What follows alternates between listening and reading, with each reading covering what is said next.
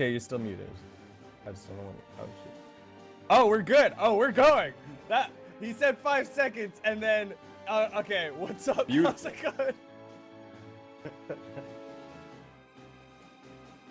going? I saw the 5 seconds as he unmuted. All right, it's not my fault. How's it going, everyone? Welcome to the EU 1v1 $1,000 tournament.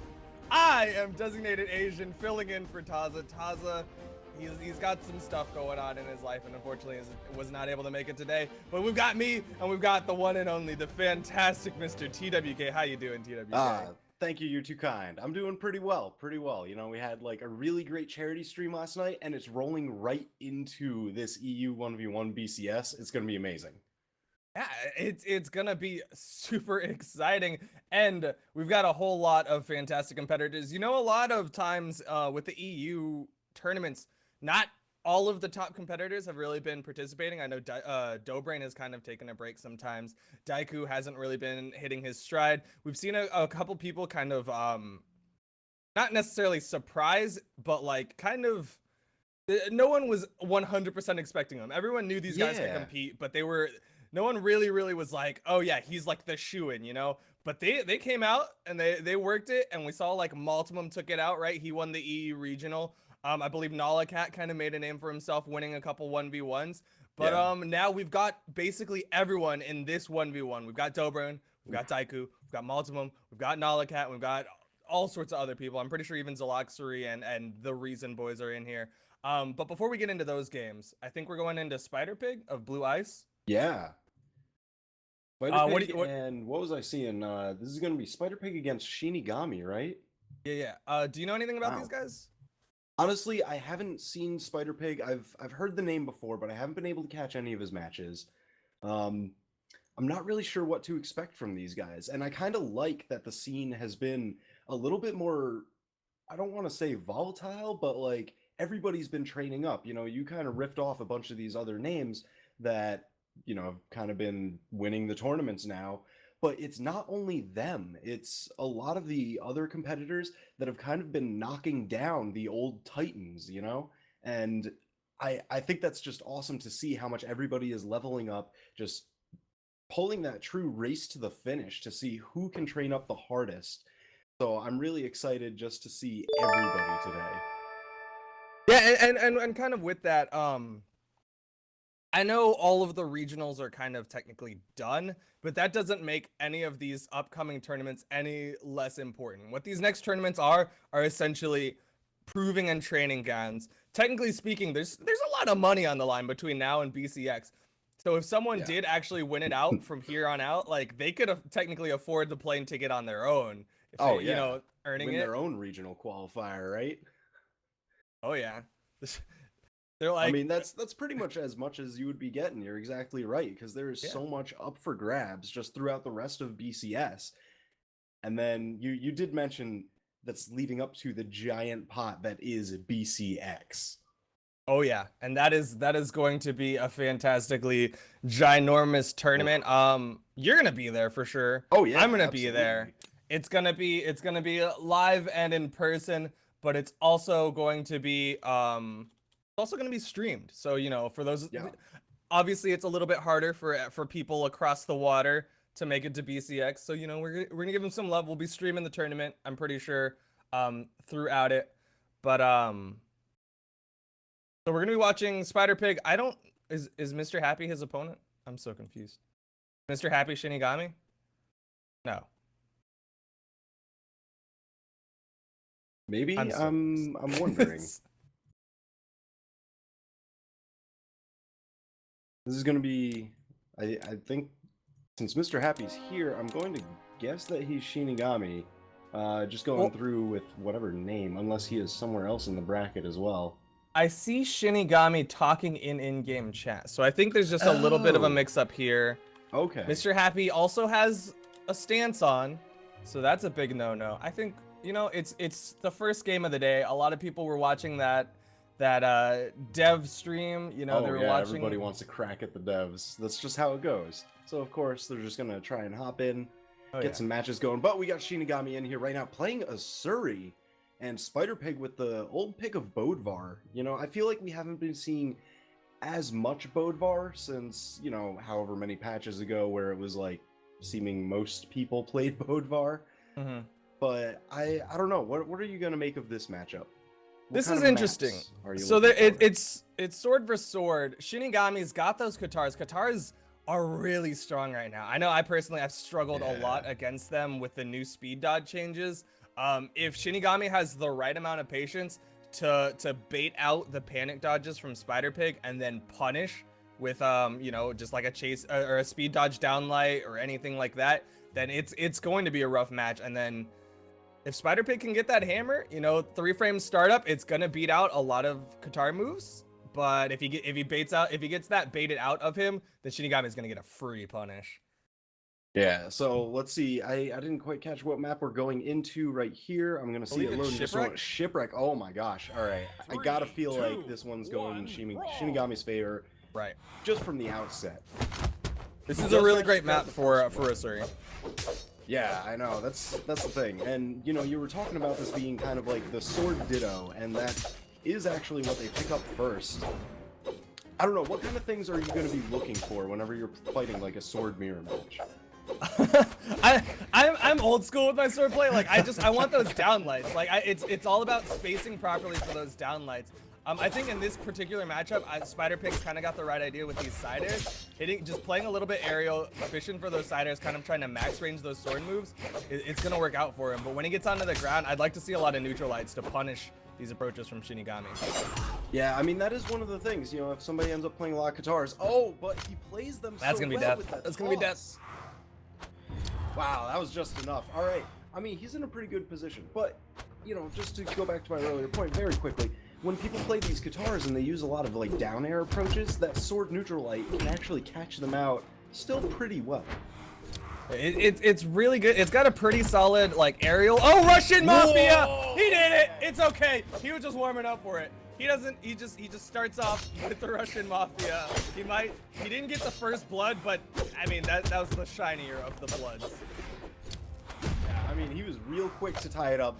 I mean, Shinigami's not giving up his lead that easily, though. He got a nice little bomb toss, but, yeah, man, Spider Pig is just on point with these sniping moves. Like, he just knows exactly which ones, his move selection is what I'm really talking about. It just seems so on point, and that's what's given him the stock lead now.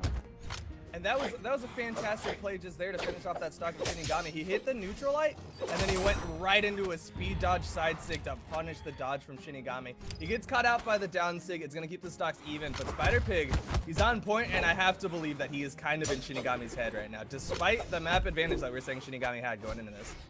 Yeah, I think, you know, it has to come down with you said he got that flashier kill with the Russian Mafia, but that's got to kind of burn into the mentality a little bit, because that is really where he started to swing the lead, and it seemed more mental than anything mechanically. But Spider Pig, he's showing a lot of mechanical prowess, getting a nice double downlight into a recovery, gets a downlight side air, and the recovery to pick up Shinigami. I think that's going to be death. Spider Pig, he's showing up strong. He had a little rough start, but he came back. Yeah, and I mean, look at how quick that match was. You know, I know Sparky always loves to quote out the damage numbers. So we'll say that was very close to 450, which is right about putting them just red every single time before you kill them, no more. So we have some efficient killers on this game right here. This is amazing. Ooh, and Shinigami is not having it. He's going right into the Bodvar mirror. The classic. You beat me with that character? Alright, try fighting it. Well, what do you think about going back to Shipwreck? It seemed like Shinigami, I mean, nothing spectacularly Shipwreck specific happened aside from Spider Pig kind of got hit by that weapon toss and couldn't make the recovery because Shipwreck's lower walls, or shorter walls. But like other than that, nothing huge, right? No, I mean, it seemed to kind of suit both the players for what they were really going for. You know, a lot of these kind of side airs to knock into, you know, off stage and then confirm into an edge guard. It just seemed like, I think you know, I think Shinigami's just really looking for maybe that hammer more so than the guitars. I don't know if it's a desire to also try and hit the Russian Mafia, just to kind of win back some of that mentality. Oh, yes! Spider Pig again! Oh, first stock every game. That's all you need. If the first stock of every game for the rest of the tournament is a Russian Mafia, like EU, you're gonna win my heart. Like, oh my gosh, I can't even believe this. And he's putting on a clinic. I love that reset with the sword. That's one of my favorite, and it just warms my heart every time I see it. Couldn't pick up the sword, but he is such a huge lead right now. Full stock advantage, knows that he's out of the range, so he's just gonna go for the simple downlight Sair. Not quite gonna finish off Shinigami, or it is. Shinigami, why? He got a little bit too nervous, and he used that weapon toss. He actually would have just clipped the bottom of it if he didn't throw the weapon. That slowed him down too much, and the down air wasn't able to make it in time. I think I like the thought process though. He wanted the down air for that movement. He just kind of didn't execute it correctly. He used that weapon toss a little late, and it ended up slowing down his movement. But he ends up picking up the kill. Still a stock behind, but at least it's not a 3 stock, right? Oh yeah, I mean definitely, and he did a pretty good job clearing the field, and beautiful ground pound into recovery. That's a ton of damage. So he's on pace to kind of make up the deficit that he needs to, but he's still got to play so cleanly. As you say that, he gets a nice punish on the downlight from Spider-Pig. He's sticking with the sword play. If he can keep Spider-Pig off of a weapon, he did a pretty decent job punishing, but now that Spider-Pig's got this hammer, he's just spacing it out once another Russian Mafia, but Shinigami just outside the range. Well, I mean, there's another weapon toss, and that, you know, did pretty well for him in the previous match. Shinigami's definitely got the accuracy with it. So this does put him down in the red, though, as Spider-Pig's on the white, both on their last stock. He's got a mountain to climb. But he's doing a great job with this weapon starving. You know, those are those first steps on that climb. He's keeping Spider-Pig off of any weaponry until just now, as it spawns like right in his face. But he has the right ideas. Shinigami just needs to clean up that execution, and I think he'll have a lot stronger showing if he can get through this match. Wow, and you know, he's doing a really good job kind of threading the needle, but Spider-Pig finally finds it. You know, you can only go through like the same kind of interaction so many times before the opponent catches on and ends up punishing you for something. So very well played by Spider-Pig there. That gives him the set 2-0. But a really strong comeback climb from Shinigami. He was making his way in. He got his opponent into the orange, but just, you know, a little bit too late. He struggled early on. He kind of threw away his second stock without doing a whole lot of damage. But we're going to be seeing Spider-Pig going on, sticking with that Blue Eyes clan tag. And up next, I believe we're going to be watching Exodos versus Airball Shooter. He's dropping the B, going for a B. Oh, wow. Okay. Giving us a little of those consonant changes. That's going to be very interesting. You know, I'm sure Raven right now, he's kind of sick, so I think he would kind of be saying Airball Shooter a little bit like Airball Shooter. You know, all those V's, they change to B's when you're sick, right?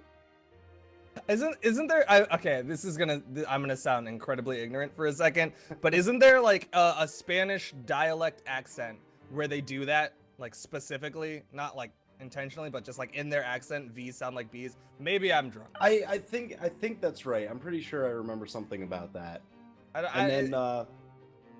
You know, I forget which one it is. It's one of the more mainland Spanish.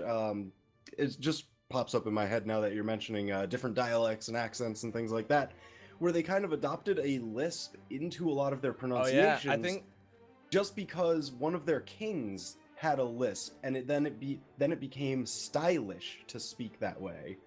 I don't know, just fun little history factoids, I guess. Let's all learn Spanish together now. I know we've already finished the Brazilian regional qualifier, but we'll hit you with some Spanish factoids. But we're gonna be going in game 1, Exodos versus Airball Shooter. Exodos on that Val. We've seen what Val can do. Egg Suit made that work, but Airball Shooter. Oh my gosh. OG. I'm ready for this, you know. All right, and Mammoth Fortress. I don't know. It's kind of like they've both got the sword. We're seeing, you know, a lot of sword early on here, just because I feel like it is still kind of that jack of all trades weapon, you know. It's very easy to kind of pick up. It's very versatile, but it doesn't like excel at any one thing. But Exodos is making these gauntlet plays. That was a solid mix-up with that ground pound. Waits for the bounce. Waits for some sort of movement from Airball and picks up a nair. He's just reading the movement from Airball right now. Airball has no approaches on Exodos. Exodos just knocking him every direction. This is ridiculous. And, you know, this is what I was kind of saying. You've got the two swords, right?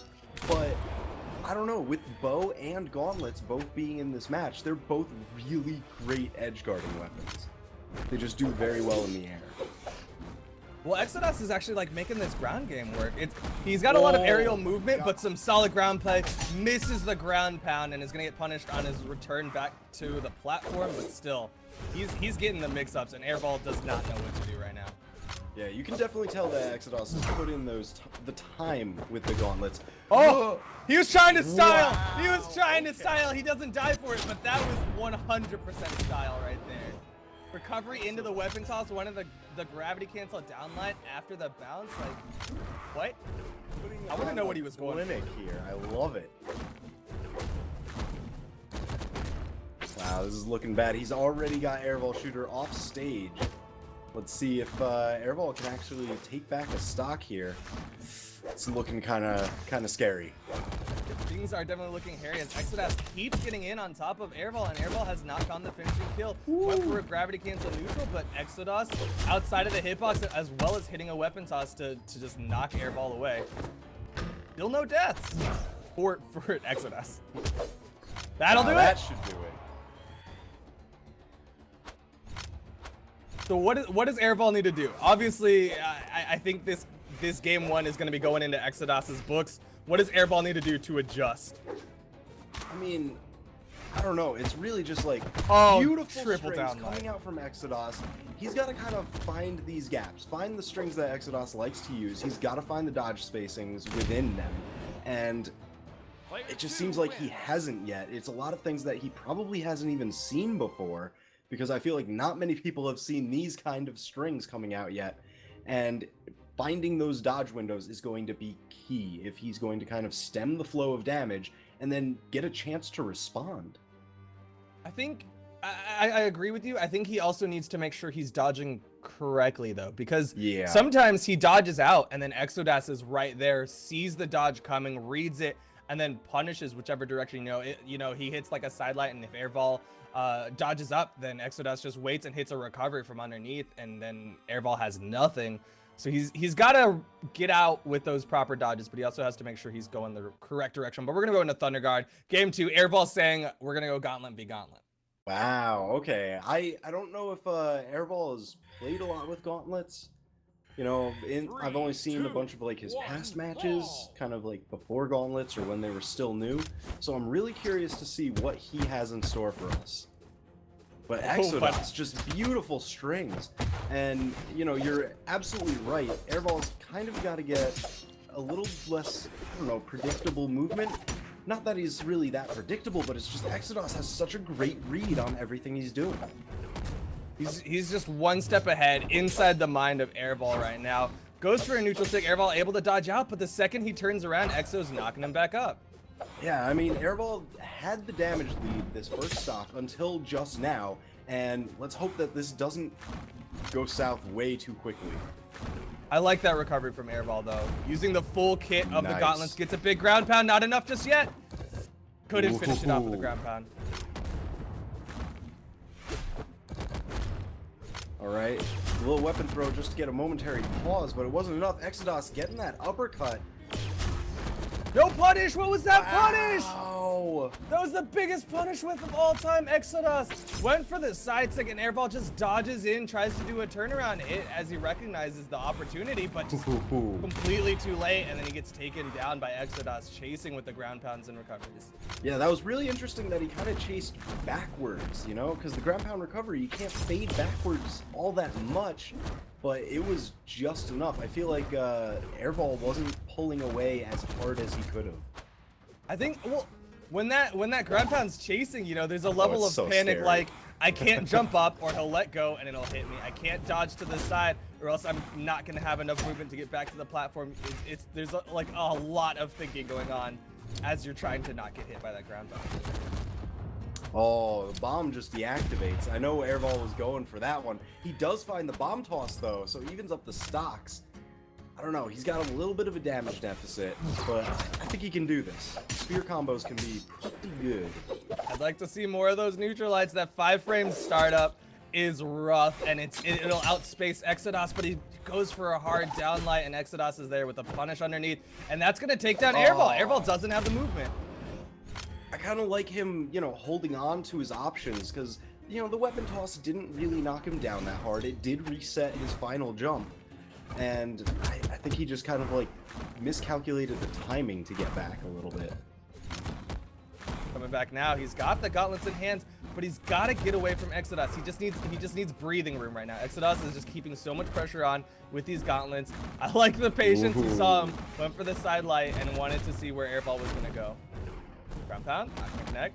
Nice punish. Not enough though. He wants that near ground pound. I know, he's really looking for it. And I don't know, is he gonna pay the price for it though? Oh my gosh, please. Still alive. Airball he's hit his head so many times. I mean, it's kind of intentional. I think he's like, you know, using that roof, or well, I mean, it's the very bottom of the stage, but for him, it's like a roof kind of giving coverage overhead. And Exodos was just kind of getting a little bit tunnel vision for those ground pounds. I think Airball's got a chance to really capitalize on something here. And I'm liking these side airs. You don't see it too often. I think Pugsy does it a lot, but usually when you're low underneath the platform, a lot of times people are looking for, you know, nairs or ground pounds or dares. But Airball mixes it up, gets those side airs. It's got some downward force, but it just it was a little late there again. Yeah, man. So Exodos taking that 2-0. I mean, that last match was a lot closer than the first. So he made a really, I don't know, Airball made a lot of great adjustments. And I don't think it was really anything to do with him switching over to gauntlets. He might have just kind of gotten a bead on what Exodos was doing. I think the gauntlets helped though. It was kind of a mentality switch. He went for more off-stage play, and those gauntlets just kind of worked into that, you know? And I mean, that can definitely help out, you know, if you're kind of like losing a match, you know, if you just lost one, you'll see a lot of players, I don't know, sometimes they go right back into the very same map, very same matchup, and it's kind of like running your head into a wall, just being like, no, I know I can do this, I know I got this, but you might be a little too fired up and a little too into the same mindset. So kind of switching that character, switching that stage, it can kind of help free you up. It gives you a step back to kind of get perspective. And I don't know, I feel like that really helps if you're looking to make large adjustments in your gameplay. Oh yeah, it is a very beneficial thing to take that breather. I know sometimes there's players who lose and then they get fired up and they come back just swinging extra hard, but it does help a lot of times to just be like, all right, I'm gonna take a breather, I'm gonna come back, I know exactly what I need to do. And Airball had the right ideas, but he was started falling apart. But I think coming up next, we're gonna be seeing Hermeson versus Deadpool. I liked the movie. Ooh. Yo, Hermeson, I've been catching some looks at him. I know he pops up in chat a lot. You know, he's a good guy. He's out in the community doing his things. So I'm very excited to see him play. Have you seen him play before? I know he's got some stuff for us. Have you seen him play before? Couple months ago at least, and then I think the most recent time was several weeks ago. Last I saw, he was kind of like playing a bunch of different legends. I don't know if he was just kind of like experimenting with some things or trying to find an actual new main. So I'm very curious as to what we've got. Okay. I know in my head I always think of Orion. I don't know why. But I just, in my brain, I go, oh, it's Orion, Hermeson, On the other side, though, Deadpool, Gun, Sword, Thatch. Are we going to see a Thatch? Ooh. I would love to see a Thatch. You know, you don't see too much of him popping up. I know, like PKPR, Remy, they'll kind of swing him in there every now and again. PKPR more so. But aside from that, I don't know. Thatch is a little bit of a rarity in the tournament scene recently. Well, the only reason why I'm saying that, just in case that joke went over a lot of people's heads, is because Deadpool in the comics, he's got a sword and he's got guns. Oh so, my god, the weapons. If he plays with that in mind, I would love to see a Thatch. But you're right. Thatch hasn't really gotten a lot of love. The cannonballs, a lot of people have issues with. And the 3 defense is, I know it's kind of a killer for a lot of players who don't have, you know, the best movement, myself included. I like just being able to be a unkillable beef castle with that roll in sometimes. But it Man, looks I like gotta tell Hermeson's ya. playing Bryn. Sorry, go Ooh, back to your okay. thing before Yeah, I no, I completely gotta cut you tell you, off. every time that I hear you or Sparky say unkillable beef castle, I just can't help but smile. That's such a good phrase. Is that like, is that something you guys just came up with like during casting for Brawlhalla, or is that No, something that that's like you guys have said for like that is. years? I mean, that's I don't know. I'll admit it. I steal it from Sparky. Sparky Oh my says it, and I god, just go, you know what? I like castles. these I like beef. biters. And you know, we're gonna go with it. But we're gonna be seeing a Val. We're gonna be seeing Deadpool playing that Val. He's got the sword. On the other side, Hermeson's playing Bryn with that axe and spear. And I really like Bryn against Deadpool. I think Bryn's kind of got the winning matchups with the weapon set. What do you think about this? I don't know. Like Hermeson, he plays Bryn really well. Last time I saw it, you know, he's got some great stuff with axe. I mean, a lot of people have been saying, you know, axe has been like a pretty strong weapon. It's gotten some recent toning down on some of its moves that were a little, you know, pretty good in rotation. I'm So sorry. I'm curious. Yeah, let's see what we've got going on here. I think rumor is that this room is bugged. There are Twitch cops in it, and so we have to switch rooms. We're Twitch gonna switch cops in rooms. vacate the lobby. I believe I dropped it in that chat, but I'm going over to the new room. But yeah, sorry, can you repeat what your point was? Because I was thinking about Twitch cops and Yeah, no, avoid the Hermeson, popo. you know, Bryn, she's an interesting mix because I think a lot of people agree that like, you know, axe is a very good weapon. The spear is just a very reliable, consistent weapon, much like the sword. But I don't know, a lot of people kind of recognize that Bryn might be strong, but then they also say Bryn is pretty weak, and that's just a lot of her signature kit can be like a little awkward to use, you know, because they're very different from, I guess, more of the standard kits. And even then from there they don't really have like some crazy flavor like, you know, the new Val sword side signature that's like, oh, it's different on whatever surface you're attaching to. So it's kind of some straightforward moves that are just a little off from true straightforward base kits. Right. The signature that comes into mind in particular for Bryn is that axe down sig, where it's like Yeah. it's good when it hits, but it requires one of the hardest reads, like second to like, you know, back when Roland's horse was like you have to just get the biggest read of the century to hit, but Bryn's down sig, you know, if your opponent plays floaty, kind of stays above you, that down sig is just never going to hit, and you're gonna get punished every single time. I know, but like that's the thing, you know, once you start punishing them for kind of being floaty, because Axe has one of the best anti-airs in the game with that downlight. It's absolutely amazing. So if you kind of use that, you condition the opponent to kind of want to approach from the ground more so, because the Axe has a little bit less range, a little bit less control on the ground. If they're willing to play that grounded, you know, then they're going to go for their combo starters, their sword downlights, their gauntlet, you know, downlight, side light, whatever. That's where that axe down signature shines. So you've kind of got to condition your opponent to play the grounded game before you can really, I don't know, work that into your rotation more. So you're telling me you gotta treat your opponent like he's Pavlov's dogs. You gotta classically condition it, and just like reward him every time he plays on the ground, and then you just smack him in the face with a big old down sig. Honestly, for a lot of players, you know, coming from shooters, MOBAs, all these other different genres, who might not be as familiar with the fighting game genre, that is fighting games 101. You know, you throw the guy twice in a row, and then the next time, no, you take the step back and you hit him with the long range normal. So you kind of show them what they should be doing, and then you punish them for it once they finally make that adjustment. So that's kind of what we see a lot, you know. The higher level of gauntlet play now is really great. I love watching it because they get the side light, and then, you know, they'll condition the opponent to dodge. They'll go for the neutral air the first couple times, right? But then after that, once they kind of recognize where the opponent likes to dodge, ooh, gravity cancel side light to catch that usual reaction dodge into massive string.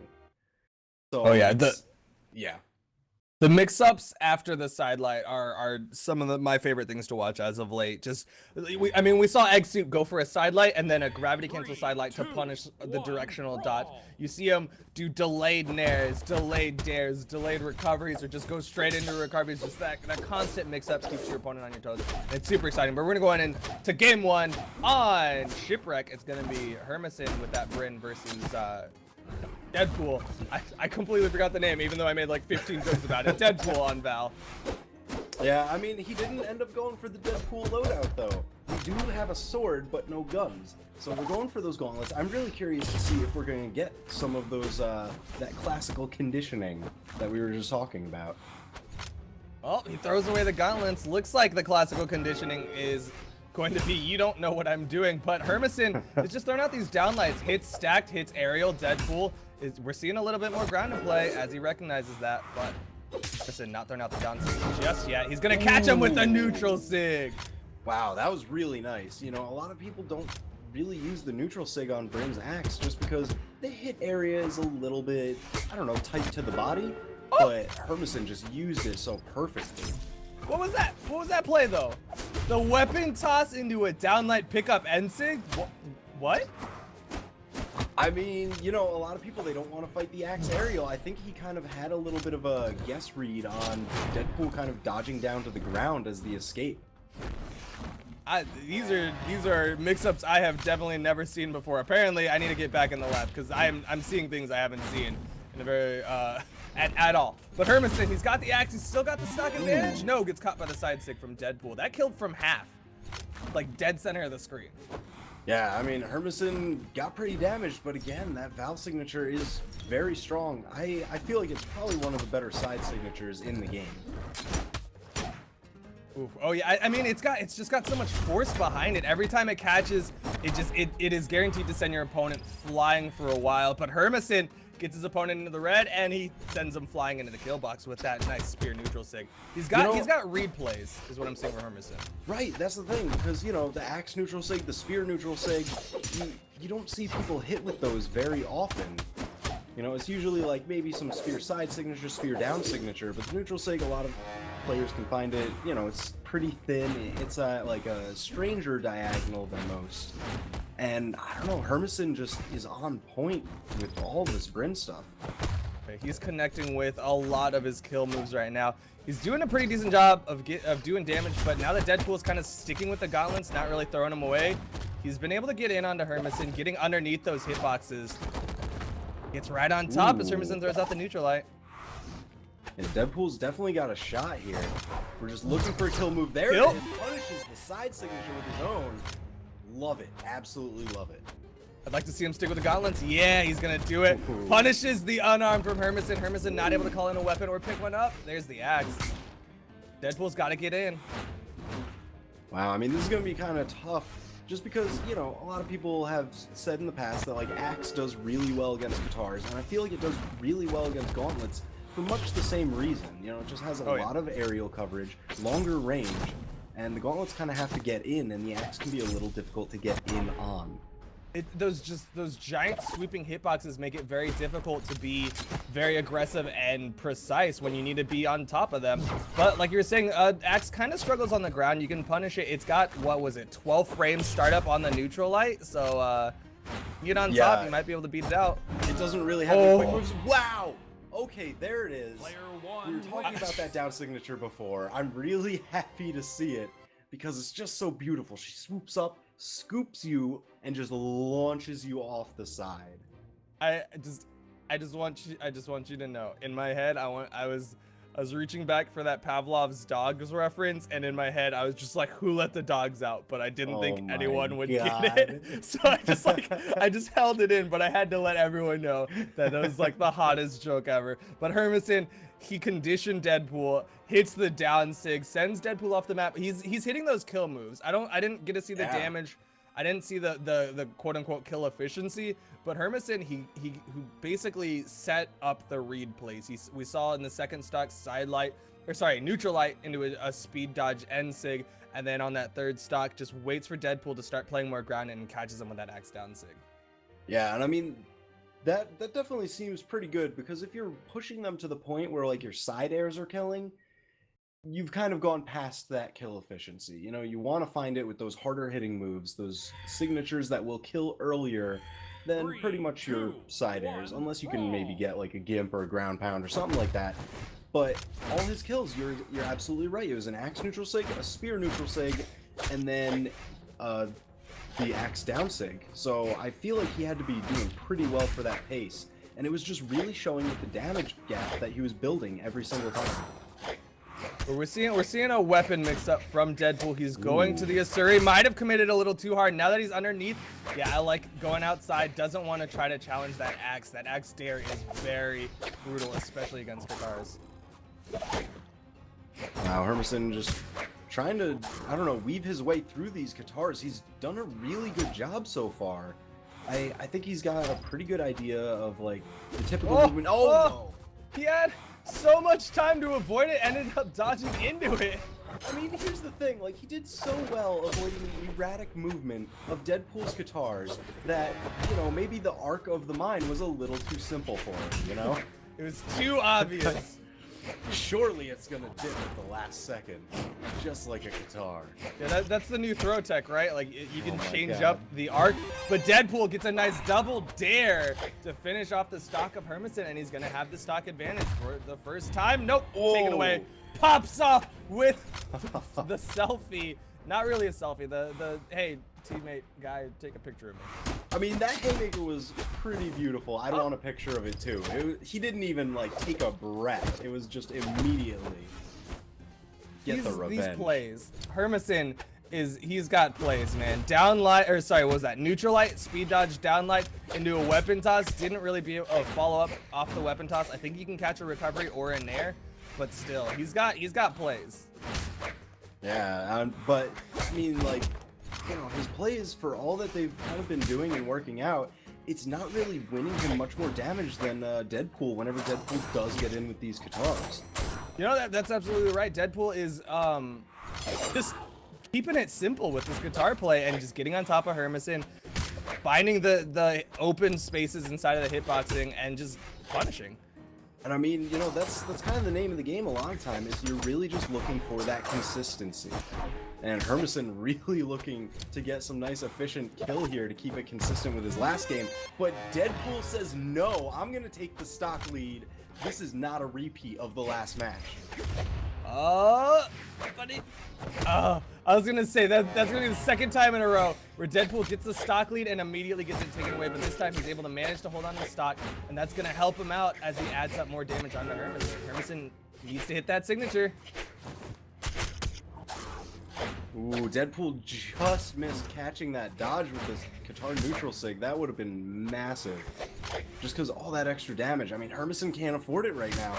You know, Brynn isn't really that tanky of a character, usually relying on her speed to kind of avoid taking damage. Oh, but Hermeson finds another neutral sig.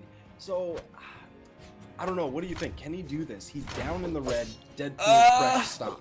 I don't know. I mean, Hermeson, I'm complimenting his plays, but to be completely honest, he hasn't finished the plays. We're seeing like the building blocks of the play, but if he can get the big string, that's going to be a lot of damage really quickly. But the just very standard play of Deadpool is working out. It's so consistent. Hermeson needs to either switch his playstyle up, kind of go for consistent damage, space out Deadpool. He's got the longer range weaponry, or actually connect and finish off these strings. And that's exactly what he needs. He finished that combo very nicely. I kind of like him resetting to the stage here. That Valkyrie kind of prevented a stronger punish that he might have been able to get. And Deadpool is going to take that second chance and just close it out. So we're going 1-1 right now. Really, it all came down to the Katar play from Deadpool. And, I mean, almost every single time Deadpool had sword, he threw it away. I'd like to see Hermeson punish that Katar play. You and I have already talked about it. That Axe is really good at outspacing the Katars. If Hermeson plays it a little slower, like doesn't over aggress and uses those big sweeping hitboxes, I think we're gonna see a very different game 3. Yeah, I don't know. It seemed like Hermeson, he got those really great reads with those signatures. He was doing a very good job killing with them. That might have felt a little bit too good. He might have gotten greedy, might have been like, all right, this is really working out. I'm really going to start going for these. And he played a little bit too grounded. And I don't know. I feel like if he takes the axe to the air more, forces the fight there, he's going to see better results. What you're saying is Deadpool was hustling. Game 1 was a hustle. Straight hustle. There's no mercy. He's like, all right, I'll spot him this game. And it's going to be a breeze all the way through.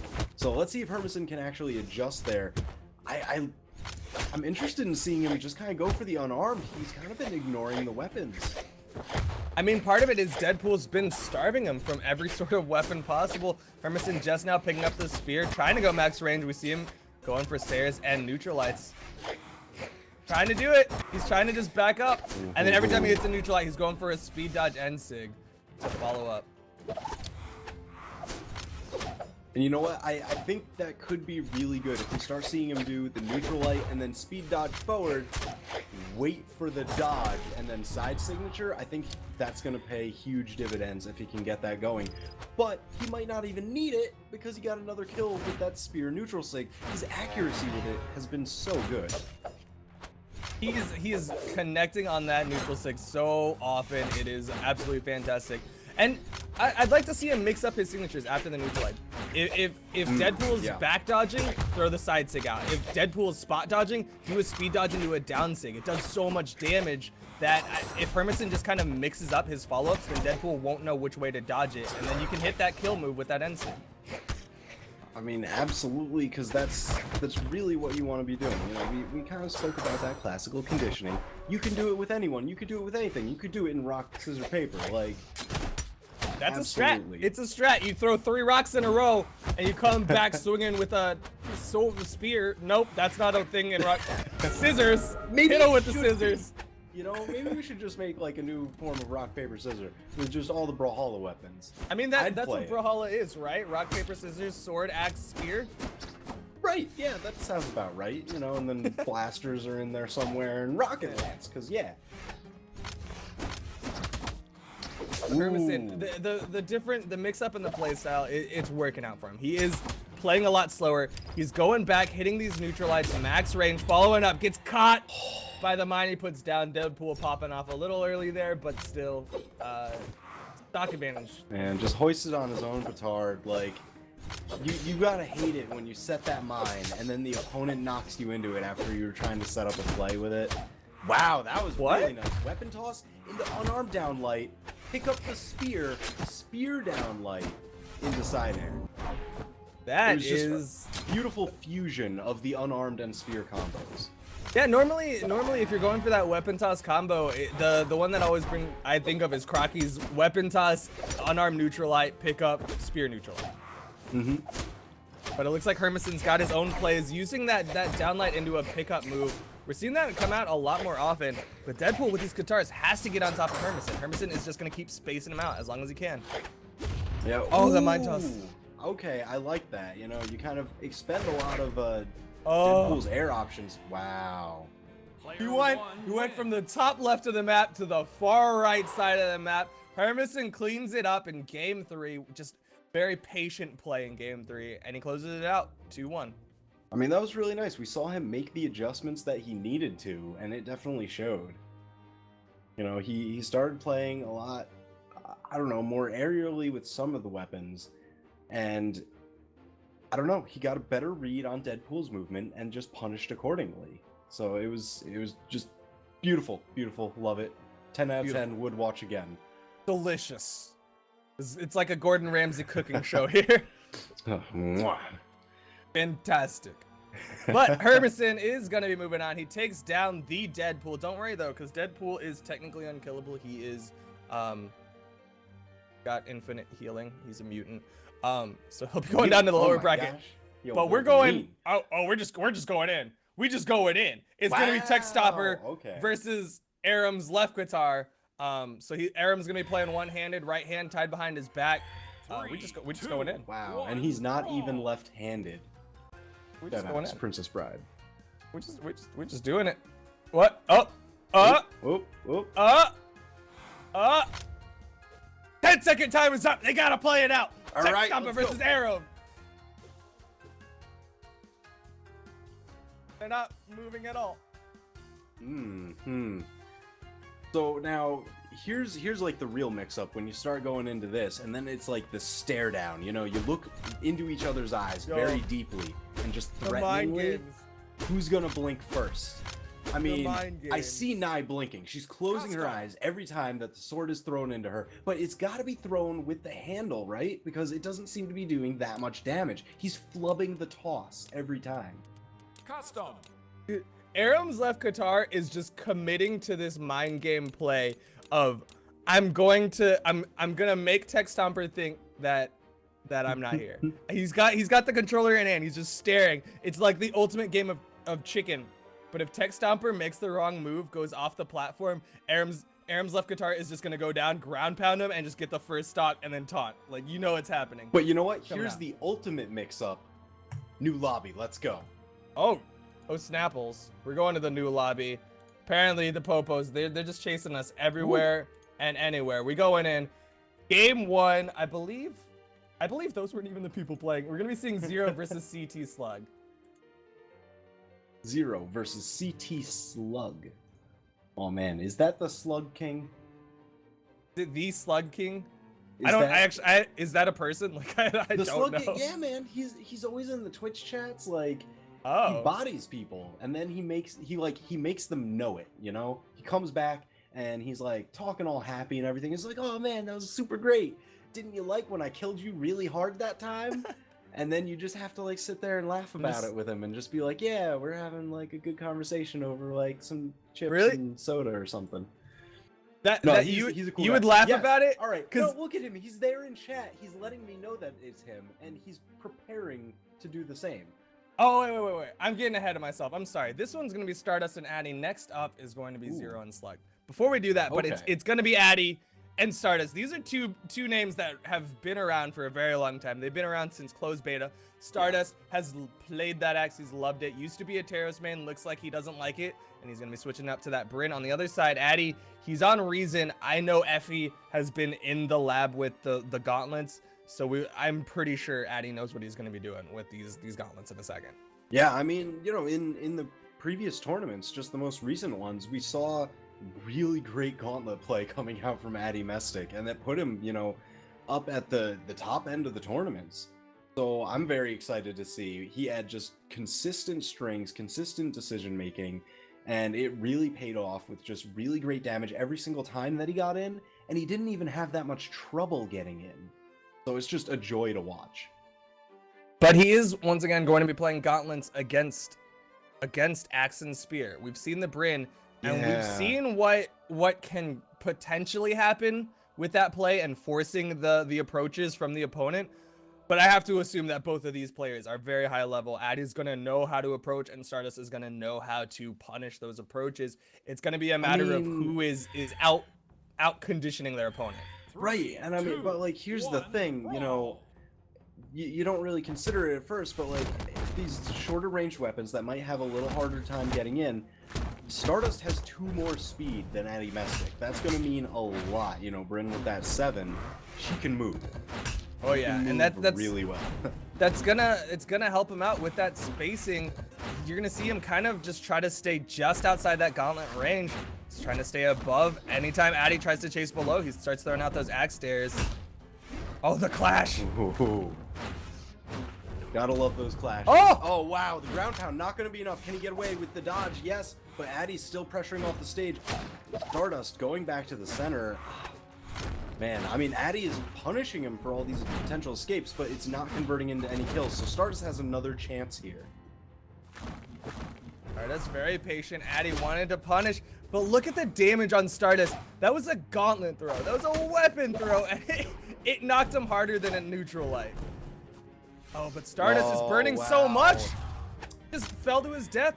Did he not have a recovery? I thought he had his spear recovery still. He spent the recovery, He didn't touch the wall. You know, he kind of like swooped in with it. Didn't touch the wall until, you know, maybe he touched it like right before the spear recovery was done. But he didn't recognize that he didn't have it. Let's see if he can kind of clean up the stocks, kind of make up for that little unforced error. He's doing a good job. He hasn't taken too much damage. He's knocking Addie off the map every single time, but he just hasn't been able to clean it up. There it is with a dare. Just swooping right in. Okay.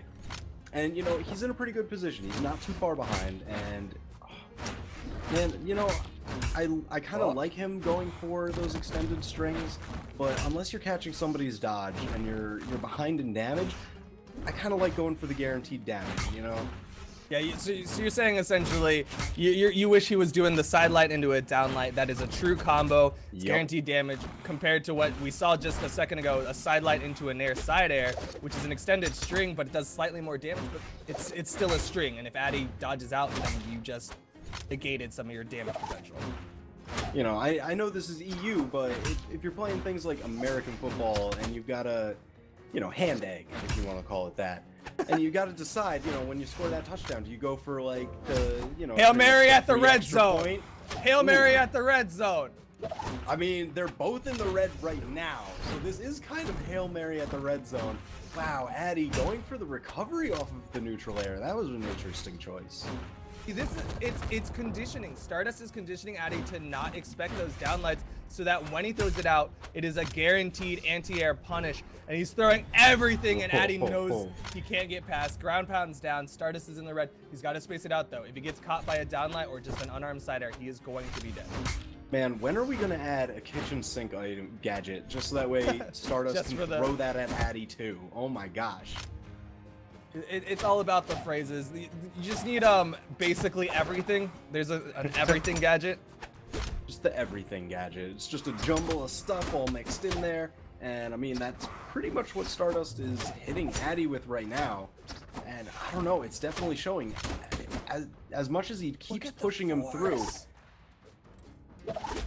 Addie's fishing for the kills. Is that going to be enough? Wow, yes. That dare does it. Looks like he caught him out of the recovery. It was like the last couple frames of that down air, but you're right. It interrupted the recovery, stopped a lot of that vertical movement from Stardust, and ended up finishing off the stock. And Stardust, he had the health advantage, but Addie's doing a pretty good job with these end lights, spear and unarmed, just catching Stardust every single time. Ooh, all right, that's going to tie it up right there. Just the neutral air into the slam down, ground pound, gauntlets, hello. Back to the neutral game, but Addie keeps catching Stardust. Stardust is going high, trying to approach from the sky. It makes sense. It's it's a common axe approach, but Addie's been punishing it with these airs. Yeah, and you know, I kind of like Stardust going for that jump ground pound with the spear. He kind of noticed that Addie's been, you know, just suddenly jumping up to meet him. So he was like, all right, if you're going to come up to meet me, I'm going to rise just a little bit. And that's kind of what put him in position to score that axe down air, get the kill, and that puts him up 1-0 in the set. Stardust, very nicely played. He was able to clean it out at the very end. It mostly came down to that final stock. Yeah. It was really, really close. Stardust was in the red, but just the simple fact that Addie wasn't able to finish off that stock in time means Stardust got enough of a damage lead on their final stocks that he could clean it up at the very end. We're seeing a character switch? Wow, okay. I guess, on both sides? Stardust is really leaning into that speed advantage. You know, he switched over to 8. Addie, I think, looking for a little faster gauntlets. He was like, all right, maybe that speed deficit between, you know, Wushang's 5 and Brin's 7, maybe if I tie that up. But it looks like Stardust might have kind of known that that was coming, and he went for 8 speed. Just always a little bit ahead. Just he's ahead in speed as well as ahead in game. He's up 1 game over Addie Messick. We're going into game 2, but Addie Messick first one to pick up the weapons as Nikat and his opponent with a neutral light. But so far, damage basically even. Yeah, we're going to see this sword mirror starting off. Stardust getting some very nice strings. That down air, side air. Ooh, Addie expecting the bounce. It was a little bit too early for that. I don't know. A clash, but Addie picks up the stairs. Yeah, we haven't seen a whole lot of big strings as far as the sword play goes for either of these players. We didn't see any, you know, double downlights or anything yet. But Stardust, he's got something in mind. We saw him throw out a kind of crazy end-sig a second ago. Now, it was really interesting to see Addie, you know, for as well as he did with the gauntlets in the previous match. Oh, wow. Chase off the top. But before I get too far away, Addie, you know, he's kind of been favoring the sword in this matchup. Yeah, we haven't why actually do you think that is? gauntlet play. I mean, I guess it's just he doesn't like the gauntlet versus sword matchup. Stardust very clearly loving this sword play right now and has kind of been controlling a lot of space. And I got to agree with him. Sword kind of beats out gauntlets. If you try to play grounded, sword and light beats out gauntlet and light. Oh, but that clash is not going to work in Stardust's favor. I mean, you know, that gauntlet recovery during the first few frames when it has all of its force, it's pretty strong. It's a pretty good kill move. It just kind of fades out later on, but I mean, if you're clashing with it right off the bat, wow, almost getting an edge guard there. Nice little gimp attempt, but I don't know. Addie's still got a lot of damage to climb. But it's Hattori, you know, it's generally a little bit hard for Hattori to get kills unless you're connecting with those signatures or, you know, spear ground pound like that. But at the same time, Addie has what, 4 force on Val? So this is not high kill potential on either side. Yeah, I mean, it's really, I don't even really see where all that damage came from. You know, we've been saying that both of these players right now with the sword, they've kind of just been playing mainly consistently, no crazy strings, but just consistent confirms, consistent punishes into the expected damage.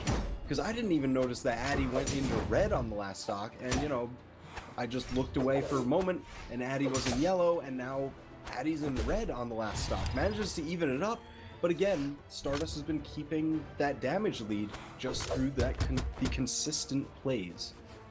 It's like a death of 1,000 cuts right now from the sword play of Stardust. He's just getting very simple taps, downlight side air, gets a reset into the end light, gets a nice little like side air that'll drop off, gets back to the ground, gets a little tap here and there, but it's just he's essentially hitting it.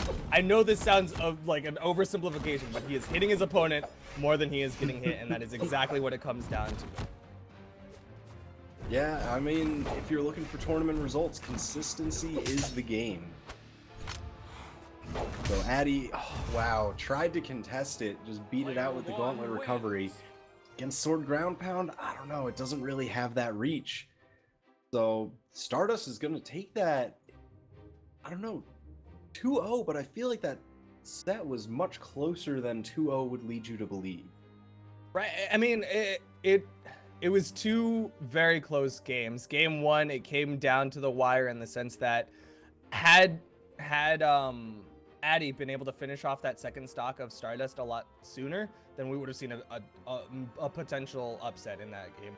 Game 2, it was really close. It just came down to a little bit more consistency in that sword play. Addie not able to connect as frequently with his downlight strings, and we actually didn't see a lot of gauntlet play from him.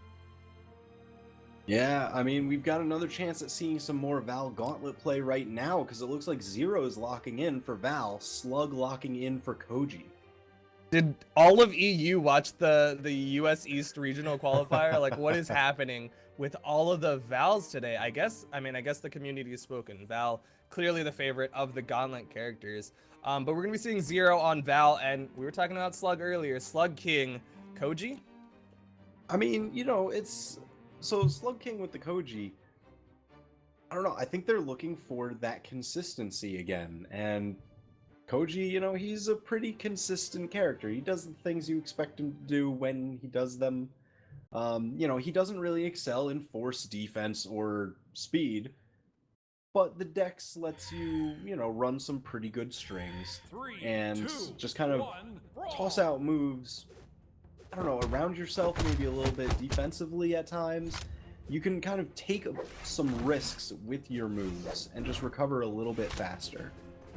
I mean, that's something we see a lot with Remy, right? He just kind of throws out moves and then he'll follow up with an end light to punish any sort of approach from his opponent. And you just have to find that gap where he's not end lighting, where he's not throwing out signatures everywhere, and just find the awkward hitbox or the awkward opening onto the Koji, but right now, Slug is getting those openers. He's getting those max range down lights and then following up with nice end lights. Yeah, and I mean, we're gonna see Zero shift over to the gauntlets. I wonder if this is kind of he wants to capitalize the most off of any time that he can get in. He doesn't really get a chance there because Slug just kind of keeps tossing things down at him, keeps him off the edge, takes that first stock. But I think Zero had the right idea that gauntlets are going to serve him better in this matchup because every time that he can get in and get that hit, you know, kind of thread the needle through the bowstring, I guess. I don't know, you can convert into a lot with gauntlets. What was what? Is Slug rattling right now? Is that what's happening? Is that like the new hotness? Oh yeah, it's all about that hot rattle, the Koji rattle. He's not Azos, but they share a bow, you know, so you got the rattles. Slug though is getting a really solid juggle onto Zero. Zero finally picking up those gauntlets, and like you were saying, gauntlets just a little bit more damage potential. Sword generally not the most damage. Downlight does what, like 7?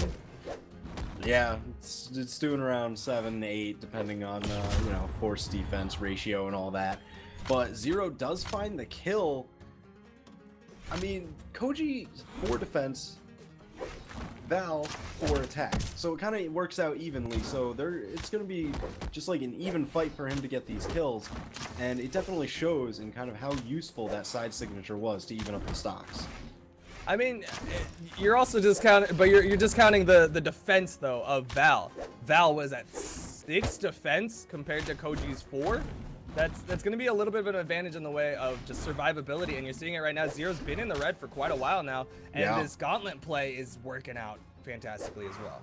I mean, you know, it's that whole double combo of high speed and like moderately high defense. It gives you that survivability to kind of extend, start avoiding attacks with that high speed, and then any that you do kind of incidentally take, they're going to be dampened a bit by that defense, so it gives you a lot of extra chances. You can be a little bit reckless, and I think with gauntlets, you kind of want to be.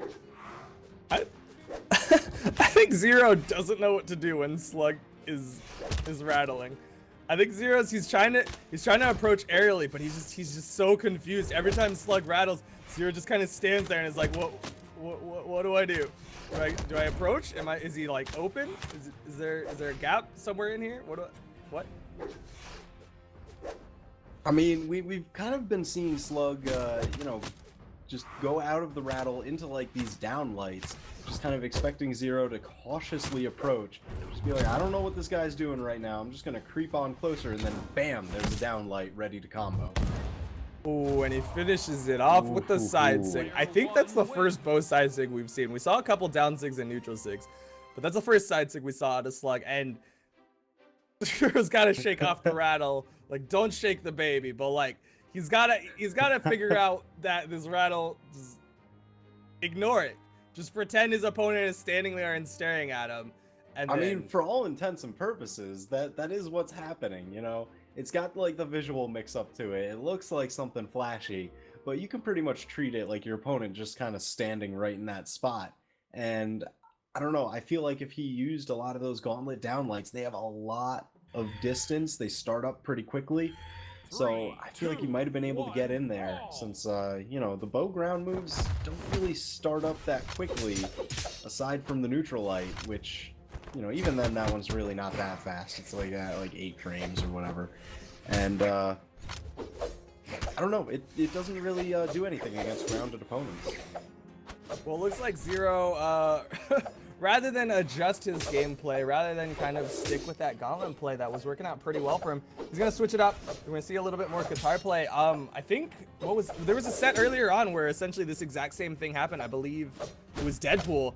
He had the gauntlet play, it didn't quite work out for him, so he switched it up to the guitar play, and the guitar play worked out pretty solidly. But now it's Zero's sword play on Asuri that is keeping him even. Uh-oh. He's fine. He's fine. And I mean, you know, this might be kind of what we were talking about before, where you just kind of need that, you know, the mental step back. So changing character, changing stage, that can definitely help you out. Ooh, with the down 6 from Slug. Not even throwing out neutral lights. You know, a lot of times Opponents try to punish that down sig. Oh, the patience! The patience! Slug was trying to punish the weapon pickup. He was like, "You're gonna try and punish me as soon as this weapon's here, expecting me to pick it up. I've got an uppercut for you." Beautiful. What a great play from Zero to keep himself alive, keep the stock and health even. But he's got to get the approach onto this bow, and this bow, it's an 8-text bow. It throws out neutral light, just does a hop up side air. It is hard to find the opener. What should Zero do?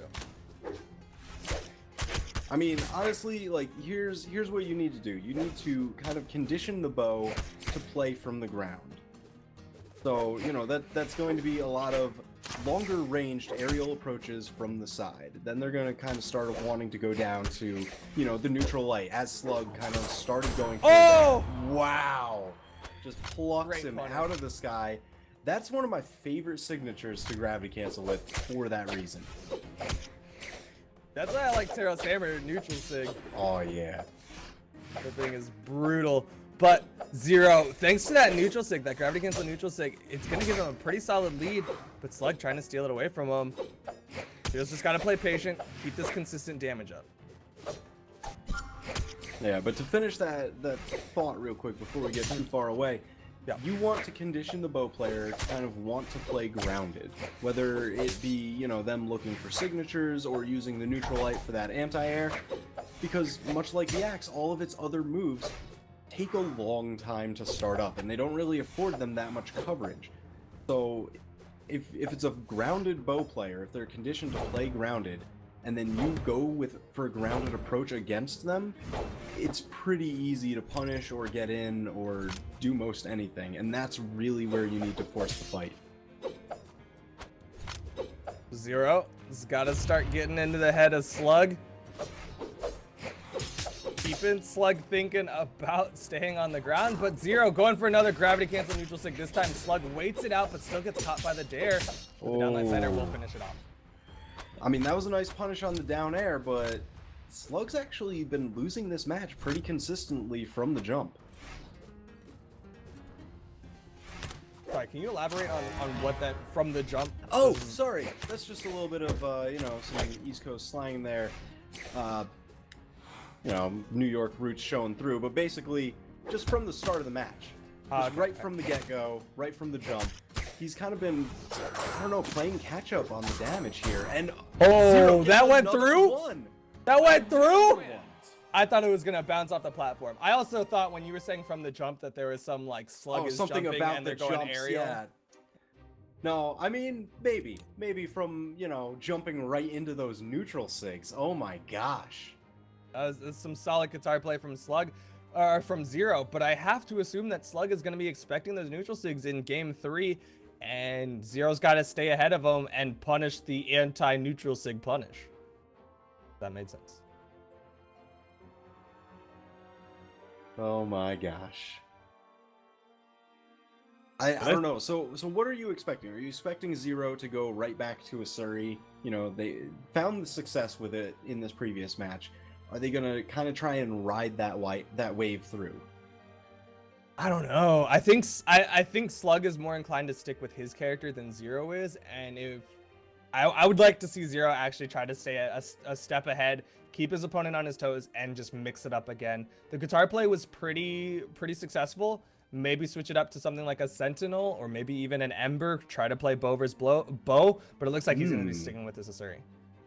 Interesting. Okay, so Slug immediately banning out. Wow, a lot of the edgeguard stages. Okay. You know, I guess that makes sense. It makes sense. You know, we've been seeing Slug. He kind of plays more for a lot of the consistent combo play. You know, he ends up going for those, like, the bow down lights, the, you know, side airs on the stage, and then, of course, the sword down light combos into whatever, what have you. So it makes sense that he's kind of taking away a lot of the edgeguard stages because he doesn't really play that way. Right, and not to mention the fact that, I mean, 2 of his deaths last game were due in part to that gravity cancel neutral sig. Yeah. So it works a lot less successfully on the platform. where, you know, it's just going to bounce them off. They're going to go high in the sky, and they'll just be able to come back down. But we're seeing, once again, Zero sticking with these Qatar play on the Slug. I mean, he's doing a pretty good job, you know, fighting just about even through the way with these Qatars here. I'm just waiting for him to get something a little more significant. He keeps getting these side lights. It's great for racking up the damage, but we're quickly approaching the time where he's going to be looking for something more substantial, and there it is with that side signature. Can he convert here? I'm surprised he threw it. I'm surprised he wasn't immediately thinking for the gravity cancel neutral sig. Maybe he's thinking what I'm thinking, which is that Slug knows it, but at the same time, like, that was essentially your opportunity with your opponent off the platform. You just had to read the jump and then get a gravity cancel neutral. Yeah, ooh, that signature this time gets punished by Slug, just stomping the tatami mat. Pop it right up. Another there one. It is again. I'm surprised we're not seeing any dares from Zero with these Qatars when he gets knocked up into that corner. You see some players do it with the unarmed play. It works the same with Qatars. Yeah, just because, you know, it pretty much halts you and then quickly starts getting you back towards the stage without having to expend any jumps. So Slug King just kind of rattling here right at down light range, and I think Zero kind of knows it, and he doesn't really want to go into it too much, but like that down light range, it's so good on Thunder Guard here because it also places him a little bit closer to that center channel.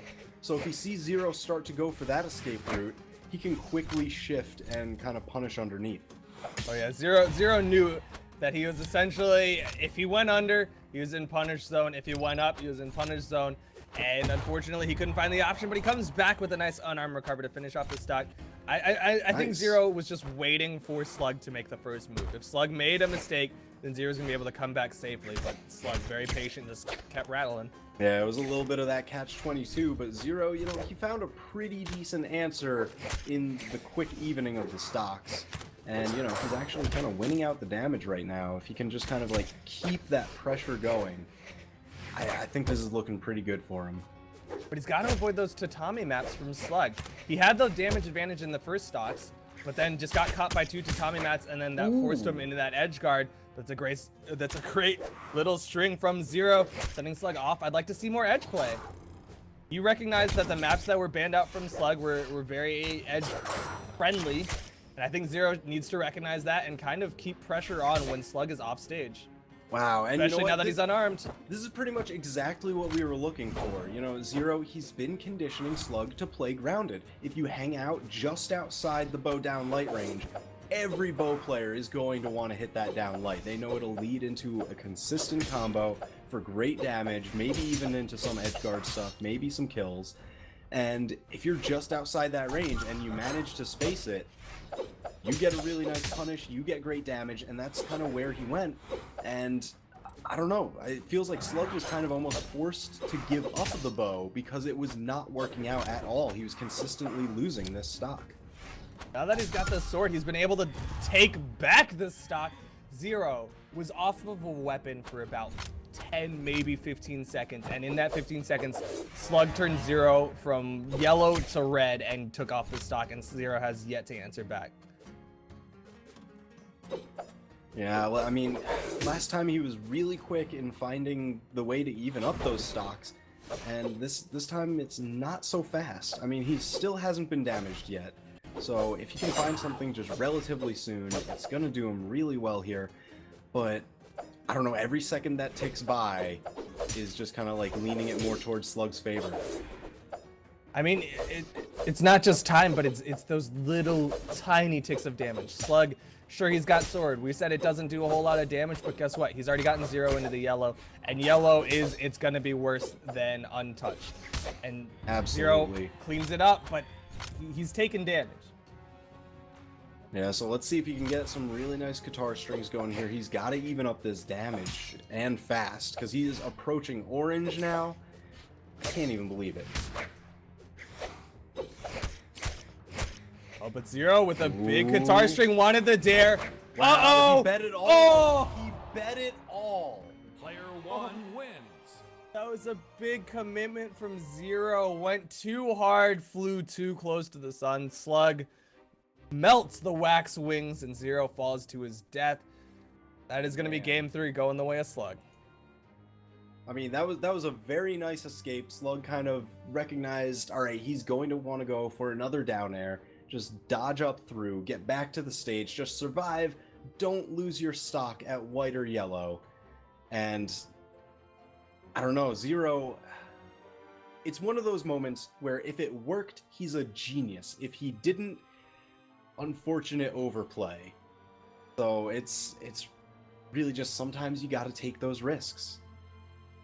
I mean, he had the damage deficit, so the risk reward was there. He had potential, but unfortunately, I mean, it didn't work out. But no worries, because we're gonna see more Suris and more Vals. Apparently, EU has settled on the meta. The meta is a Suri, Val, and a couple other outliers. But wow, yeah, there's been a lot. All right, so Effie, you know, we know he's been labbing gauntlets for a long time now, and he's been trying to kind of push the capabilities of that weapon.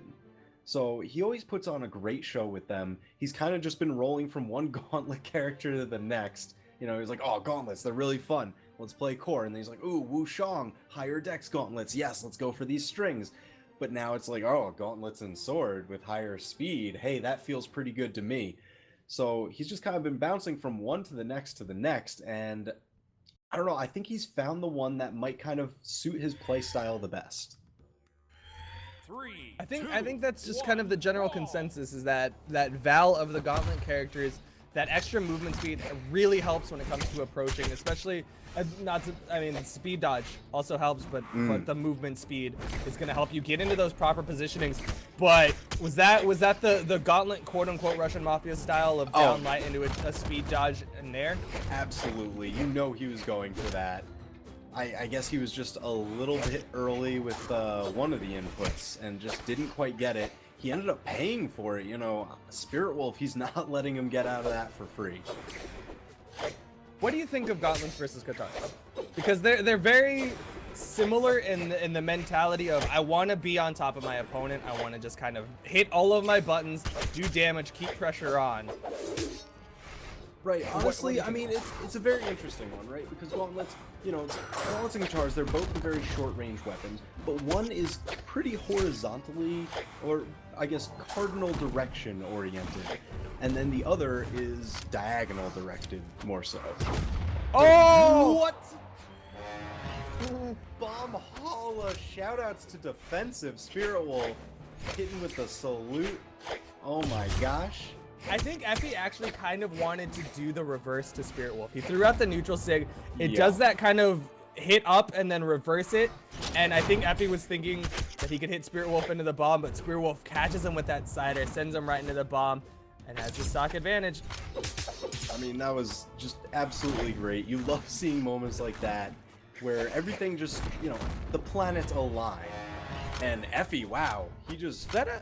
Yeah, that a downlight into a jump speed dodge recovery? Yep, exactly. It was really great, really solid kill move. You don't even have to worry about, like, you know, that 2-frame dodge window or whatever between the side light and the recovery if you're going for that route. It's just like, no, I hit the down light, you're going to die. That's that labbing that we've been saying Effie's been doing.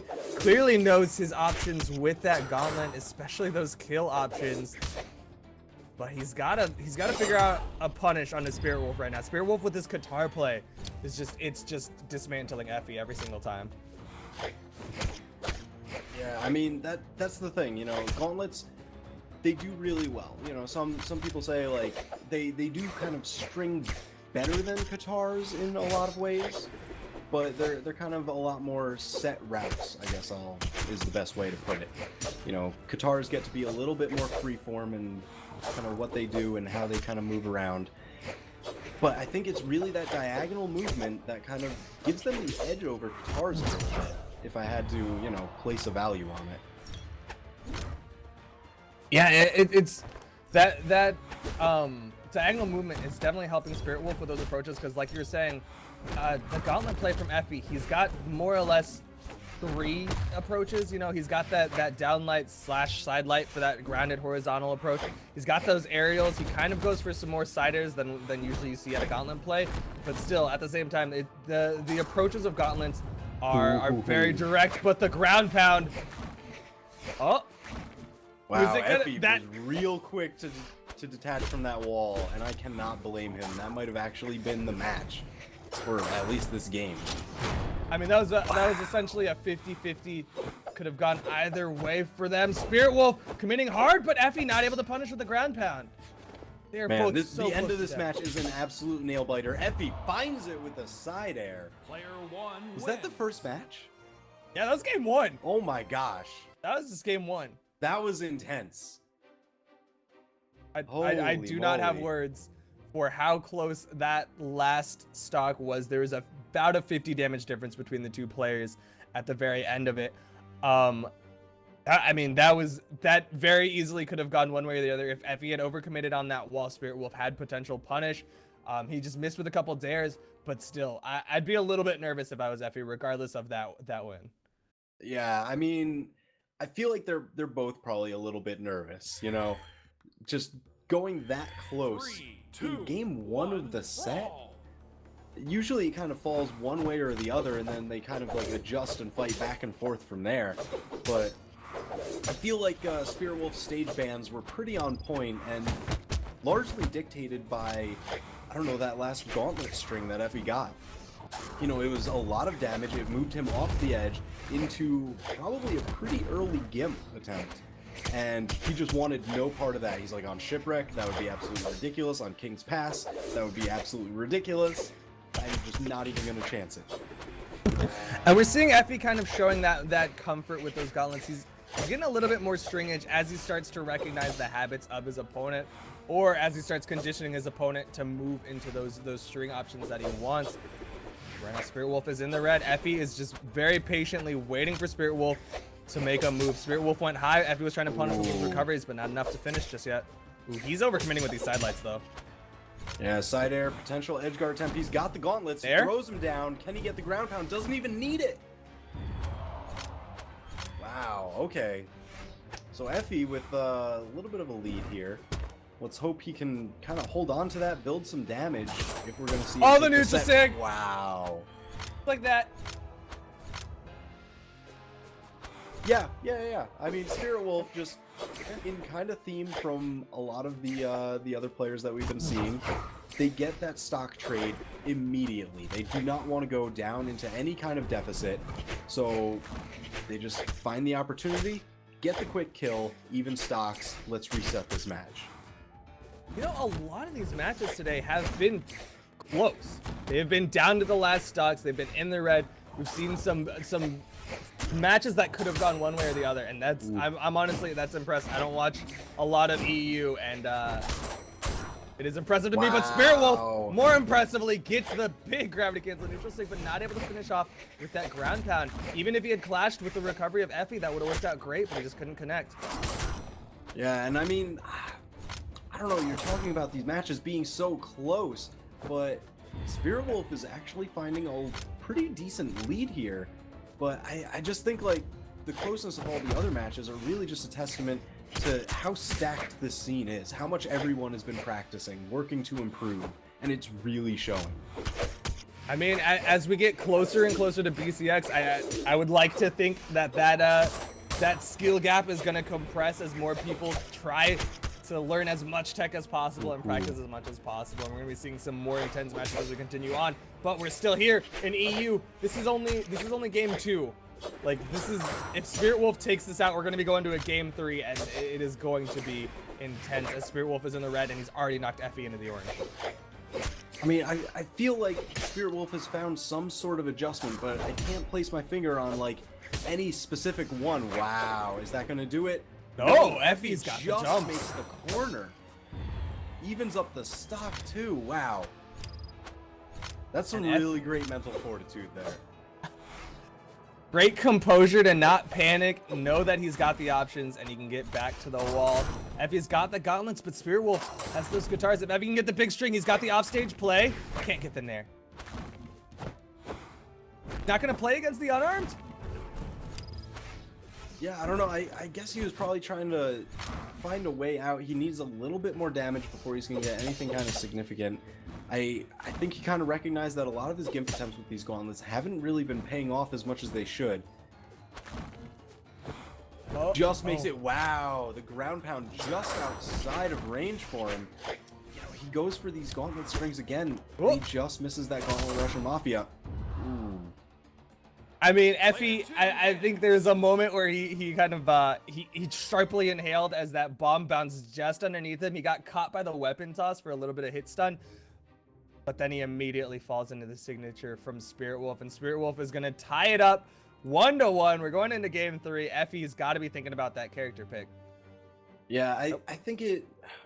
I don't know if I had to place it on one thing that kind of turned that match around and made Spirit Wolf have such an advantage.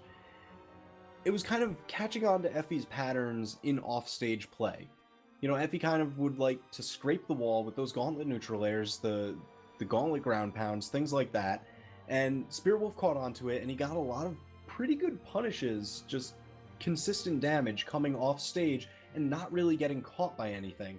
And I think that's kind of what led Effie to not want to play gauntlets against even the unarmed off stage there, because he recognized Spirit Wolf kind of got a beat on my movement, my tendencies, and I don't even want to risk it right now. It would take too much to be able to adjust, and it's too risky. I think Spirit Wolf needs to recognize or at least kind of remember the new patch where wall play is a little bit weaker now. You can't throw, you can't dodge while you're along the wall, and there's another thing that I don't remember. But regardless, the other thing's in test features.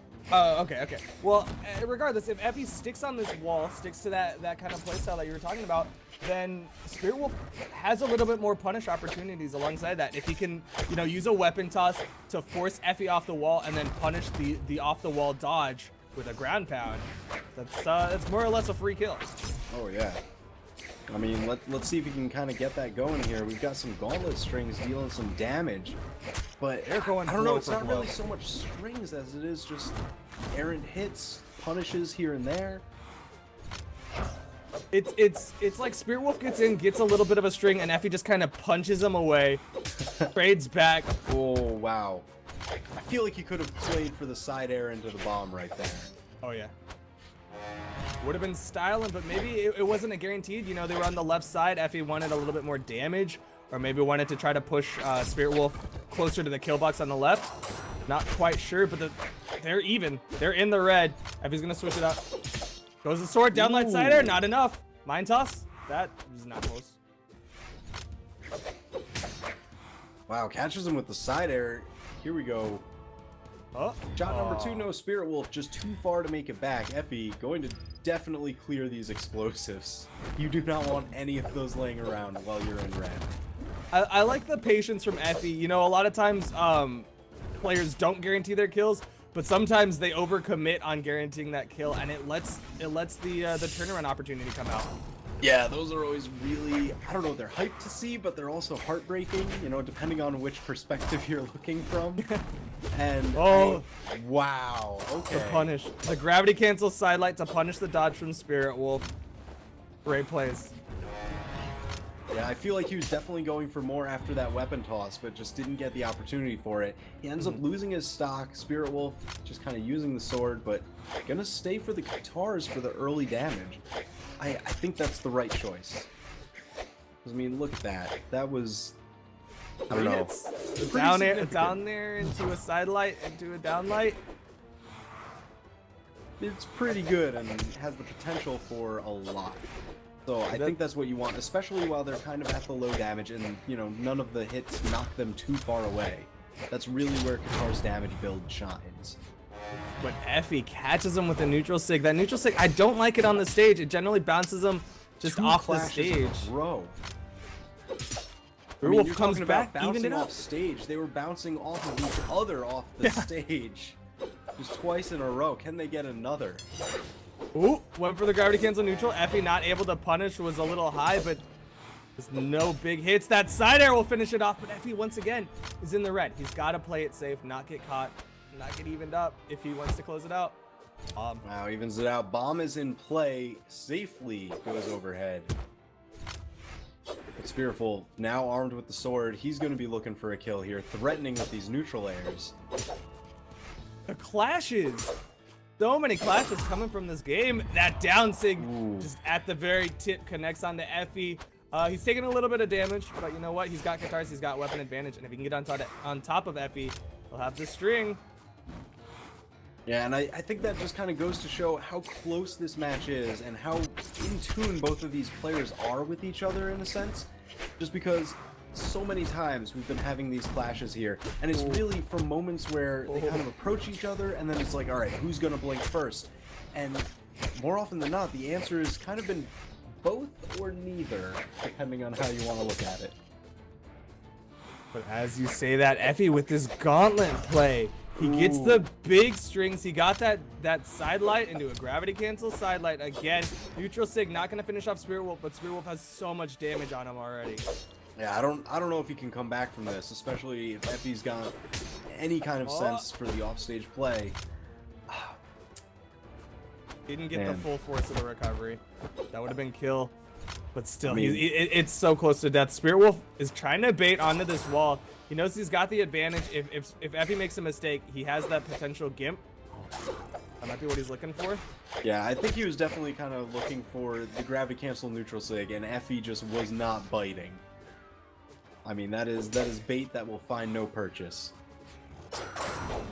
It's the trolley bite crawlers of the bait, but Effie ends up finishing off the stock. Spirit Wolf gets taken down 2-1, but those were very close games. Like that cannot be Insanely understated. close. That was an awesome set. Like if you guys want to see just kind of a back and forth kind of conditioning for reading dodges and just what to do with your opponent when you're not really sure what they're doing off the bat, use that one as a bit of a case study. It was just absolutely great. Both of them just quickly adjusting to what the other one was doing, just mid-stock, mid-match, and it really showed with how close it was. And with that, we're going to be going into Cake versus Maltumum. I don't know how close this is going to be. I mean, Maltumum considered the EU god, right? Given that he is the winner of the EU regional. On the other side, Cake, Yeah. I mean, is Cake. He's my frost boy. I mean, Cake has been very good for a very long time. You know, we've seen that name pop up again and again, and I don't know.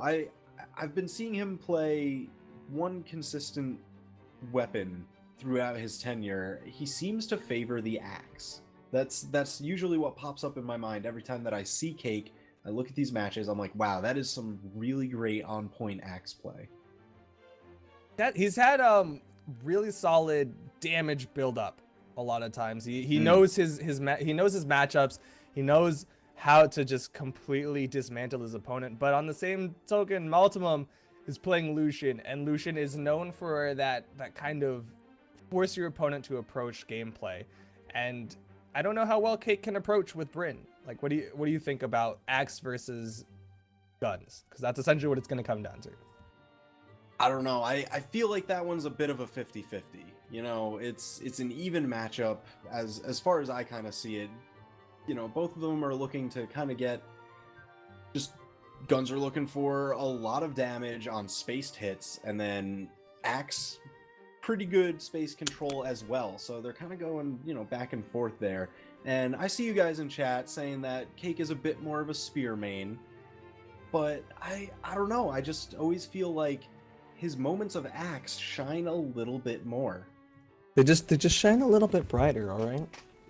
They're just so flashy, but there's flashes of brilliance in there. But I mean there's a validity to that point, right? He's got more than just axe. He's got that spear. Yeah. But at the same time, Maltumum, I don't want to discount his Katars by any means. No, but well, I generally mean, that's speaking, the common thread between you know, Sentinel, who he won regional qualifiers with, and Lucian here.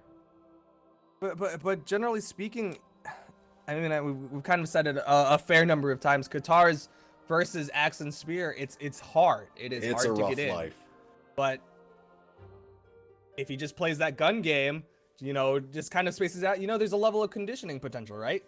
Yeah. plays Oh, yeah. spacey with the guns, and then goes straight into Katars, goes hard in the paint, goes right on top of Cake. Cake's gonna be thinking about approaching, but the second you're trying to approach Katars, then you are playing Katars' game, and Katars the hard life is less hard. You know, it's not a hard knock life for Multimum anymore.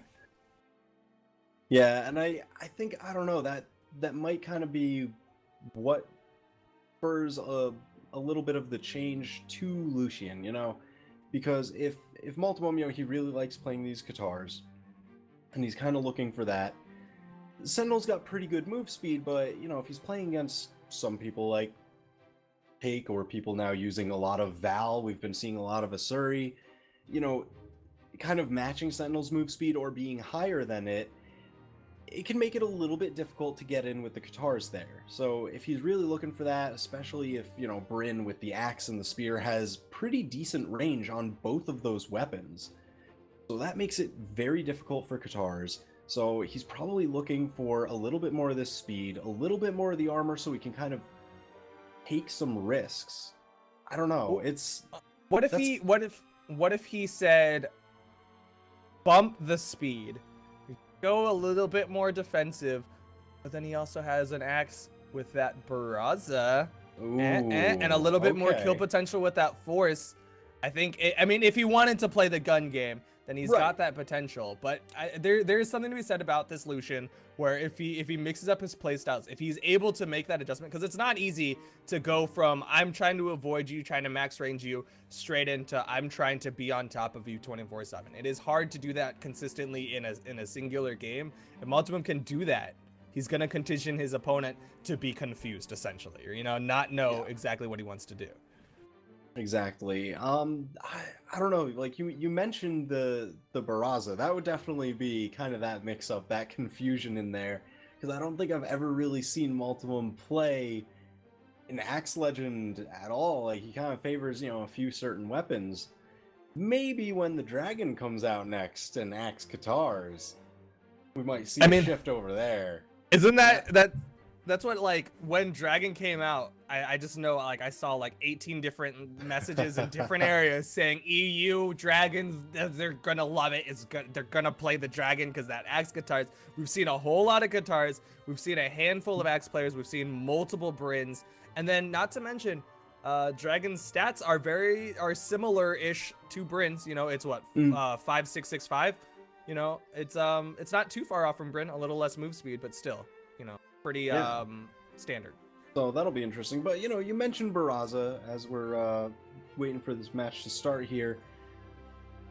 We've seen a few players find really great success with Barraza. You know, Pugsy comes to mind, playing from the US East, and then Dobrain, you know, he did fantastically with Barraza for a long tenure. Oh yeah, I mean, Dobrain's had a lot of success with that Barraza. I'm more recently, Daiku has kind of been playing a whole lot of Jala. We're talking about Axe players. So there's definitely a lot of Axe potential, but we're gonna be going in. Here we go. It's gonna be Cake versus Multimum. Will Multimum be able to keep those mix-ups going with that gun Katar play, or will Cake find the punishes with that Axe and Spear? Yeah, ooh, looks like we're going right to Shipwreck. Katars and Axe have a fun little playground here for possibly some early Gimps. Well, here we go. It's going to be game one. Cake versus Multimum. Who's going to get the first weapon, and who's going to be able to play their weapon properly? Cake picks up the axe. Going in on the Multimum. Multimum's got those Katars, and he's getting the openers. Ooh, there we it is. said Axe versus Katars was in Axe's favor, but Multimum making it look like it's in his favor. Yeah, and so we see Cake switching over to that spear. He's going to be able to get anything going with it. Gets a nice little spear combo. I don't know, he's still getting caught.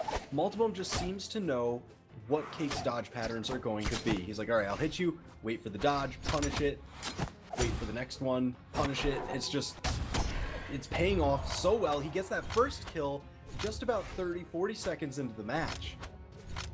Well, he wants the Katars. He doesn't even notice that there's guns in the character. He's just only playing Katars. Cake going for the hardest read of the century with that down sig. I can't blame him. He wants to finish off this stock of Multimum. Oh, but he gets caught by the down sig. Oh my gosh, please. That's Lucian 101. You've got to be expecting those down sigs for the edge guard. I mean, we said, you know, Katars might be looking for some early gimps on Shipwreck here, but I didn't expect 2 kills within the first minute. So he's working on a 3 stock right now. That is rough, and it's Lucian. Lucian's got defense. He's gonna take a couple more hits before Kate can finish him off. That ground pound is not gonna be enough. And he's gonna be able to get up and over here. Ooh. Oh, he got the wall touch. Oh, and the ground pound will finish it off. No 3 stock for Malum. All right, that was nice and solid from Kate, definitely. But, you know, here's the thing. If he can kind of adjust and recognize that, you know, a lot of Malum's Katar play, we see he kind of gets that first initiation hit with the Katars, right? And then he does that heartbeat pause. He will wait because he knows the opponent's going to kind of want to dodge out of those Katar strings. And then he's just usually been punishing with a side light from there. He's hit so many Katar side lights. Like, he's making me think the move is broken. He hits that down air, and then he just waited. He was like, all right, he's going to dodge out, and we're just going to punish the dodge. Player 1 2 minutes and 10 seconds into the match, damage done 450 on Lucian? Like, hello? Yo, but Lucian's only got 3/4. Of course he's only going to do 450 damage. But that was a dismemberment. Well, all right, there was that very early gimp, all right? So that definitely cut down there. Oh my gosh. He's gonna switch it up. He's gonna go to the Bodvar. I don't know how I feel about this. I think Bryn has the better weapon matchup, but if just the slight dex and force buff is gonna be what it needs to get outside of these Katar strings, then I guess I can't fault him. But at the end of the day, it's gonna come down to Cake not getting baited by those heartbeat steps for those slight pauses from Malum in that Katar play. Yeah, get away. I don't know. I definitely like the map pick of Blackguard here. You know, Cake. But again, Malum finds that same one. Ground pound. But again, got the wall here's touch. the thing. Now, if we were on Shipwreck, any one of those would have killed. But here, it afforded Cake an extra chance at life, and that's exactly what he needs to kind of bring this back. I like this positioning from Cake. If he kind of keeps his back to the left wall, generally speaking, you have a little bit more survivability. Malum he's got to knock you into the kill box, and that's what is affording Cake this opportunity to rack up more damage on the Malum. Malum's still not finding the kill, so you know, I mean, by this time last match, Malum had pretty much 2 stocks up on Cake. So this is working out a bit better. I mean, Malum's already in the red. If Cake can kind of find those quick turnaround kills that we've been seeing all day today, he's going to be in a pretty decent position to kind of fight back. He's fishing for it. You saw a whole lot of recoveries and side airs come out, but Malum just right outside of it, catching Cake with a couple of those nairs. Nice side air, still not enough. He's got to keep him off the platform. No movement. Wow. Top platform went far away from him, and he couldn't quite get to the main platform. It's just that timing of the match. But again, Malum just finding so much damage from these Katars. He's got like a healthy lead. Can he convert off of this one and go up 2? Oh, not able to connect with a ground pound. That one will do it. Cake, does he have movement? No, doesn't have the speed dodge that would have given a little bit more range. But Malum able to clean it up. He's got a full stock advantage. A little bit better showing from Cake, but at the same time, he's still a stock behind Malum. And I feel like, you know, once Malum's in that position of like the full stock lead, and again, there it is. Just every single time he gets that first Katar hit, waits for the dodge, and then just punishes it with great damage. Oh, that was a great little nair from Cake to keep Malum away. But Malum, just that little timing mix-up. It's not like a move mix-up where he changes up what move he's throwing out or what approach he's throwing out. Instead, it's just changing up the timing to keep Cake on his toes and keep Cake thinking, all right, do I burn my dodge right now because he's going to try to keep that streak growing? Or do I wait for him to wait, then dodge out of his delayed attack? Yeah, I mean, it's been working out too well for him. I can't imagine that Malum is going to really stop or significantly change it up now, because all he needs is one kill move here, and that'll be it. That'll do it. That's side air. Malum gets the kill move, gets the finisher, takes it out 2-0 over Cake, and is going to be moving on. Next up, I don't. Wait, well, I'm seeing Sparky happen.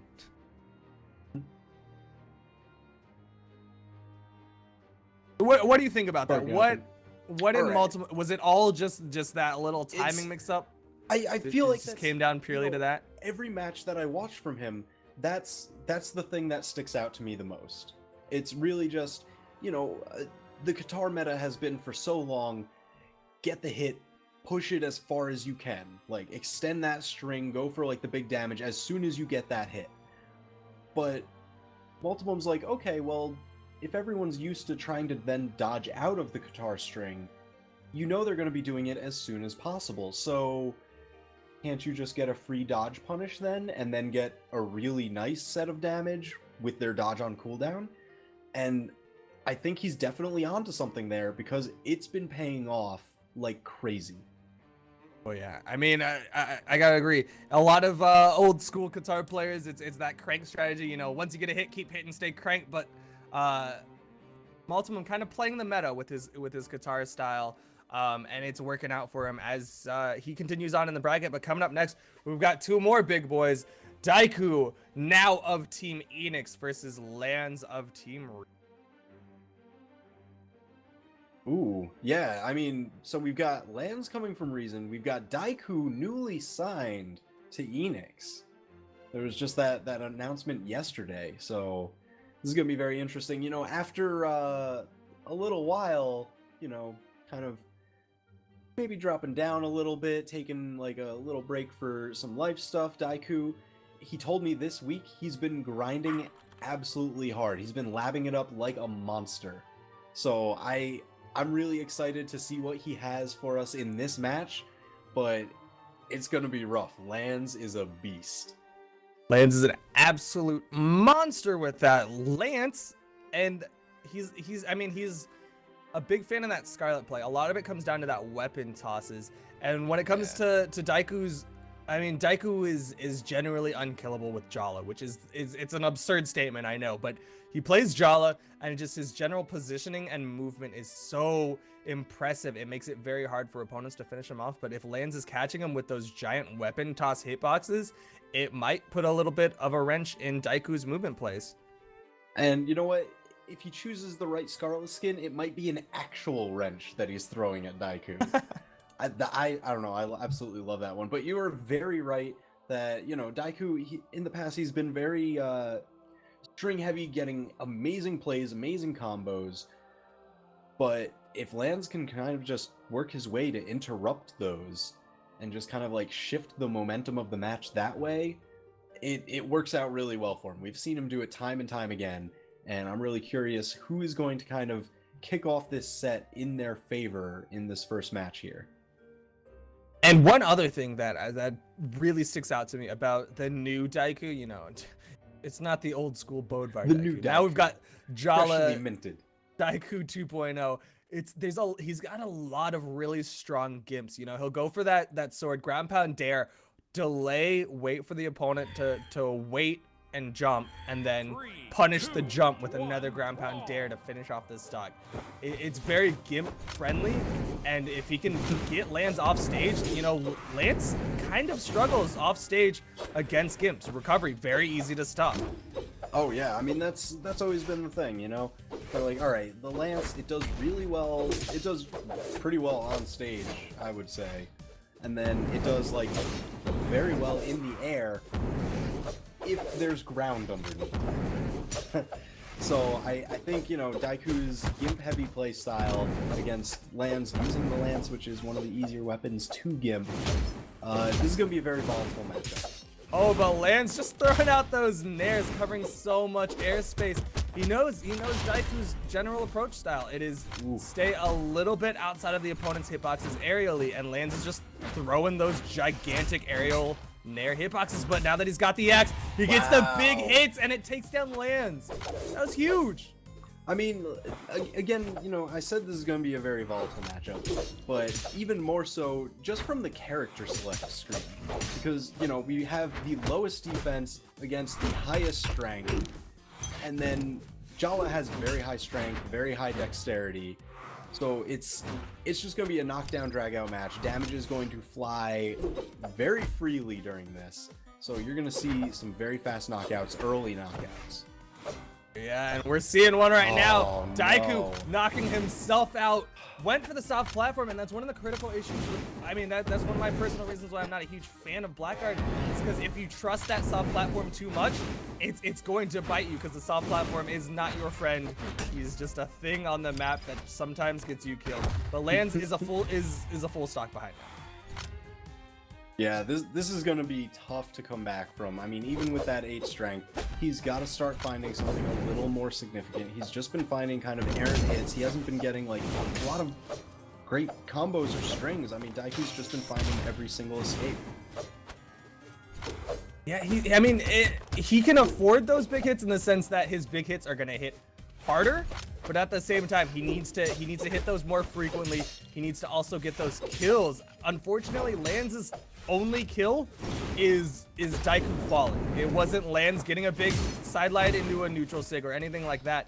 It was Daiku more or less kind of messing up, losing track of his jumps and falling. Yeah, and I mean, if you're Mind Toss gonna take the first game, but I mean, if you're kind of looking to, I don't know, break into your opponent's mentality a little bit, having them kind of die to their own jumps, you know, they messed up their recovery, doesn't usually do a whole lot. It usually does more if you can actually land that killing blow, because they don't really tie the death to you. It's more so to themselves. They kind of go, oh man, I messed up, whatever, that's fine, I'm great, I'm the best, I'm fantastic, you know, as everybody likes to do, you know, that's how it goes. But if you can score that knockout, then they're just like, ooh, you know, maybe this guy's got something else and I'm underestimating him. And then they start to doubt themselves a little bit. So but at the same time, if you kind of gimp yourself, sometimes that plays into your mind more, because, you know, you expect a little bit more out of yourself. You're like, oh man, can't believe I just did that. It's like the dumbest way to die. It's on stream. I got like 200 people, 300 people watching me. I feel like a dingus. But, I mean, knowing Daiku, he's just like, I'm a god. I don't care. I just won. Yeah, I guess it depends what your baseline is at. And, you know, Daiku being the very, we'll say, self-assured, then, you know, then he's not going to have any issues with that. I mean, self-confidence is one thing that Daiku is most definitely not lacking in.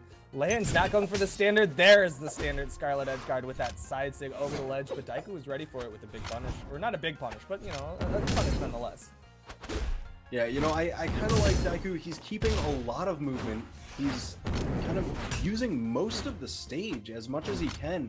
And I think that's really great, just because he's constantly changing the angle between him and Lands, as well as the distance. So it makes it very difficult for Lands to use those large weapon throws, and he kind of ends up leaving himself unarmed more often than not, and Daiku can just capitalize on that for significant damage. And he gets a nice big hit. He gets the Sair into the platform and ends up finishing off Lands. He's got Daiku in the red. He just needs the kill combo. I know sidelight is hard to hit, but you know what? It goes into the kill move. Yeah, I mean, that's one of the most important things. If you've got a combo starter that can lead into something that will kill, I mean, that's always going to be useful. Well, there's a nice little kill combo. The Lance toss into the unarmed side air. Able to keep himself alive, keep the stocks even, but he's got to rack up way more damage. Yeah, oh man, he's going for these upward weapon tosses, and they're not really paying off that much. I think a lot of the players have kind of started getting used to them, and just kind of either dodging through at the right time or having their dodge active during the start and then canceling out of it, like just kind of delaying the cancel, because if you dodge any portion of an item, you'll dodge the entire thing until it's passed through you. That was a solid bomb toss from Daiku. Doesn't even need to delay any dodges for that one, but Lance, he's got to change up his weapon tosses. Right now, the weapon tosses aren't really working out for him. They're generally considered, you know, safe weapon tosses. They give you a lot of opportunities to pick it up. But Daiku is just 100% ready for it, and we're seeing him kind of show Lance how to weapon toss. We're seeing a lot of horizontal weapon tosses. They connect, he's able to pick up and follow up with more damage. Yeah, oh, he's got a chance for the edge guard here if he can get this. Oh, wow. The Lance is going to have trouble. He's going to the Uh-oh. other side. He can still charge his recovery. He's getting up. That'll do it. That's death. Oh, that's it. That's death. That is it. Very nice edge guard. That chase under the stage was absolutely insane. I mean, it was very smart by Lance to just be like, all right, I'm not even going to try and fight this edge guard. I'm going to just go to the other side, use the Lance's great aerial movement with that side air to just get over without spending my resources yet. But Daiku, I mean, he identified it quickly and made the right call. That was just super solid. To some degree, you could say like Daiku's play was really greedy, but it's his aggressive play style of I'm just gonna keep that pressure on, and he had the stock to blow. Yeah. If somehow it got turned around and he got, you know, hit by an errant ground pound, and then somehow, you know, this and that happened, Lance survives. At the end of the day, Lance is still pretty damaged on his final stock, and Daiku's just gonna be coming in fresh as a daisy. Like it's gonna be rough. But we are gonna be going into the next game. It's gonna be Zelox going up against Stardust. Ooh, all right. We saw a really great plays from Stardust earlier. Let's see if we can get kind of a repeat performance. How do you think this matchup kind of goes? Zelox plays Ember, right? Stardust saw the Bryn pick and the Hattori pick, and I think both have potential against Ember, mostly because Ember's, I mean, we see a lot of Qatar plays from Ember, right? Yep. A lot of EU players don't really like Bo. You know, they don't think Bo is as strong as NA kind of thinks it is. So they'll generally tend towards that Qatar play. You know, when Zelox on Ember, he's going to play Qatars more than Bo. And we've said it a million times over. It is hard to get in on your opponent when you have Qatars and your opponent has those big range hitbox. Yeah, and it looks like Stardust is going for the sword spear combo here, picking that Hattori. Man, they're both rocking the winter holiday colors. You know, looks so it's good on those skins. like what, 5 months away, right? They're just getting ready for the holidays, starting a little early. There's no spooky colors, so they just got to go for the next holiday after that, right? Yeah, I mean that's it. I can't wait. If there end up being Halloween colors, I will be so happy. Just one of my favorite holidays. So we're going into the map bans here. I don't know. What are you expecting to see? So I'd like to see Zelox go for the shipwreck pick. I'd like to see him kind of go for that edge guard potential. Guitars and bows are strong in the edge guard. Yeah. Especially if Stardust is on that spear. His best option is kind of is throw out those nairs and those recoveries, and just kind of have those big sweeping hitboxes to just give him room. But if Zelox gets in, he's got a lot of potential. Similarly, Mammoth, he's got edge guard potential if he can get Stardust off the edge. Yeah, I mean that's going to be the thing, because you know, bows and Qatars, as you said, very good edge guard weapons, 2, 1, and you kind of want to go for those early kills since you do have, I don't know, pretty low armor. Ember, you know, we say it time and time again, just 3 armor. You want to get quick kills. You do not want to prolong the match. Every time that you do, the opponent's just going to be able to get more and more damage. So we see Zelox kind of finding decent purchase with the Qatars here. I don't know, he's got a little bit of a damage lead. He's going for it. Beautiful, that side light, and again, that heartbeat pause to punish the dodge, except he does it with that down signature, which is incredibly threatening. Catches him with just the edge of that again. Oh my gosh. Stardust is already in the red. I can't believe this. Zelox in a really great position. Catches the neutral air. Not enough to kill. Let's see if Stardust can arm himself up. No, gets caught by another neutral air. Zelox forcing him to spend all his jumps and just capitalizing at the right moment. He's like, all right, all those are gone. You're, you know, darkened out. You have nothing left in the tank. Now I swoop in for the kill. And this is what we're gonna see. You know, Stardust, he's got to rely on that spear a little bit more, I think. He needs that extra range that it affords, but he's got to kind of use it either horizontally or with Zelox below him. You know, if Zelox starts playing from above, it can get really scary. So we're going to see a lot of these down airs coming out, a lot of side airs, and probably neutral lights is what Stardust has to focus on most if he wants to, you know, make this comeback. But Zelox got a full stock lead. He's nearing the red now, but it's just not enough. Stardust, he's got to find something a little bit stronger now. He's built up the damage. He's got to shift it over. But, I mean, he just evened up the stocks, but it cost him pretty dearly. He's deep in the orange. I'd like to see a little bit more spacing game from Stardust. Just keep Zelox off of him. I mean, Zelox Bo's main approach is kind of that downlight, but once Bo's on top of you, it's kind of hitbox to hitbox. Same goes for those Katars, which, as I was saying, you know, Ember kind of wants to play hitbox to hitbox with those Katars. If Stardust can properly space it out, he's going for these fadeaway stairs, but Zelox just getting the approaches on him. Yeah, I mean, if you can kind of like just stay alive here for just a little bit, this is working out pretty well for him. He got that sider, he got the down air, now the ground pound. Beautiful. All right, that's even, just like that. And all you needed was just some smart spacing with the spear. You know, one thing I didn't really touch on when we're talking about these character picks, Ember's got 3 defense. That 3 defense definitely played a part on that edge play. As Zelox got caught by those siders, got caught by the downers. Just the more that Zelox was trying to recover, and the more that he got caught by those little taps from Stardust, it did so much damage. Ends up evening it up, and we are stock to stock. Health is completely even. Oh man, so this is like sudden death right here. Zelox trying to find the edge guard.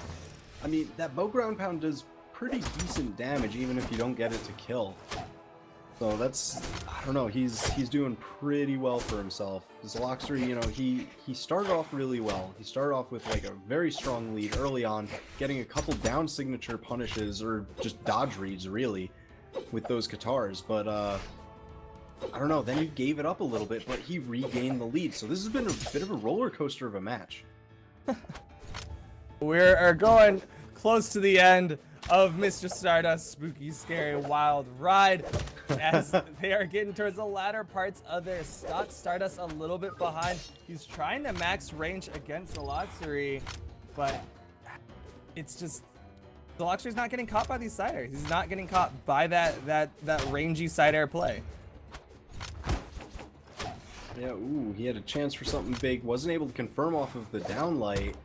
I don't know if he expected it to not hit so quickly. But he's got another shot here. There's the recovery, just enough to kill. He's going to take the first match. Great punish. He waits out the horizontal dodge from Stardust, catches him with the recovery for the finisher. Just solid all-around play from Zelox to get those openers. As Stardust, he wanted to play that spacey game. He had a similar concept in mind of just kind of punish the approaches, but he was playing it like he had guns, where you could just constantly throw out hitboxes, and it wasn't really working. Yeah, ooh. Character switches from I'm happy. both. I'm happy. Zelox going Scarlet. I know. I'm happy. So is Stardust who you're rooting for right now? No I can't not bias like at all. I can't not root for the Taros. It's just like I don't know how to explain it. It's like I love apple pie because I'm an American. I love football because I'm a Texan. I love Taros because I'm a Taros fan. All right. And I can't help it. But Zelox is coming in with that Skylight. We're going force to force. It's 8 force each. Stardust has a little bit more by way of defense, but at the same time, it's gonna be those big hits. Brutal, absolutely brutal.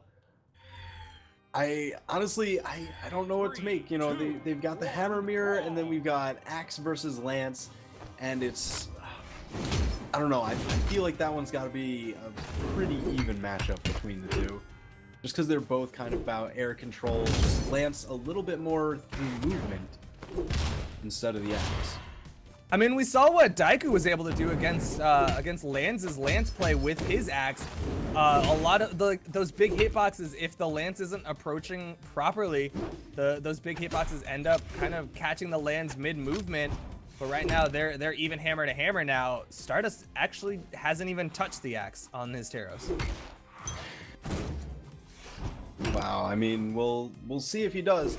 I know you're looking for that gravity cancel hammer neutral sig. Oh yeah, You're talking about He's that looking earlier. for it too. One of his favorites. There it is. Oh my gosh, like he heard us. he, is he that in was the room? even faster than Twitch delay. So, you know, he's just great minds think alike is what we'll chalk that one up to. And Stardust, he's coming in. He's got the stock advantage right now. He needs to just get some more damage out onto the Scarlet play, onto Zeloxry. I'm just now registering that it is Zeloxry on the Scarlet. Have you seen him play Scarlet? Not really. I mean, like, I know he I used to play Roland. I know he's got the Lance plays, excuse me. But Scarlet doesn't usually come to mind when I think about Zeloxry's character pool. No, it's pretty much Roland, then he moved over to Ember. Like, that is Zeloxry up and down. So the Scarlet is definitely an interesting pick. I mean, he's fighting pretty evenly, but I don't know. I feel like he had... Well, it was a pretty volatile match last game, you know. He was doing really well at the start, really well at the beginning, but that middle looked a little hairy. So he might be looking for something a little more consistent. Or maybe he's trying to play a little bit more throwy. We've seen him throw his weapons around a little bit. Might be taking a page out of that Lands playbook. But still no kills yet. Neutral signature is gonna connect. No weapon dust. There's the weapon dust. That'll finish it off. Zeloxry is done. He used that dodge to keep himself from going off the edge a little bit sooner, but that means that he had nothing left to dodge the flying hammer at his face. And Stardust with some solid hammer play, getting some string damage onto Zeloxry is going to give him a full stock advantage over him. And now we're seeing the axe play come out. Can't connect with that recovery, but still, he's gotten Zeloxry into the red already. Yeah, I mean, this is looking pretty good here. Stardust getting the comeback that he absolutely needed. Oh, more neutral six thrown out. Stardust, he knows the position. He knows he wants to do it on the right side where there's no soft platform to try to help out his opponent. Ooh. And the slide charge neutral sig off the left side had so much momentum. He went so far. Oh my gosh. So that you know, from going from losing out that first match to a commanding 2-stock win in that last one off of such a flashy kill too. I feel like Stardust has got to be feeling pretty good right now. But they might be switching up characters. No, he's going to be sticking with that Terra. Zeloxry, no, he's got his own options. He could switch back to the Ember. He might switch it to the Roland. Nope, he's going to be going back to that Ember. It seems like it's a rough matchup, but honestly, in my opinion, the 3 dexterity of Teros means that when you try to punish those approaches, if you fail on the punish, then you're going to get caught by those guitar strings. Yeah, that's absolutely true, and I think, you know, we're kind of seeing it in the maps that Zeloxry has left open. Mammoth Fortress, Grey Hall, Shipwreck. 2 of them pretty good for edge guards, and then one of them just, I don't know, those platforms afford a little bit of, I don't know, safety, I'll say, from weapon throws, you know? Because if they're up above them, they can't really throw down through them until they land on it, and then even then, if you're on the sides, like the bottom platforms will block it. But that doesn't even matter because we're going to Shipwreck. Zeloxry has to be pretty happy about this. This is definitely one of those maps that Embers generally like to pick because of those short walls. It means that you have more gimp potential, and that's one of those things that a lot of those Embers are looking for. She doesn't have the highest force in the world. Bow Katars, like that is the name of the game. So let's see if he can get something going here. He's, you know, just building damage from like occasional hits here and there, but it's nothing fast, nothing crazy. But sometimes that is the scariest, you know, it's the slow knife that slips its way in, to coin the phrase from, what was that, one of the Batman movies. Oh, was that from The Dark Knight? Yeah, it was Dark Knight Rises. I mean, you know what, never mind. Doesn't matter, because they're in the red. Zeloxry, he might have done a little bit of more damage onto Stardust at the beginning, but Stardust, he's got that 8 force onto that 3 defensive Zeloxry. It means he's going to be swinging incredibly hard. But if Zeloxry, I haven't seen a whole lot of edge play from Zeloxry on this. he hasn't really pushed Stardust off the map, and maybe it's a little bit of respect to that neutral sig. I mean, you would have to think so, right? Because that's got to be sticking in his mind. I mean, he got caught by it, what, like 3 times in game 2? Yeah. But, you know, we'll see if Stardust can kind of find some purchase with other moves here. He's really looking to just push the lead that he's got. Woohoo. I really like that. I mean, Zelox just beautiful edge guard, kind of like waiting until the last moment, get that side air, get the kill. But, you know, that weapon throw, Stardust did some really nice movement. He jumped and then just had to fast fall almost immediately to duck that weapon throw, and that wasn't even off screen. Oh, but they are completely evened up now. Stardust, he's got that axe in hand. It's what we want to see. It's what we want to see against the Qatar play from Zelox, but Zelox is just staying on top of him, punishing these aerial dare approaches from Stardust, and just waiting out the moves, and then catching him when his opponent's in recovery. Yeah, I mean, that's really what we're going for here. I don't know, this one is incredibly close. Ooh. Stardust, he's got the stock lead now after that little ground pound there, but, you know, he's deep in the red. This is not kind of the same spread that we saw last match. Zelox, can he confirm this kill right now? I mean, those weapon tosses, just saved him. That'll do it. With the side. Beautiful. That was close, though. Zelox, if he had missed on that side air, Stardust would have survived, come back, and just been able to rack up damage and give him more of an edge in these last stocks of game 3. But now that Stardust is fresh, Zelox is fresh, we've got hammer versus bow. Oof. And you know, this is what we were seeing a lot of play, you know, the mix-up ever evolving. You know, Zelox with that bow, he hit the downlight into the side air, and a lot of players, you know, they like to try and continue the string. They'll go for like a jump down air or something, or, you know, like maybe chase dodge forward, neutral air, or whatever. Try and keep it going, continue the momentum towards the edge of the stage. But Zelox, he's kind of started doing what we were talking about before, where you get that hit, and then you wait for the dodge, and you punish the dodge. And it's been paying off. That's why he's got Stardust already in the orange, a little bit of a damage lead here, and he's sitting in a good position. But at the same time, Stardust just needs to get those critical hits. He doesn't need to get the big strings, rack up a whole lot of damage. Instead, we might see what we saw on their second stocks, where if he just gets one ground pound onto Zelox, it's going to be death. Yeah, man, that's rough. That is kind of scary. And that bit of time where Zelox was kept unarmed by Stardust, kind of holding him off on the edge, that's the chance. Stardust not going down to that neutral air. Let's see if he can kind of stabilize a little bit and maybe get something of his own going. Trying to bait with these neutral sigs. I don't necessarily know, but Zelox gets the side air. Stardust not able to neutral sig that one, and he's going to be going down. Zelox. Yeah, Zelox taking that 2-1. Incredibly close set. Again, just, I don't know. That one was very clippable. I'm going to be watching that one again later, because that was just insane. That was a monstrous game. There's a lot of potential for Stardust, but Zelox did a really great job of just punishing Stardust every single time that Stardust threw out. You know, he threw out a fadeaway side air. Zelox gets underneath and punishes. Throws out the neutral sig. Zelox just waits for the recovery and punishes. Just great play from Zelox to dismantle it. But we're gonna go on into Effie versus Dobrain. Ooh, okay. This one, 2 lab monsters just fighting it out. This is gonna be really electrifying. I don't know. There's gonna be some really cool stuff here. Electrifying? I'm excited. We're gonna see a Sentinel?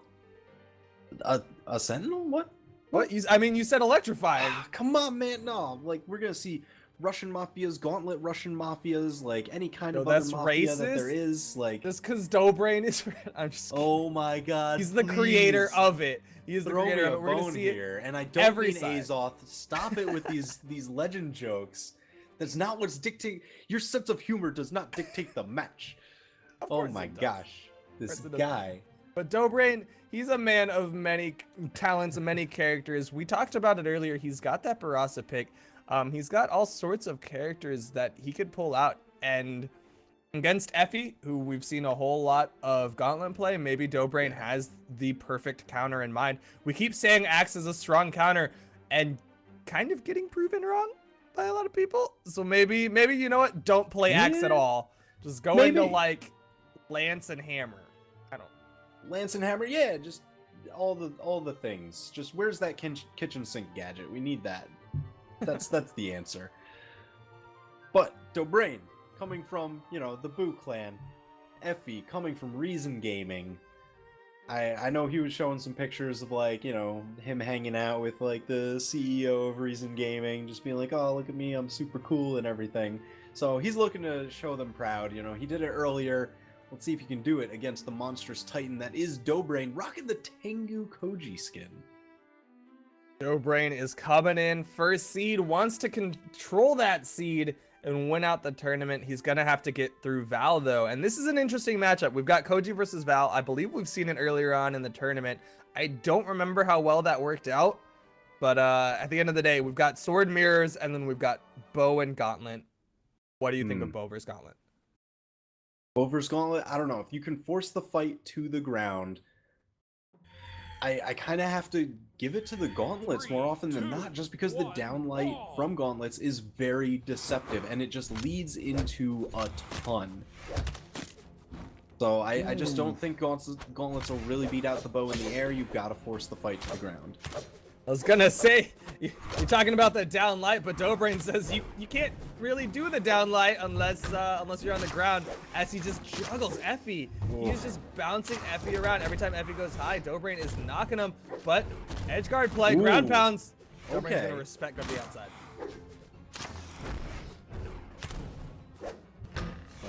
Going through here, I mean, Effie playing in the center channel. I know what he's going for. He really just wants to continue those ground pounds. That's where he found the success this stock, and you know he's looking for more, but just not able to get it. That's not going to do it. Dobrain finds the kill with the neutral sig. Keeping that pressure on with that bow, just throwing out all those hitboxes. 8 dexterity bow is ridiculous.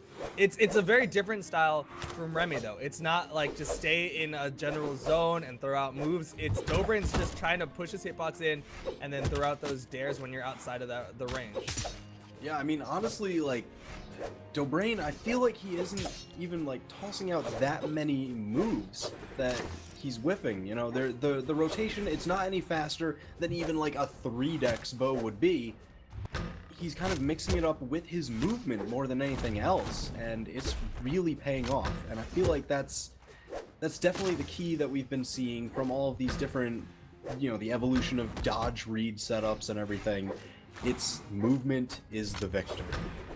And then we're seeing kind of a baity play from Dobrain. We're seeing a lot of the tatami mat into a side air. The tatami mat misses. Effie's like far out of the range, but Dobrain's just right there throwing out side airs to punish any sort of movement from Effie, and it's due to that Effie's already in the red on his second stock. Yeah, wow, this is not looking too good for him. He's not even able to pressure down there because sword neutral air does really well against gauntlets. But Dobrain doesn't have the sword in hand. Effie, no gauntlets in hand. Instead, Dobrain's now going to try to go for the sword v sword dittos. He can kind of mess around with it if he wants to, but he gets taken down by the ground pound from Effie, and Effie's sticking with the sword.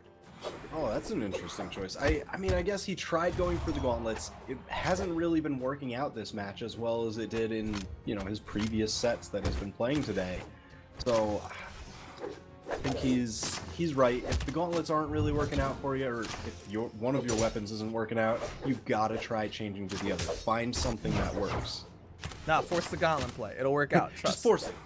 Just make it happen. But Dobrain catches him with the tatami mat that time, and not able to follow up with the edge guard. But still, Dobrain. We've talked about classical conditioning and the fact that you keep doing something, get it into your opponent's head. Dobrain has been throwing out these down sigs, and for some reason it's not exactly sticking in Effie's head. I think Effie is mind gaming himself. Dobrain keeps throwing out these down sigs, and Effie for a while he's like respecting it, avoiding it, and he just got caught by it like 2 out of 3 times. Absolutely ridiculous. And it's really just, you know, it launches at that diagonal, so you need to like build up the damage before it'll actually kill, but Dobrain has had no shortage of that in the first match. I mean, he found damage in spades, and it's really showing why. I mean, has he hit 3,000 elo yet? I know he was getting very close the other night. Isn't he's number 1, right, on the bracket? He is number 1 on the leaderboards right now. Yeah, looking at I'm it. pulling it up. I'm pulling up. 72 elo. Ugh. He's been making the march towards 3K. Ugh. He wants it before the season ends. That'll be, oh my gosh.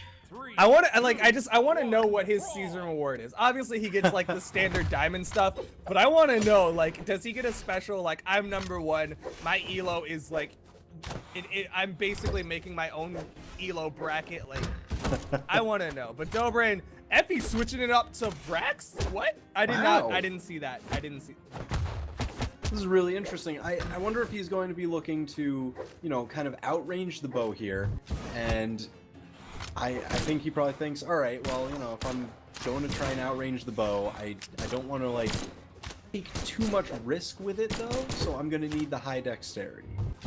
And, you know, Vrax has pretty good signatures, so it's not a bad pick. It's 8 dex to 8 dex, but why do you think you went with Vrax over the Cassidy pick? Honestly, I think Vrax's signature kit just kind of lends itself better to this matchup. It's got, you know, a little bit better range. It kind of, the beautiful anti-air of the Lance neutral sig will just carry him really far. Even the gun neutral sig, they're fantastic anti-airs, whereas Cassidy's can be a little bit more awkward to use. But Dobrain showing he's not uncomfortable. That tatami mat is not awkward as he catches Effie's feet.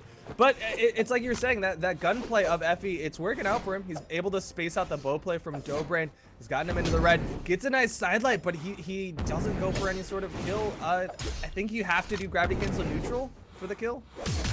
Or the recovery. Yeah, that'll do it. Yeah, that'll do it. So I think, you know, you see this a lot from a lot of gun players. Since guns do have a little bit harder of a time getting kills because they don't have, you know, straight combos into their recoveries or whatever. They rely on either raw signatures or raw recovery or ground pound to get those kills. They'll build the damage with the guns because they're very good at doing that. And then they'll switch to the other weapon for the kill, for the actual kill move. And I think that's a pretty good way to go, just kind of swapping between your weapons for that reason. Well, yeah, BMG, I guess technically you in particular, buffed that side air of guns, so they have a little bit more kill potential now if he wanted to kind of stick with those guns. But he gets caught again from the tatami mats of Dobrain. We're not seeing him throw him out too much this time. It's a little bit more precision based. I think he was just kind of getting used to the hitbox with it for the first game. But at the same time, like, we're seeing a little bit closer, a little bit more consistent damage coming out of Effie, but he needs more of it, and he needs to finish off Dobrain. Yeah, I mean, he's still got a bit of a way to go, though, just because, I mean, Dobrain's not even red yet. It's going to be tough, and just every hit that he takes just marches this closer and closer to the set for Dobrain. Oof. And Dobrain, I think that's his edge guard tech. It's just tatami mats and side airs. And he gets the ground pound.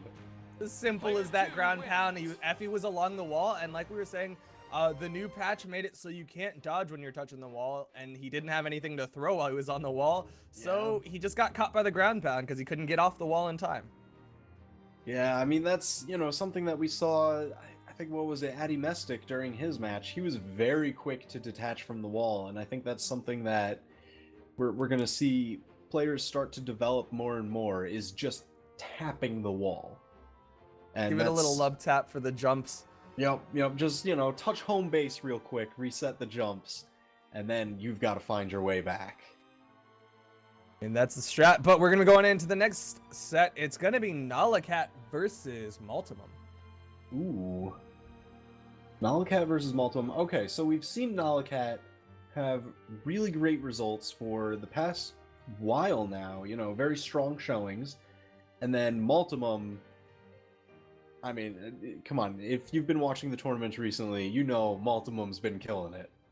I mean, we just saw it earlier. If you haven't watched all of the previous EU tournaments, at least if you've been watching this one, you saw that guitar play. Those little little delays. Absolutely monstrous. But On the other side, if you haven't seen those previous tournaments, they're up on YouTube. Go check them out. Like, they're definitely worth a watch. Absolutely crazy. And you'll get to kind of see, I don't know, just the evolution of play stemming from what Multimum has been doing. And it's, if you're looking to play Brawlhalla, get into it, you want to improve your rank, that's definitely something that you should be doing. Kind of watch this tournament footage and just kind of figure out, all right, what are they doing? How are they doing this? And how can I kind of break into that? Just kind of watch it and just soak it in.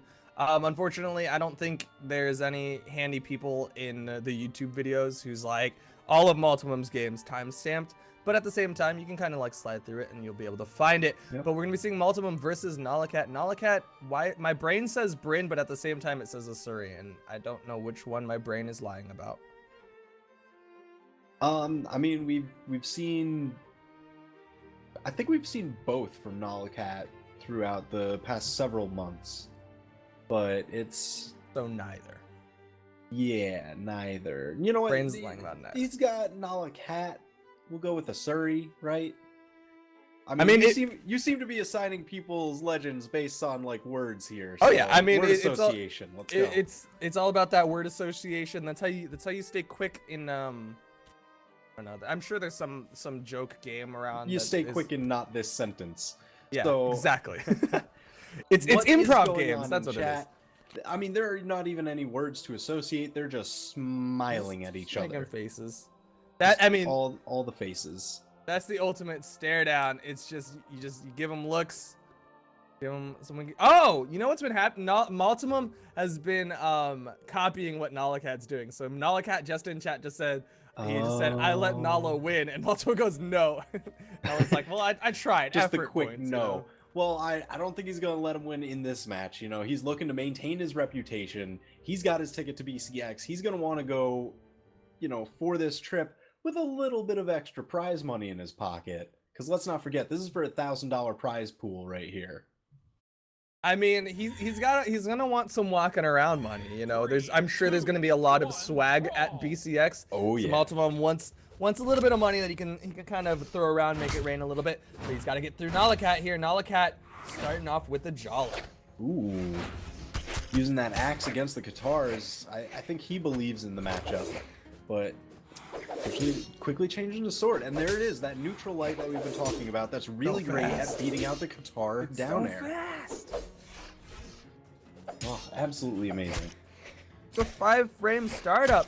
Multimum just right outside of it, and I like that Nikat kind of mixed it up. He was doing it on the ground, and then he did like a half-height gravity cancel neutral light just to give it a little bit more height as Multimum tries to stay outside of it. But once again, he's back to the neutral lights and picks up the neutral stick. Nikat takes the first stop. You know, that one, it's a really great anti-air for catching dodges like that. Unfortunately, you don't see it as much as I would personally like, but it was just the exact right choice there. Gave Nikat the lead. Let's see what kind of damage he can build up before going down himself. I mean, it's not really going to take too long because Lucian, you know, 3/4, but this is about as good a matchup as any you could get because Jala's only got 3 defense. Yo, he comes out with the He-Man, then he hits the side sig. I don't have a witty name for it, but he hits the side sig on the Multimum, and Multimum is looking at a 3-stock. This is the EU regional qualifier winner, and he is looking down the barrel of a 3-stock from Nikat with those neutral lights, but the neutral sig is You know, Nilikat's been finding a lot of great, I don't know, confirms off of just the axe, and particularly that sword neutral light. You know, everyone always says that that's the way to like beat guitars. If Multimum is going to primarily play only guitars, I mean that's leading to this full stock lead that Nikat has right now. That was a great punish as Nikat went for the up throw with the axe. Multimum catches him out, not able to pick up the weaponry, and he got a solid bit of damage on the Nikat just in that few seconds of Nikat being unarmed. Ooh, Nikat missing the punish on the signature, but didn't miss it that second time around, but caught by the third. Man, you know, fool me once, shame on me, but Fool me 3 times. I just also shame on me. just all the shame, all the time, and I don't know. Multimum, he might be able to bring it back from that. Ooh, but Nala catches him with the neutral sig. Wants to go aggressive with this weapon toss play. I would have liked to see him back off and stick with the sword that is working so well. Throwing out the He-Man a little early. I don't think Multimum was anywhere near it. Wow, Nikat really just mixing up those escape options from the Qatar neutral light. I really like that, you know? One time just immediately jumped out. The next one, spot dodge. So just kind of like keeping Multimum from getting a read on those dodges, because that's where most of Multimum's success has been coming from these past matches, sets, tournaments. Changing up that aspect of your gameplay is going to do really well for you against Multimum. And I love what else Nikat's doing. He's going for a lot of those He-Mans, a lot of those neutral six, saying, don't dodge over me. And it's going so far into Multimum's head that it's forcing Multimum to play more grounded, and Nikat's picking up these downlights. Yeah, that's... I don't know. It's definitely what can end up giving him the damage lead. Gives him that kill there. Wow, very close in damage, though. I don't know. Multimum had portions there where he was really fighting back. I mean, let's not forget that Nikat was working on a 3-stock. And Multimum with that guitar play ended up closing it up to a 1-stock difference. Yeah, so that was, you know, very quick adjustment, but we'll see if Nikat can kind of replicate that same momentum going into the second match here. And he's got the Asuri. I mean, the sword play, it came down a lot to that sword play. And so why not just keep a sword, and then you've got a little bit more defense, and you've got Katars, which is definitely something that Nikat is comfortable with. Yeah, and this is, I mean, we saw it before. You know, Nikat and ERAM just going at it with Katars. Now we've got Nikat and Multimum. So it's, I think they each kind of want to, you know, break out and prove themselves as like, no, my Katars are the real Katars. Ooh, and Nikat making it look like it with this beautiful sequence. Not enough in time. Kind of waited a little too long on that ground pound. He had the opportunity, and Multimum ends up getting past, clashes out, and then gets back up. But Nikat, he's got Multimum close to death. He just needs to get a finisher. Find something, gets it with the down sig. Is that enough? Not quite. Multimum gonna be able to get back. Guard, ground pound. Guard. Wow. Now here's the thing, Multimum, if he had stayed on the wall there, he would have been fine. Nikat did it just a little bit away, and I think that's kind of, you know, where that mix-up mind game comes in. It's like, all right, the wall, you can't do anything off of it, and people have been scraping it all day, getting ground pounds there. You know, it's, am I going to be right on the wall or just off the wall where you jump out to? That's the question. Nikat going back to the standard, but Multimum spaces it out and punishes with a big side 6, second one to finish the stock. Looks like that neutralite strategy of Nikat is just not going to work as well here in game 2. Yeah, I mean, this is looking a lot better for Multimum. Just right off the bat, I mean, the stocks are pretty even. He's not too far down in damage. But, I mean, he hasn't really been able to find a lot of those great resets and strings that we've kind of known him for.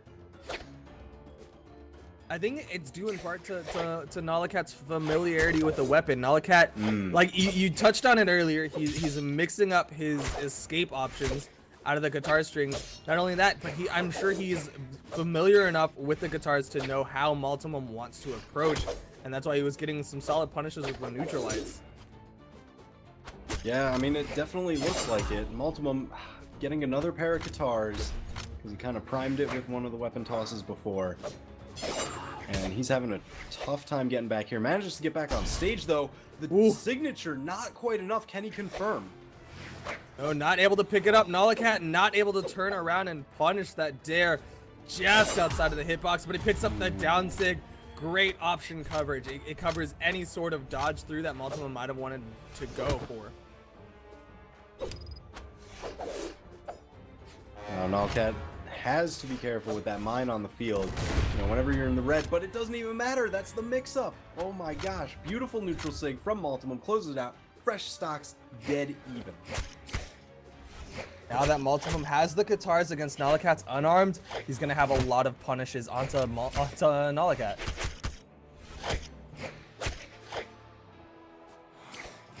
Let's see if we can get something going. Nikat really trying for that there. Multimum just not even entertaining the idea. He's going to dodge out and away every single time, it seems like. Let's see if Nikat can kind of, I don't know, recognize that, capitalize, and just push back for that damage lead that he had before. We're seeing Nikat go back to that kind of punish game. It's not like passive parry, run to the opposite side, wait for Multimum approach to run to the other side. It's just kind of staying outside of those approach options of Multimum and then punishing with side lights on the Katars, or like just quick jump dares from the Katars, or the sword neutral. Yeah, but I mean, he's gonna be looking for these signatures now. You know, the neutral 8, it's built up that damage greatly. And downlight side air, is that enough? Can he confirm this edge guard here? Oh, wow, he drops the side air. Multimum's got a second chance at life here. Twilight is rolling in his room. He was rolling. I was gonna say rolling in his grave, but he's not dead. Nikat picks up the downlight side air. That one will connect and finish off the stock. And Nikat is gonna take down the EU regional qualifier winner with just consistent sword play and some solid Katar strings. Wow. I mean, that was really nice. This is upper bracket action though, so we can still see more from Multimum. But Nikat's going to be moving on. Very well played. I don't know. Nikat's always just like really interesting to watch because he adjusts so quickly in pretty unique ways, not just focusing on one aspect of gameplay. You know, he'll change his escape options, he'll change his pursuit options, and just even just like the general neutral game of where he likes to stay. You know, he stayed kind of to the side for a while, and then he moved it to just staying up above. So it's, I don't know, it's just really great to watch, just a good case study. We're going to be seeing more of that great play of Nikat as he continues on in the winners bracket. But before that, we're going to be taking a short break, going to be giving away stuff in chat. So if you're watching live on Twitch, it's going to be super duper awesome. So you should watch live every time. But we're going to be taking a break. I'm Designated Agent. With me is TWK Smash, and we will be back in just a little bit.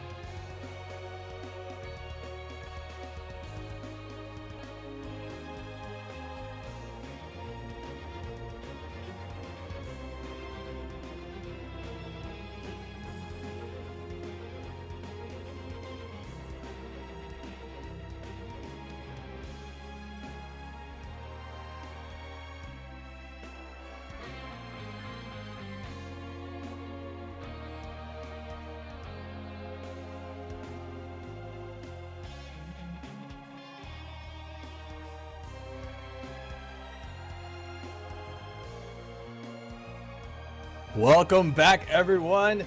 I am Designated Asian. With me is the one and only TWK Smash. How are you doing? Not bad, not bad. Especially since we're gonna be rolling into these upper bracket semis. Ooh. Ooh. Yeah. We've got some exciting matches. We've seen these guys before. We're gonna be starting off with the one and only Dobrain versus the one and only Zelox. I'm gonna keep saying the one and only because apparently everybody is the one and only. Everyone is an individual. There are no duplicates. You're all beautiful snowflakes. But we're gonna be seeing Dobrain versus Zelox here. Game 1 of the winners semis. We saw Zelox take down Stardust in the quarters. We saw Dobrain take down Effie in the quarters, and now they're here in the semis. Oh man, this is gonna be very interesting. So, Zelox, we saw him take a little bit of a dip in the scene for a little while. So I'm really glad to kind of see him back with like really great tournament placings. And he's definitely on his way. I mean, Dobrain, pretty good player to have to cut through, but again, he's another one who, was at the top for so long, but then took a little bit of a dip. So it looks like, the old guard is coming back in. They've been practicing. They don't want to give it up. So this is going to be a really good match.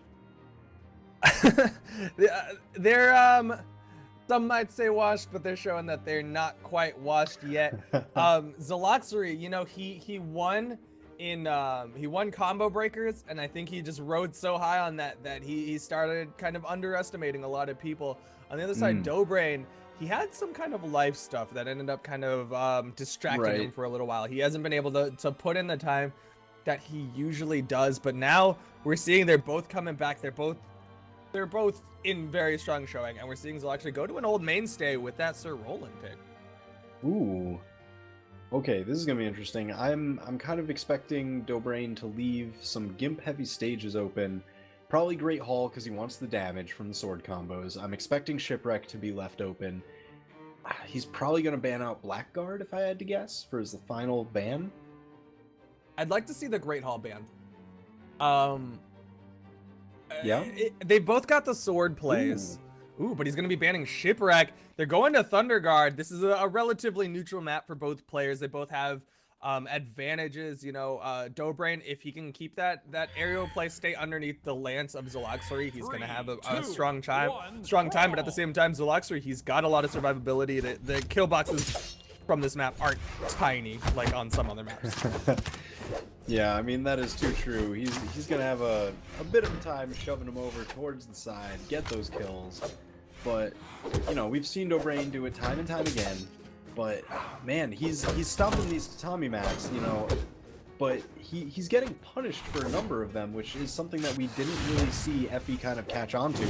And Zelox started doing it pretty early on. I mean, you have to assume that Zelox was watching.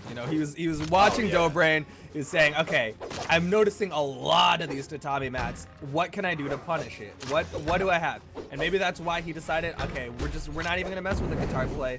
Clearly, Effie had trouble approaching onto the tatami mat. Well, Sword has a little bit more range. It's got a little bit more opportunity to punish that horizontal. Yeah, do you see what Zelox is doing right here? He's kind of putting himself at the diagonal, baiting out the tatami mat and the neutral light. And then he's like, all right, I'm either going to get maybe a falling side air here and there, or maybe even just a weapon toss, but I'm going to consistently build that damage and just bait you into that response. It is that classical conditioning. Ooh, but no conditioning in the world can prepare you for that, as Zelox goes hard for the ground pound. Dobrain ready for it, knows that he can't dodge along the wall, so instead pops off the wall, spot dodges, gets a nice dare, but Zelox wants to answer back. Not enough yet with that side air.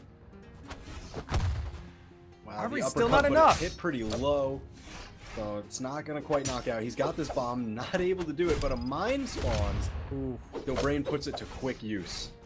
Are y'all sure Koji's got 4 defense? Because Dobrain was making that look like a whole lot more than 4, but Zelox is going to clear the board. He's got weapon advantage. I'd like to see him either keep this weapon starve strat going or go hard onto Dobrain as Dobrain plays unarmed. Whoa. That mine's so close to hitting. Gotta watch out for it on the stage. They're gonna probably fight over on the left here for quite some time. Uh-oh. Oh no. That's the old school Z strat. burn all your jumps, fall through the soft platform, and Dobrain. He's just like, all right, you know what? Sure, that's fine, that happened, but he's right back in the fight. He's not gonna let this slow him down. He's letting Zelox know that he is not afraid. He's like, maybe even trying to, you know, be like, all right, I spotted you a stock here. Let's see what you can do with it. But Zelox is not the kind of person you want to do that with. You sure don't want to do it in game 1 of the semis. Dobrain wants to finish off this stock Zelox. He's noticing that Dobrain's playing a little bit aerially against him, so he starts throwing out those horses a little bit more, trying to follow up with some nairs, but just not connecting on them. Ooh, Dobrain getting the punish on there. Zelox going pretty Stuff high. it? Yeah. Oh. I mean, that's what you got to do against the Lance. Sure, Dobrain took a little bit of damage for it. He's now in the red on that 4 defense character, but when they're charging up that Lance, that is a free punish. That is a free stuff. You just take it to the face, and they lose all of that horizontal movement or vertical movement. Yeah, I mean that's something that you got to watch out for. But I mean, Dobrain did take pretty significant damage because I mean that charge is gonna do a lot. It was almost fully charged, and that's why this combo almost killed Sidelight into recovery. Zelox just needs a little bit of a tap, but I mean Dobrain's doing a pretty good job of closing that damage gap. I mean, they are technically even in health, but Zelox is rolling. He's the highest defense in the game. It's gonna take a whole lot more than downlight nairs to finish off Zelox. Unkillable Beef Castle is here, and the moat has been put down, and Dobrain gets through the moat. Gets him with the Sair to finish off the stock. Look at the damage done from Zelox. Part of that's because Dobrain gimped him. Yeah. I mean, you know, play to what you need. So that was an incredibly close match. Red final stock for both competitors. I don't know. I think I would like to see Zelox do Roland again. I don't want to see a legend pick from him just from that. It worked. He had a pretty solid Lance play. One thing in particular that stood out to me is he hit like a downlight as Dobrain was approaching, and then followed up with this big down sig to knock him around. I like to see what he can bring out with that Lance. I don't think a whole lot of people are used to playing against Lance, but it looks like he's not really having it. He hovered on the Ember. Maybe he's just changing out some of Ember's skins, trying to find, you know, the right combination that's gonna work. He likes the color, but he's gonna switch up the skin. Maybe something a little bit more Lord of the Ringsy, you know. Yeah, he's the high elf. Nice bow. That one's from Koji, right? It's from like the Shogun skin. Yeah, that is the Koji Shogun skin. No love for the Azoth bow, man. And immediately we see Shipwreck is open, Small Thunder Guard Shenanigan area is open, and then the classic Mammoth. But looks like we're going to Shenanigans. Zelox is going to be looking to slap some people with bows and katars. I'd like to see Zelox play that aggressive edge guard game, but at the same time, we haven't really seen a whole lot of it from Zelox. He doesn't really want to play that game. Instead, he's trying to win out in the neutral against Dobrain, who had the conditioning, but Zelox with his bow play doing a good job. That I think he wanted the speed dodge. I don't know if he had the speed dodge, that would have made sense. But just the raw down sig, I'm not sure about that. Yeah, I don't know. He's got to try and arm himself here, but you know he's spending so much time up in the air that he's not really getting it. Wow, manages to beat out the attempted punish. Oh no! Did he not want to dare at the wall? I think he just didn't realize that he had spent everything, and he probably spent a little bit of time trying to either jump or do recovery, and then by the time that he recognized they were all gone, it didn't even click in his head yet. Well, if Zelox comes back and wins it, then the theme of this set is going to be Zia stock, and just obviously it's in the bag. But right now, he has to finish off the stock of Dobrain. Mind toss, not connect. Down sig charged up. Dobrain with a nice punish with that side light. Couldn't quite get the speed dodge down sig. Tatami mats. Yeah, he's going to have to try and find something significant here. That neutral air is going to push Dobrain a little bit closer, easier to kill, but still he needs to find some sort of kill move. because he's deep in the red himself now. They're not looking good for Zelox. So he gets the recovery to finish off the stock, but he's gonna have to rack up a lot of damage. Basically play the stock perfectly and not get caught by anything, because even a downlight Sair, downlight recovery will finish off Zelox at this point. That clash will not, though. Ooh, mine on the field. Right near the weapon. Dobrain just skating nearby.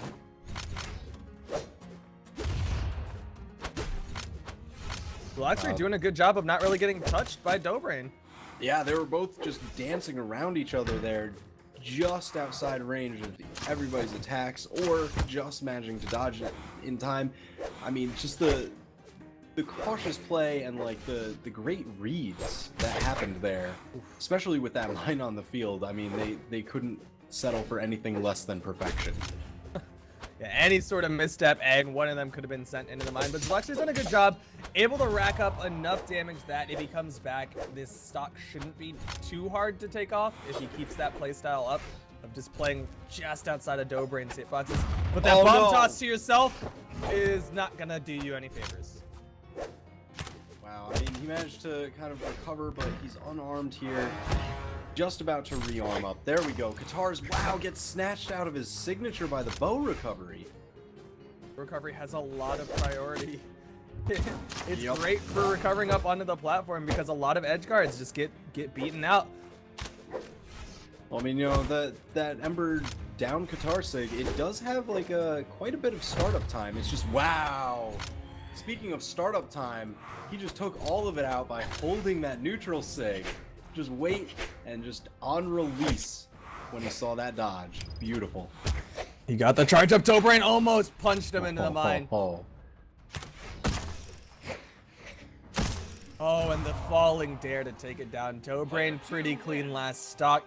Not a huge damage difference on either side, but at the end of the day, Dobrain was able to finish it up, wins it out 2-0 over Zelox in winner semis.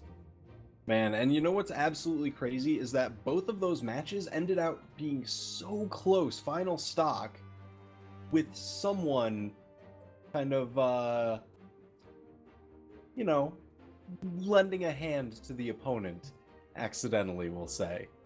Just, you know, just giving your opponent a little bit of a high five by bombing yourself. Yeah, it's fine, it's fine. Oh my gosh. But we're going to go into the other side of the bracket. Yeah. It's going to be Nikat versus Dobrain. Or Daiku. Daiku, yeah. So Dobrain's teammate. Sorry. Dobrain's teammate in 2v2s. But, you know, alright, so Nikat, we saw a lot of great adjustment, particularly against Malum, who has been an absolute monster as of late. And, I don't know, this bodes pretty well going into the match against Daiku. How do you think this match is going to play out? Oh, Daiku is looking really strong in the sense that if Daiku wins, he wins hard. He'll go on you and just keep swinging, and he is essentially becoming the EU egg soup in the sense of it is go hard in the paint or go home. On the other side, Nikat, we saw a lot of patience and a lot of consistency. If Daiku can get on top of him, then he might be able to dismantle him. But we're seeing the mirror match of Jala versus Jala. And, you know, since you were just talking about, like, their playstyles, one kind of being, like, seemingly full-bore reckless, but not really, and then the other one being a little more calculating in their play, it's just nice to be able to see one legend, any legend, being able to be played in a variety of ways, you know? Mm-hmm. So it's just, even in this mirror match, it's not as mirrored as it seems. Yeah, it's not going to come down to who's hitting the downlight more frequently. There is genuinely different playstyles coming out, and we're seeing a lot of axe favoritism from Nikat, whereas Daiku already starting off with this sword play. I mean, he used to be a Bodvar main, so this isn't too surprising. Yeah, he was, you know, the old sword god on the Reddit. If you guys haven't seen those, try and search it up. Username sword god. He got into roleplay for a while. But Nikat showing off a little bit of god play with that axe. Gets the recovery, not enough to finish it off. Daiku chasing hard, gets the recovery, still not enough. Nikat gets back to safety, hits a nair. but they're just both just like kissing the kill box, and Nikat sends them right into it with that side sig. You know, that side sig, it leaps forward, it's very strong, it's Jala who has, 7 strength, so it's going to hit hard. It's just such a scary move. Wow! Alright, so we've been seeing that a lot today. The neutral sig, the unarmed neutral signature, or even occasionally the side signature, for those kind of turnaround revenge kills, more or less. It works, right? When you're in your invincibility of your spawn, your opponent's usually trying to catch you just as you come out of it. Well, why not punish what they did? What they're trying to catch you with usually is like a neutral light. Punish it with your kill move. But Nikat once again hitting the He-Man, hitting the She-Man. I saw chat was upset that I called it the He-Man, but he gets this. Was that a down sig or a side sig? That one looked like a down sig, maybe? I don't know. But yeah, that's the thing, just unarmed neutral sig. I absolutely love it. It doesn't really hit that far either side, so that's why you don't see it a lot in like general play. But if you've got the dodge read, or if they're coming down from above, like, it's strong. It will kill early. It does pretty good damage. So it's just one of those like situational moves that can be so good. It's got so much force behind it. It's basically the comeback move. You just come back and you just do it, and it works. But right now, Nikat is hitting the signatures. He's hit so many of those side sigs and down sigs, and he took down Daiku, who prior to this was considered one of the best Jalas, but Nikat showing him wrong. Yeah, the damage wasn't even close between the two. Like, that was absolutely crazy. Now, I don't know, we've seen Nikat every time that he's on that left side of the stage, and Daiku was kind of going towards the platform. He used that great leap that sword side signature has, and he scored a kill off of it, almost another kill, at least a bunch of damage, and I don't know, he found great success with it. We're going to see if he can kind of do that same thing here, or if Daiku's going to kind of catch on to it. King's Pass. Oh, King's Pass, great. King's Pass. I like this pick from Nala. Nala got to choose it. More or less, Gun's not the strongest in that shenanigans. Sure, they've got Nair, they've got Recovery, they've got Dare, they've got Ground Pound, but they don't do a whole lot. They don't have the absurd force. They don't knock you around. If you can catch the Ground Pound, it's great, but there's just not a lot of options if he tries to play that gun play inside of the shenanigans. Yeah, I've got to agree with you there. It's a tricky one, but it seems to be doing pretty well. Ooh, nice punish on that signature. Gets his own sword recovery. Nikat kind of evening up the damage here, and now Nilikat's in a pretty good position to just be looking for some sort of knockout move. Same time, Daiku's probably looking for his knockout move as well. Maybe a stomp side sig or a stomp neutral sig. He's currently unarmed. He's got the guns. Throws it away. He wants that hammer play. He wants that 8-dex hammer. Throws out the neutral, but Nala knows it and reads the side sig. Now, here's the interesting thing, alright? So the jump will not save you quite so well as a dodge would when you're right at the edge. We saw Daiku jump when he was kind of like off stage in that little magnifying glass, the bubble. Evens up the stocks beautifully, but he was off there and he did jump. He jumped to try and, jump over to the side to cancel out some of his momentum, save his stock. But pretty much only the dodge will kind of cancel it out immediately and start your movement. Even when you use that jump, you'll be drifting a little bit. Well, that was Daiku, I think, underestimating how much force was behind that signature. Yeah. He's aware that the dodge will stop that momentum, but I think he wanted to save his dodge for the recovery. Ooh. Oh, but a nice stomp sideline, a ground pound off the bounce, immediately takes it back from Nikat. Yeah, that was just an absolutely amazing play. It happened so quickly, and he even just covered, I don't know, whatever recovery option Nikat had from the bottom, that last ditch effort with that hammer toss. It was really nice. But Nilikat's gonna be looking to even it up here. Can he get to the center channel in time? No. This is the ground pound. Just outside of it, you know that's Nilikat's kind of edge guard. It's that little in between the quote unquote push off column and the actual wall itself, but Daiku just stays on the wall, knows that the hitbox won't connect. Yeah, ooh, neutral are just not enough. And, you know, he hit it, you know, in that center channel, so a little bit low, so it had to cover so much more distance. And that's why it didn't kill off the top, but he's got another chance here. Can he get this edge guard? Oh, just misses again. That recovery is not gonna Daiku finish. is so slippery. I mean, that's one of the things that he's been fantastic at. We saw his Jala in the EU 2v2. It survives. He's very strong in that survival knowledge of knowing where to properly position. Where like if he's down in the shenanigans, the recovery it's not gonna have enough force behind it. Now he goes down to the shenanigans with that gunplay, and Nala doesn't want to challenge.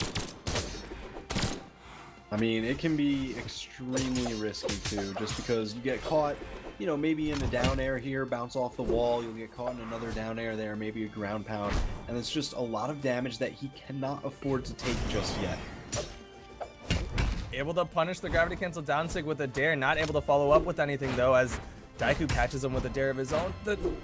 But Nalakat, he's a little bit scared of Daiku. You can kind of see it. He doesn't want to challenge a lot of Daiku's stuff, whereas if Nalakat is doing something goofy, going in the shenanigans or whatever, Daiku says, all right, I'll fight you there. I don't care.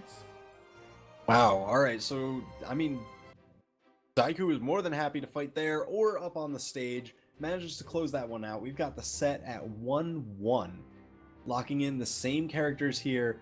You see Nalakat immediately banning King's Pass. I do not blame him. But he's leaving Shipwreck and Mammoth, which... I mean, Daiku's got the hammer. He's got the potential for strings. There's a lot of horizontal potential. It looks like he wants Mammoth. He didn't want to ban it out. They're going to be going to Mammoth. And it's just, with that hammer play, you know, more horizontal space means more Russian Mafia potential. I mean, it's as plain and simple as that. That's all you want, right? You have to imagine he wants to get it. We saw it earlier from, what, Spider Pig was the one who broke it out very early? I think so, like, yeah. First match of this tournament. Oh man, but Nalakat just working a clinic with this sword. Ooh, but Daiku with that weapon toss, able to give him room to come back, able to pick it up and catch Nala. But now that Nala's got the juggles, hammer not very good. Once it's above, all it's really got is dare, and as long as Nala outspaces the dare, he's got the big punish. Ground pound takes down Daiku full, or not a full stock, but pretty close to a full stock. Yeah, that's what I'd like to see, you know, using your ground pound a little bit later than you normally would, just because you know the hammer is going to be going for that recovery, because it'll beat out most ground pounds in the game. So if you can get them to just kind of like whip it, they're going straight up into your ground pound, and you will get that kill. Ooh, but not gonna whiff on the side sig as Nalakat gets taken down. He might be in the orange, but he's got weapon advantage. He's got this hammer, and the way Daiku plays is he's not gonna wait around. He's just gonna go in. Nalakat punishing. Gets the nair, can't quite connect with the recovery, but he knows Daiku's close to death as he starts throwing out signatures. Man, I like seeing those stomp combos into potentially more stomps. Just stomp all the time, all you can. But, I mean, we'll see what Daiku can get going here. Nalakat not going quietly into that good night, though. I mean, he's taken a lot of damage as he tries to finish off the stock of Daiku. Able to avoid it, gets a nice down sig to punish the dodge. That was absolutely beautiful.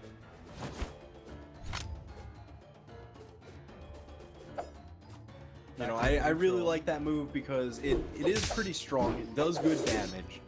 And, you know, it sits at like that in-between time. Like, it's fast for a signature, but it kind of hits in like the same area as the downlight, but just enough slower where it catches people who try and dodge a downlight. If you can't mentally do the timing mix-up, why not use startup frames on a move to do the mix-up for you? Also, the downsig kills slightly, like just ever so slightly faster, but nice patience from Daiku to wait out the dodge from Nalakat. Nalakat had no more options, and he gets the ground pound. He's in the red.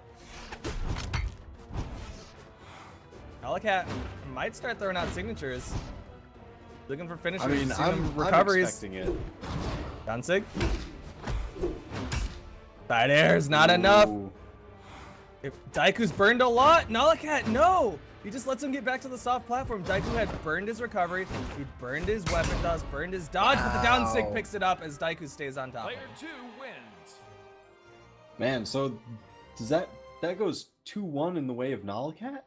That was 2-1 in the way of Nalakat. Oh He my wins game gosh. 1, commanding the Jala mirror. Gets taken down in game 2 due to that hammer play from Daiku, and game 3, Jala closes it out. Nalakat is going to be moving on, but before that, we're going to go down to the lower bracket. But still, fantastic play from Nalakat. Like, Yeah, I mean, that's just back to back. We saw Nalakat take down the EU regional qualifier winner and then Daiku. So he's looking pretty good. I mean, what does that put for upper finals later on? That's going to be Nalakat versus Dobrain. Is he going to just run the trifecta, take out the 3 most terrifying names? I mean, he's got potential.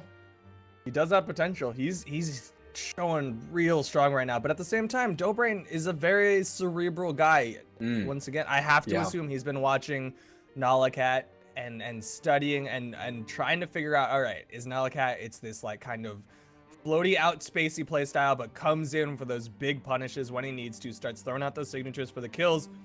How can I punish? Is it just keep Tatamamatting my way through it, or is there something else in the way? I'm sure he's got something else up his sleeve, but I'm curious as to what other matches we have up our sleeve in the lower finals, or lower round 8 is what we're looking at here.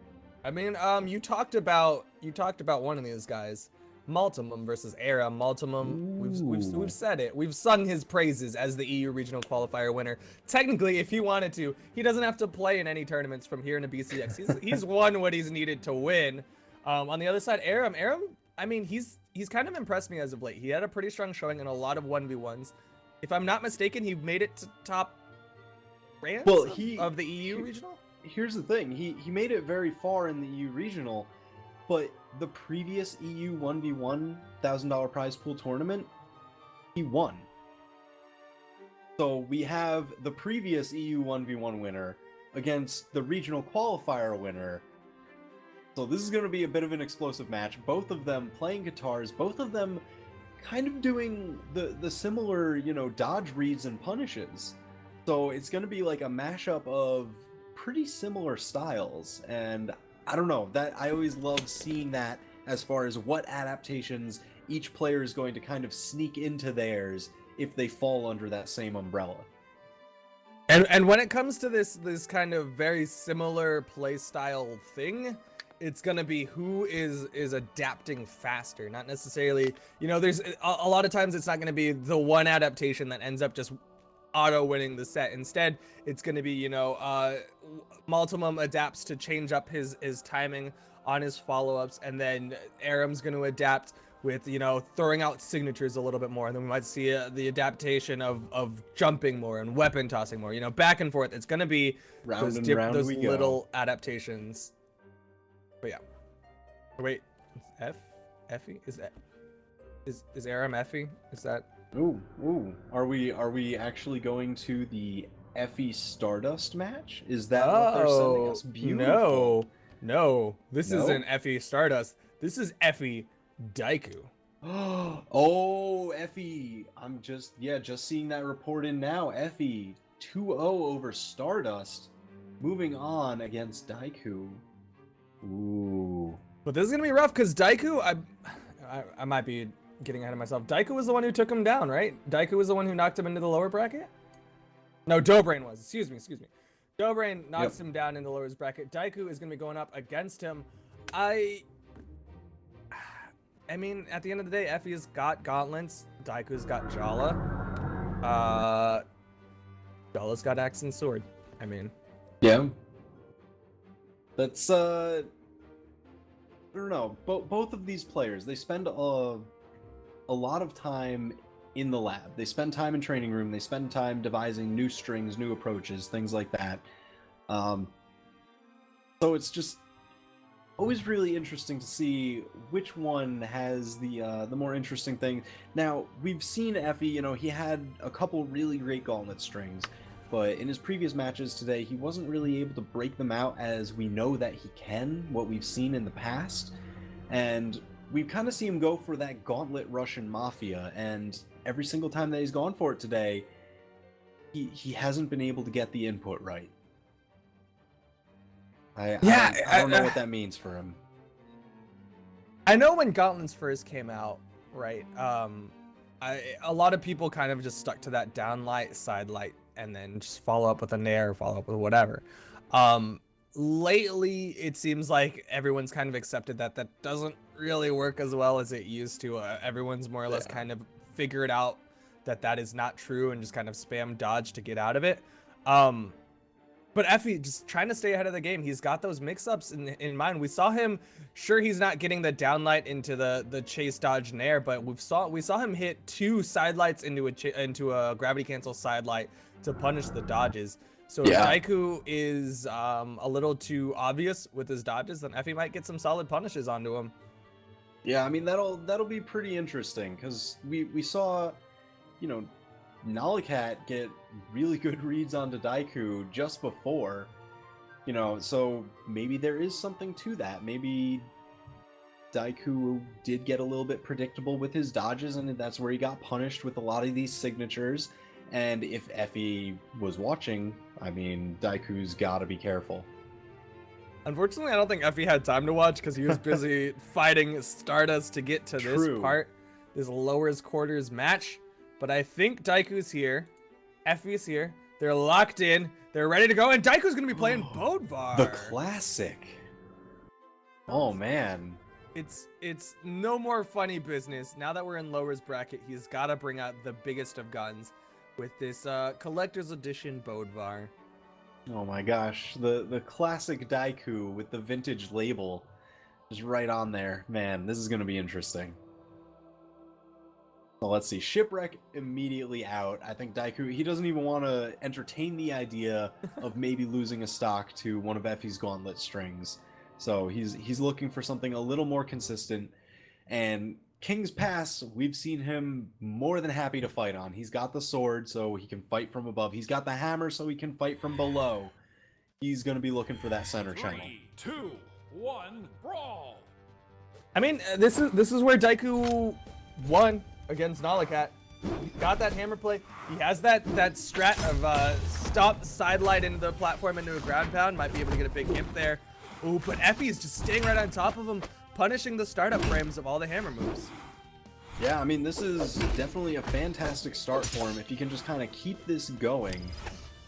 Oh, I really love seeing players, you know, pulling the Space Invaders with their minds. You know, you don't aim where your opponent is, you aim where they are going. And Effie almost ran into that mine, but pulled it back at the last second. And I think that's the right call. I mean, well, of course it's the right call, but he could not have afforded that damage because otherwise they would be tied right now, but he's looking to close out the first stock instead. So not able to punish the high recovery though. Effie needs to finish the stock off. If Daiku gets too much more damage, it is going to be troublesome as they get into the next stocks, but Sidelight finishes it off. Effie, stock advantage, weapon advantage. He's got the gauntlets. There's a bomb on the field, but gonna do... Wow, immediate. Now, it wouldn't even really matter. I mean, Daiku could have kept track of what his next weapon was going to be based on his weapon pickups, but it wouldn't even matter because sword, hammer, pretty much both of their kill combos go off of downlight, so he just immediately picked up the weapon into the downlight. Now he's working on a sword gimp. Is it enough to get it? Oh, Effie gets passed. He's got to worry about recovering himself. Oh, oof. He tried to turn around and wanted to go for the pressure on the Daiku, but instead Daiku just catches him with a dare and Effie gets taken down, and now he's fighting the shenanigans again. Effie, I can't blame him for thinking that this is a good matchup, but Daiku's so strong on this edge guard that he is making it very difficult for Effie. Yeah, I mean, this center channel is his home, and he is showing why. Daiku is just so good down there. I don't even think that's going to kill. Effie's got to do a lot more to keep him down. Oh. Chasing with a ground pound, Daiku trying to get just above to catch him with a dare, but Effie's taking so much damage. Even if he survives this, I mean, this is kind of worth for Daiku. Oh, and now he's fighting the hammer, and that is, I mean, that's just no fun. Effie knows it goes back to the platform. Yep, that lower platform. Nice Ooh, side zig. just gets that. It's not quite Ground enough, pound. but he does clean it up with the ground pound. You're right. The easy pickup. Finally managed to get that, but he paid dearly for it. I mean, Effie is just on the border of red. Oh, he wanted to nair into the mine just for that damage boost. Let's see if we can get something going. Oh no. He dodges right into the neutral sig. Daiku was ready for it, pops it up, and wins over Effie with basically a stock advantage. Man, that is absolutely crazy. I mean, the damage between the two wasn't even really that large. It just really goes to show Daiku loves playing that center channel. He's very good there. He's very good with the edge guards. And I think Effie returning to Hattori, you know, going to the old standby. Maybe gauntlets haven't really been working out that well today for whatever reason. But I agree. Go for more stable maps. Got rid of Shipwreck. Got rid of King's Pass. Or are we going to the classic? Is this what it was? Yep, Twilight Grove. 3, 2, Good old 1, days. brawl. I like this map for Hattori's. Oh, yeah. You have that potential for that neutral sig into that kind of needle hole on the right side. But it's gonna be on Effie because he doesn't really have the warm-up time on the spear that you know, Daiku's had a warm up on his sword. Ooh, beautiful punish on that neutral light. You know, few things would cross that gap as quickly as Hattori's spear neutral sig. So that was just excellent move selection, excellent awareness from Effie, and it's really showing again. He's got a significant lead. So this is looking like the last Whoa. there, but he confirms the kill this time. So now he actually made that lead into something meaningful. Great way to start off the game, but he gets caught by the neutral sigs from Daiku. Daiku just playing this anti-air game as Effie was kind of stuck on the island there. He's able to get in with a weapon toss. There's the neutral light pickup, neutral light. Oof. Wow, he was trying to push that string as hard as he could because he just wants to give himself a little bit of a damage buffer to work with. I mean, he's more or less gotten it. He got Daiku into the orange on that Koji, only 4 defense to his name. He's gonna be coming back. He needs to pick up that weapon though. There's a nice sword. There's a side air. Yeah, so Effie is doing actually a really great job this time around. I don't know, it's just been consistent punishes on a lot of Daiku's moves, and then, you know, occasionally some unexpectedness, but it's really just confirming every hit into as much of a combo as he could. And I mean, the edgeguard situation is very dangerous. Daiku was able to rack up a lot of hits onto Effie with those ground pound dares on that right side.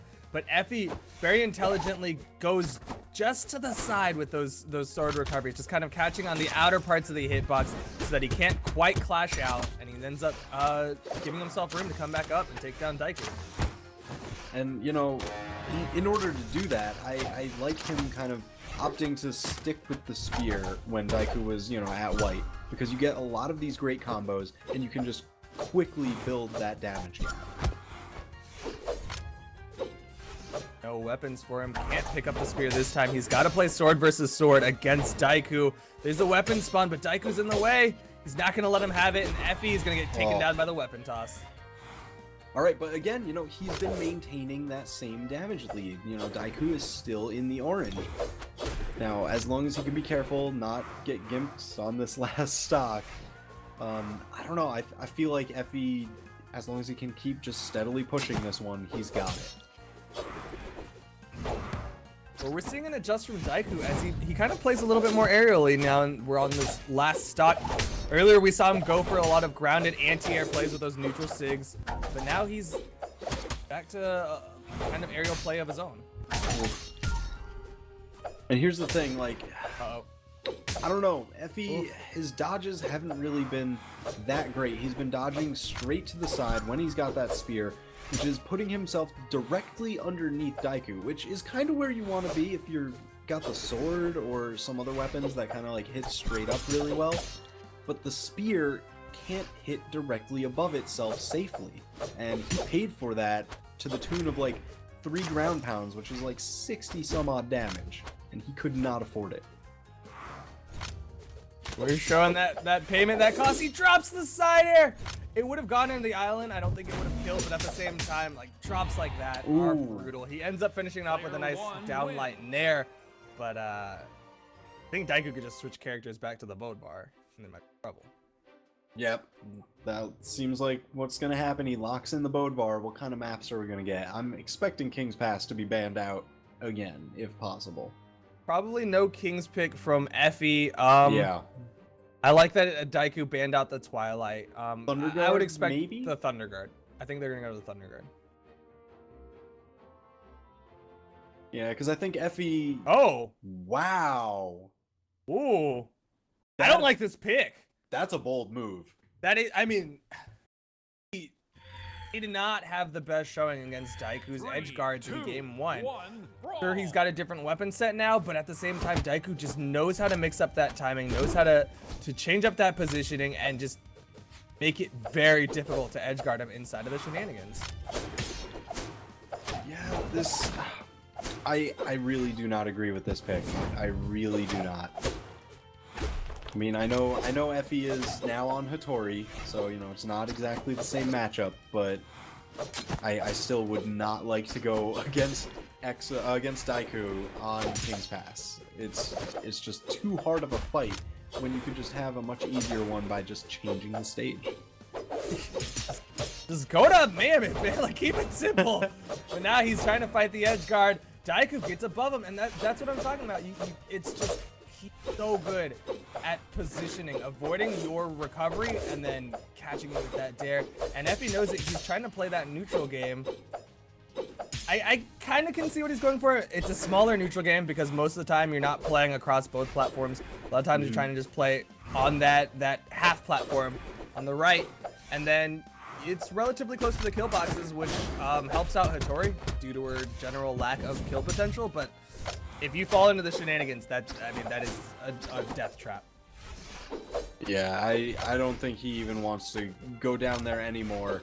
He's kind of been sticking to the Punishes the platforms recovery. unless he can He get did it! some of these wall combos. That was really nice kill. It's really, I think if he can convert off of kind of that wall bounce like he did there into the pressure, then, you know, that's one thing.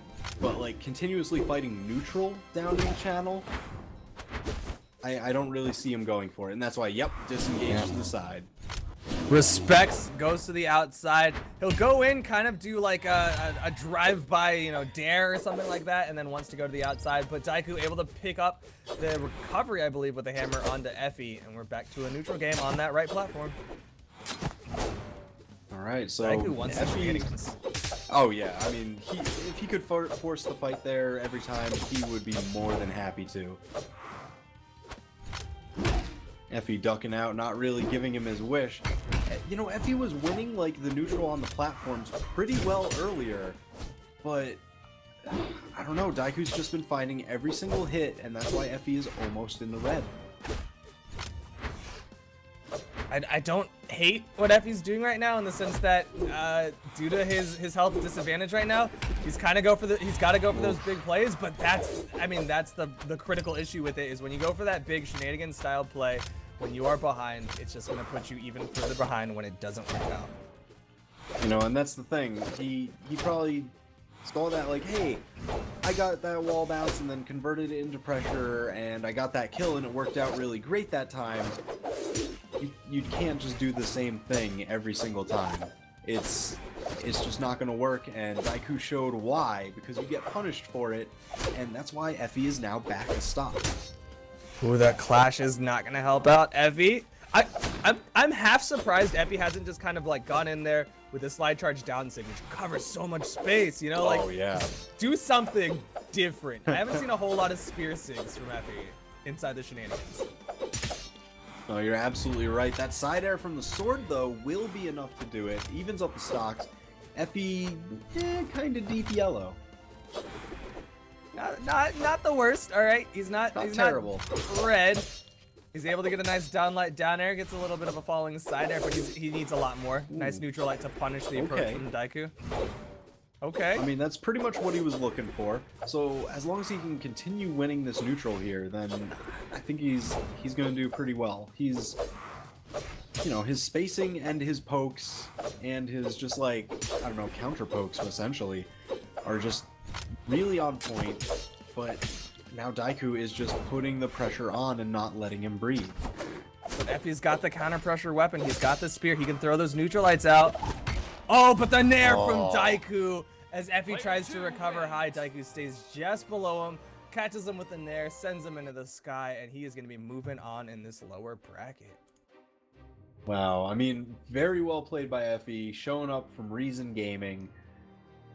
Very well played. I mean, he pushed that through great adaptation, the great character change, which I definitely agree with.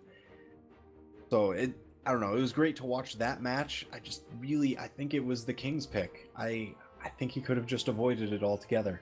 I was thinking the same thing. I think he would have had a little bit of a better showing on, you know, a little bit more of a standard map instead of that King's pick. We didn't see a whole lot come out of that shenanigans play, you know? Yeah. That's, if you're picking Kings, a lot of it is for that shenanigans, and that shenanigans works out better for Daiku in a lot of senses. But regardless, pretty strong showing, really good stuff from Effie, but Daiku ends up winning out. He's going to be continuing on, and we're going to go into the other side of the bracket to watch Malum versus Zelox. Ooh, so this answers that question. You know, ERAM was the previous EU 1v1 winner, then Malum won the regional qualifiers. That looks like it's a set that went 2-1 between the two. So, I don't know, now Malum's going to be going up against Zelox. I know we keep saying it time and time again, the combo breaker winner, but that is significant when a large portion of Boo, who, you know, they were all in Boo at that time before they started getting picked up by other sponsors here and there, they were in attendance, and Zelox flew over from the UK and won it.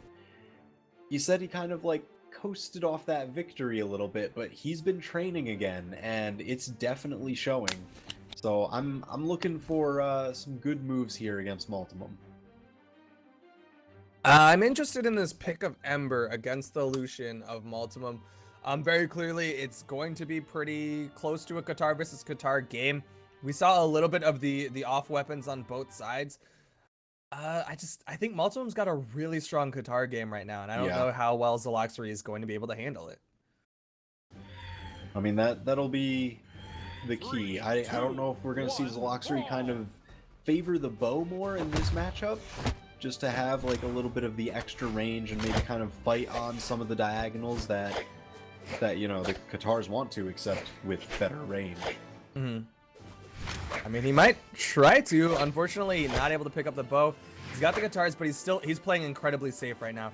Just does not want to initiate onto Malum at all. We're not seeing a whole lot. There's the bow pickup. He's just waiting for it. That's just patience from Zelox. And he throws it down. I thought he was trying to throw it away. I was like, Zelox, what do you do? Like, what? Oh, he's going for the weapon toss Stardust. Okay, so I see. He's using the bow for even a little bit more range than its attacks afford, using it as like a little bit of that throw start.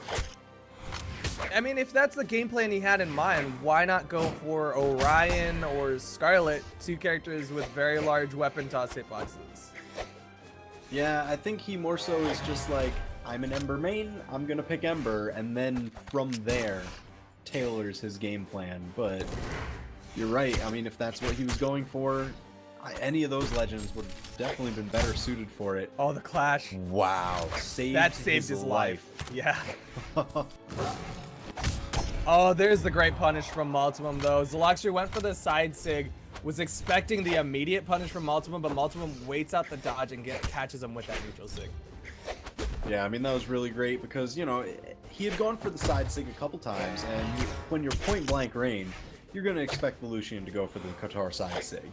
And Zelox had gone upwards and would have actually avoided it altogether, but that neutral sig just caught him. Nice side sig! Fire. Gonna clear the board. He's gonna be sticking with these Qatars. Nope, just kidding. Goes back to the bow. as the bow gets a nice dare. He's got to keep the pressure on, but Malum just turns around, neutralizes him as he tries to get on top of him. Man, Uh-oh. Is that it? Is that enough? Can he confirm? He got No. the wall touch. Oh I my thought he was God. dead. But Zelox is gonna have a hard time rearming himself here. Ooh, manages to clear away. But this is so scary. He's got to do what is essentially the hardest thing to do with Katars, which is max range against his opponent. Like, that is his best bet, is to get little taps of damage here and there and try to even up his health. But and he's playing Katars. Like, that's just not what you do with Katars. Yeah, they are the close range rush down weapon, edge guard weapon. So it's a tall order, but he's tackling most of it. He's got Malum down into the orange. He does lose out to the ground pound. Oh, he got faded. He dodged out. Malum immediately throws out the ground pound the second Zelox starts dodging out, and that just makes it the freest ground pound in the world. But Zelox can't connect with the dare. You know he's got to be kicking himself for missing that one. I mean that was his comeback. That was his kill. But he gets the hot step onto Malum, Right. evens it up. We are now down to 1 stock each on game 1 of Malum versus Zelox. All right, mine is on the field. Is somebody going to end up clearing it out with a weapon or their opponent? How did Zelox not hit Malum? He was like stacked on him, and Malum missed, and Zelox counter missed. But nice dare. Malum got the wall touch, but Zelox wants to play this edge guard game with the unarmed. It wasn't not working out for him. Ooh, Zelox. All right, so he's seen Malum kind of go for those Katar down signatures. He got a lot of great kills with them earlier on in this tournament. So I think Zelox has kind of been dipping down a little bit lower just to kind of safeguard against that. I mean, he's getting the solid punish onto it as well. Malum, we saw him throw it out. Zelox just catches him with a nair, got him with a Sair as Malum jumps back up. But it's not quite enough as Malum picks up the recovery to finish off the stock of Zelox. And how did Zelox only do 400 damage for a game that was that close? I don't even know. Incredibly efficient kills, I guess. I've got to imagine. I mean, he had that one edge guard, the side air and the like weapon toss ground pound. So there's one maybe that was a little bit earlier than expected. Zelox went to Scarlet. Ooh. Zelox going to Scarlet? Zelox is Scarlet, and we're going to Shipwreck. I don't know how I feel about this Scarlet. 3, 2, 1, brawl. Well, you know what? Maybe he's listening and he heard you, and you were saying, well, if his game plan was to use throw starters, I guess that's fair. That's the only thing that I can think of. We saw him play Scarlet earlier, so maybe it is kind of like leading towards that kind of game plan. But ooh, nice dodge punish with the unarmed neutral sig there. Well, let's see if we can get something going with the hammer here. Manages to just avoid that gun down light. Ooh. I like this. Now that I'm seeing it, I like this. Malum pick Shipwreck. Why? Because that Katar down sig covers basically the whole wall. There is no escape. I mean, it literally forces you off of the wall. That's just great knowledge from Malum to know that he can use that to his advantage. But Zelox caught by the side sig. Malum just a little bit faster on the ground. That was it 8 movement speed, just chasing him down. Yeah, and I mean, this is, I don't know, it's kind of leading to a bit of a repeat of last match, even though we're on a different stage with different characters. Malum is still just pushed Zelox to the red with only going just about yellow himself. And I don't know, it's just too much of a damage gap, and I don't know if Zelox can... Oh no. Oh no. He dodged up, fast fall, recovery, and just still didn't touch the wall. A little bit of panic, a little bit of misstep from Zelox. This is nigh insurmountable. I don't know how he's gonna bring this one back. I mean, Nye's not on the screen, but this is please. Malum's game to lose. Dude, please. All right, well, 8 Force, fantastically strong signatures across her entire kit. I think if anyone can do it, it's definitely Scarlet. I think that's fair. He's got a lot of kill potential, got a lot of damage potential. He needs to connect. We're seeing a lot more just general connections here after Zelox kind of sees himself. But the adjust, Multimum's now playing gun friendly. Yeah, I don't know how he feels. Maybe he was getting a little bit frustrated here and there with some of those weapon tosses, so he wanted a little bit more range to beat things out, but I don't know, Zelox keeps getting caught by down airs, and it's just too much damage. They don't even do that much damage individually anymore. It's just, you know, enough of them, and there you go. He wants to keep this hammer in hand, spaces it out, but then overcommits to this backup, ends up dodging too far out to punish the recovery from Multimum. Oh, he's so close to death. He is so close to death. Gets under with the recovery, not enough. Yeah, how much defense does he have? Nice! Cardigan cancel down Sig. Goes for the Scarlet version of the Stevenator to take down the stock, but I don't know. There are some known lance strings and combos that can push him pretty close to the red to make this up, but I don't know. It's gonna be tough. He's showing some success with these up throws though, but it's just a little bit too late. Multimum gets a nice falling side air to finish off Zelox, and he's gonna be moving on to fight Daiku, if I'm not mistaken. Wow.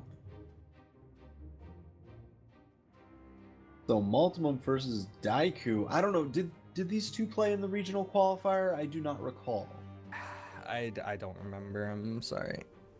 Yeah, that's all right. But this is, I mean, Daiku 3rd seed, Multimum 7th, even though he is the most talked about man in the EU right now, because, you know, he's traveling away from the EU.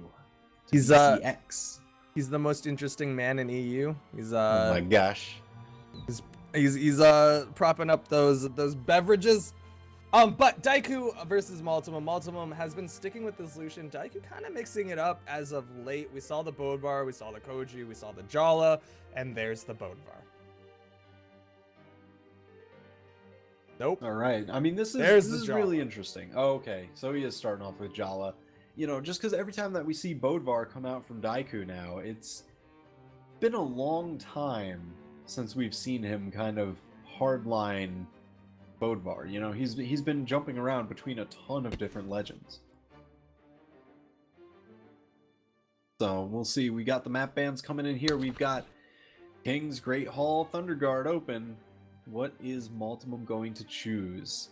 King's Pass is not a good choice. He knows it. They're going to Small Great Hall. But at the same time, this is a little bit favored to Sword. If Daiku knows those ledge cancels, I don't think I've seen a whole lot of them from Daiku, but at the same time, that's an advantage you just kind of don't want to generally give your opponent. Yeah, I mean, we'll have to see. We've seen a few people go for some of the fancier combos today. Some of them have worked out, some of them have not. But I don't know, Daiku, he's got this axe, and you know, we do say axe does pretty well against guitars, but Daiku is just, I think this might be part of his game plan. He's just going to constantly be switching between the two weapons to keep Multimum off balance. Well, not only that, he weapon starved Multimum for a while. About 30 seconds in, Multimum finally picking up the guitars. But Multimum very intelligently has unarmed play in his back pocket, you know, catches him with a couple neutralites, enough to keep himself alive as he sares Daiku. Daiku goes high enough that he doesn't get caught by that ground pound. We did get caught by the recovery, though. That's a ton of extra damage. But, I mean, he's at the point where I don't think that's really going to matter that much. Multimum gives him so much breathing room, though. And it's going to let Daiku come back up as he starts fishing for these sigs. I like that we haven't seen that down sig from Multimum. He's got to be aware that Daiku's got the big punish opportunities as he gets a side air to finish off the first stock. Yeah, I mean, that even bounced off the stage and killed. But again, Multimum, you know, we see this time and time again today. The quick revenge stocks. It's pretty much like, you know, before your invulnerability even wears off from respawning, you confirm the kill, tie up the stocks. It's that little like wake up stock. But once again, Maltum's got the Katars. Daiku trying to space him out. Maltum trying to get on top of him. That's essentially the game plan for this set. Nice punish onto the ground pound. Oof. Again, I mean, Multimum is just so great at just sidestepping those ground pounds just enough so that way he can still get a pretty meaningful punish. He's also staying right underneath Daiku. You know, Daiku went for that axe recovery. Multimum just underneath to catch him with that Katar ground pound or Katar recovery. He's starting to clear the board a little bit. Maybe thinking about the kill, but he might end up hurting himself if he gets taken down. Oh man, yeah, it's not looking good. That'll do it. Oh, Daiku, again with these side airs. I mean, he is so good at hunting with them. Like whether he goes, you know, sticks near stage, getting almost kind of like an edge guard kill with it, or far off stage like the last one. Oh no, oh no. Oh. That Beautiful. was destruction.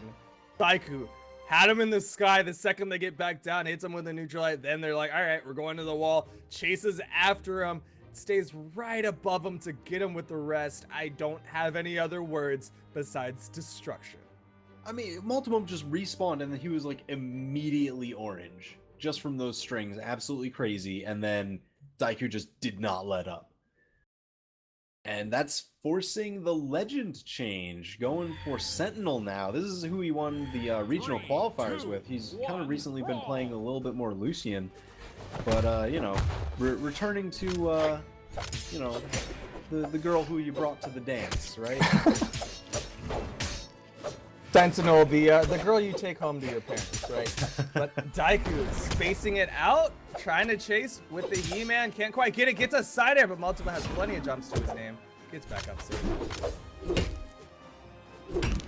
Nice side airs. He's gonna need more. Recovery, no jumps. Yes, he does. I'm surprised. All right, well, he cleans it up with the hammer down signature. So he's got the stock lead for pretty much the first time this set, I think. And I don't know, we're really looking for him to just kind of build some sort of damage before going down. And if we've been learning anything from his guitar play recently, it's that is exactly what he can do. And we're seeing a difference in his guitar play. It's not as paced as we saw earlier on. Daiku able to punish the spot dodge with a nice neutral sig. That axe neutral sig comes out incredibly fast. But Multimum, we saw it just a second ago. He went just straight in with a dare down light into a recovery, trying to go a little bit more aggressive, just changing up that timing once again. But now that he's got the hammer, we've seen a lot more of his hammer play than his gun play. Right. I mean, that's another interesting point, is that you see a lot more of the hammer than the Lucian guns, and then just this match, he's been finding, I think, better success with the hammer than he did with the guitars. I mean, he's definitely connecting a lot more with these side airs, has a lot more kill potential with that ground pound, and he takes down Daiku's second stock. He's basically doing the Vrac strat of do damage with one weapon, kill with the other, and that's what he's doing. He's doing damage with these guitars, he's getting on top of Daiku for the big strings, and then finishes it off with those just huge hammer hits. Oh man, and again, you're just saying, build that damage with those guitars, and he's been getting string after string. And that's, I mean, it builds up fast on Jala. That 3 defense is not doing Jala any favors. Ooh, Multimum wanted to keep that pressure on Daiku on the edge, but couldn't quite connect with that dare. Now that Daiku's got the axe, he's seeing him do a little bit more fadeaway plays as Multimum has to get the approach, but he's got that hammer to make up that distance now. Oh, he's not respecting it. Ground pound. Ground pound. I thought Multimum was gonna back up. I think to a degree Daiku thought he was as well, but Multimum just went straight forward, gets the timing ground pounds onto Daiku. Yeah, and again, I don't know if Daiku was gonna try and dodge on the wall. I think it was already spent, or throw that weapon up, but can't do that anymore. You gotta detach. Do it while touching the wall. This is semis, right? So this is a best of 3. Daiku is 1 game away from going back to Enix to tell them, hey, we got to work more on Final Fantasy. That was a Square Enix joke, but Wow. Oh my gosh, this guy today. All right, guys. Thank you very What's up? much. Chat, give me some love. Give me the It's been a king great knees, but day. Multiple. Goodbye, folks. Multiple and Daiku. Here we are, game 3. Multiple starting off with a hammer. I don't think he wants it. I mean, not that he's uncomfortable with it by any means, but he wants that damage build up with those guitars. Yeah, I mean, I don't know. I feel like he's been hitting enough side airs to warrant if he can just keep doing that. And these ground pounds, too. Just a ton of damage. If you can kind of keep hitting those, that's more than enough damage for whatever you need. Daiku's got the edge guard potential. Nice patience from Multiple to wait out the side sig, get underneath with the recovery, and it's going to keep him alive, give him more opportunities to rack up damage. He needs to get Daiku into the red before he dies. He needs to keep this as close as possible. Oof, and again, Daiku hunting with those side airs. So he takes the stock lead in this one, but it's still pretty close. One side air. Oh, can't get the second one. Wow. Daiku able to read it, gets the nice dodge to avoid it. Multiple now is on the edge. He's got to avoid the edge guards from Daiku. Multiple hasn't thrown out. I was gonna say he has not thrown out a move for like 5 seconds, as Daiku was just flying around him, and Multiple just wanted to get back to safety and wait for some opportunity. But he's taking so much damage now. He needs to get the stock off. Whatever adjustment Daiku has made, it is paying off. He's working on a 3 stock now. This is absolutely crazy. And I don't know, it's just been... Multiple hasn't really been able to get a lot of these larger guitar strings that he's kind of been doing in that past match. So the damage build hasn't been great, but Daiku has just been punishing pretty much every one of Multimume's movements. A lot of it has been Multiple just kind of being stuck on hammer. First stock started off with a hammer, Daiku just dismantles him. He picks up the hammer on the second stock, not able to finish off the stock. Finally finishes it off the stock with a ground pound, but he's basically red as Daiku comes into his second stock. Nice string though, neutral light into a dare neutral light. Gotta avoid the mine. Nice. Ooh, okay. Multiple still with a chance here. Wow, just getting back and forth. Kick. I know, what is this double team? I thought this was 1v1. What's going on? Oh, he gets above him, gets the dare. He will not be going on to work on the next Final Fantasy game. He's still got a tournament to fight through as Daiku makes his way to Losers Finals and Multiple gets taken down. Wow, so that puts Multiple into 4th place, still a very good showing. But Daiku trying to claw his way up. But we'll see if Dobrain can get through the claws of Nikat first. Well, it seems like Nikat has more than just claws to his name. A very effective Jala. We saw him take down Daiku in that mirror match. We've seen how effective Daiku's Jala is, so that is not something to be discounted that Nikat was able to win out in the mirror. Yeah, now this is very interesting because now the real question is Nikat now going to burn through? Is he going to get that trifecta we were talking about? You know, he was the one who sent Multiple into Losers. He was the one who sent Daiku into Losers. Now, is he then going to send Dobrain down there and just be like, all right, all of my opponents, fight amongst yourselves. Just knock each other out.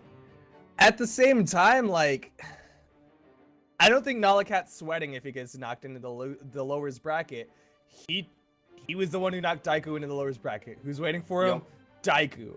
I think Nikat's kind of got not the biggest safety net. Obviously, nobody wants to go down to that lower bracket. Nobody wants to have to get lower that bracket's close. Very tough. It's a Shark Tank. But at the same time, he's got to be knowing that he's got a slight advantage going into the lower bracket given how well he performed in the upper bracket. But we're gonna be seeing him fight against Dobrain, and Dobrain's tatami mats. I mean, he went to the furniture store. He went to with Costco and or Sam's at the same time and was just buying in bulk all of the tatami mats he could. Oh my gosh, just laying floorboards, stomping them down, popping them up. How many does he go through? Who pays that bill? That's the question. I want to see an infographic at the end of this of just how many tatami mats Dobrain threw out at the end of this. Oh my gosh, how many are just like broken laying around the stages in Brawlhalla? Alright, so let's see. We got Twilight Grove, Thunder Garden, Small Great Hall open. We're going to Twilight Grove. Okay, I like this. I actually really do. It's probably one of the For who? more stable maps, I like to say. Okay, so you don't think this favors either of the players? Honestly, 3, 2, no. 1, brawl. It's got, you know, a bunch of different elements all over it. They The planned flex. it. Hit That him was with cute. the flex. That was cute. Nala was a little off on the timing. I think that means he lost. Dobrain first one to hit the flex on the second one, but that was cute. Gosh. That was pretty great. That was pretty great. Shout outs to Bajira. Hit him with the flex. We got the flex taunts. They want to start off with a little bit of style. Dobrain, he's got that bow. You know, we didn't see a whole lot of his sword play. It's mostly been that bow play. A lot of it, I mean, there's the tatami mats and the follow-up just jump. Sair, this time he's changing it to a jump nair if Nikat tries to approach too vertically. But still, it's just, he's got so much follow-up potential off that tatami mat, regardless of if it connects. Yeah, that's true. Oh, Nala just going a little bit too far. Did the downlight in the wrong direction to punish that tatami mat. But he's racked up damage. I mean, he's got this thing in mind, right? Tatami mat is not just the largest range move in the world. It's great for covering right in front of him, but Nikat, he's got the side sig with that sword. He can outrange that tatami mat, and it will win out. He needs to catch him with it. Yeah. As Dobrain threads the needle with that side air, sends Nikat to his death. Yeah, and I think we saw Nikat kind of looking for that with that sword side signature. He just didn't have a beat on the timing yet of when Dobrain really likes to use that bow down sig. Did he X pivot a down sig? Like, I want to breathe that in for a second. As Nilikat's trying to do these dodge in down sigs, but Dobrain is just punishing it. I'd like to see the side sigs. I'd like to see him outrange the down sigs. Yeah, I mean, Jala with some really great movement on a number of her moves, particularly her side signatures. If anyone can do it, she definitely can. And I don't know, we saw a stock cleanup, but there's still a lot to go, and I think that's where a lot of this damage cleanup can come from. Dobrain's back to that comfort weapon. Gonna make it very difficult for Nala to clean up, any of this damage, because, that wasn't a red. Dobrain's got tatami mats for days, like, down sig. Yeah, he just does it. He just does it. It doesn't matter. He just does it. He just does it. Man, so let's see what he has in store here. Ooh, neutral in the wrong direction. Not able to keep the pressure going. Oh, going over to that sword. Oh. Why he's are going you for ground it. pounding directly onto Koji's bow? He has a proper anti-air. Oh I think Nala recognizes that. I think he was just trying to get through the game and go. He's gonna just switch up his characters, or maybe he was trying to go for a mix-up. You saw him kind of stop the ground pound and go for a spot pull out dodge of it early, but, and yeah. I think he's gonna be thinking about the character switch. He's got other characters in potential. He's got the Asuri. He's got that brand. I'm kind of expecting the change. Oh, really? Okay. They're the same level. He's saying you want to stomp some mats? Let's stomp them all. Let's get the mirror match. We'll just knock everything off the floor here. This is something. All right. I don't know what it is, but it is something. And it's gonna be a very interesting winners finals. Yeah, so here's the question. Who wants which map more? Because, we do have the same characters playing right now, but according to their play styles. I think Dobrain wants a lot of ground potential. And it's weird to me that Nala kind of took away the maps where you can play on the walls or dance around. He's leaving a lot of grounded maps. It's where pretty much Dobrain all can just downsig. very stable maps left, you know? Twilight Grove, Blackguard, Mammoth. Looks like we're going back to Twilight Grove. Very thematic. All right. This is gonna be game 2, Dobrain versus Nikat, Koji versus Koji, 3, 2, Tengu 1, brawl. versus no, that's not is that standard? I can't. That's the Ronin Koji. Oh, that's Ronin. Okay, so standard is the one where he's got the ponytail. I couldn't remember. But we've got bow versus bow. They're starting off, and Nala is getting the bowstrings for a little bit of a damage lead. Yeah, I mean, let's see if he can kind of like keep this going. Oh, almost gets his own down sig there. Ooh, but he gets caught by the neutral sig. I mean, again, that's the thing, you know, fighting against bow from the air. It's just, it has fantastic anti-airs. You've got to do a bit more grounded approach, but I mean, if you're both playing bow, Dobrain they has have hit the same so many weaknesses. neutral lights.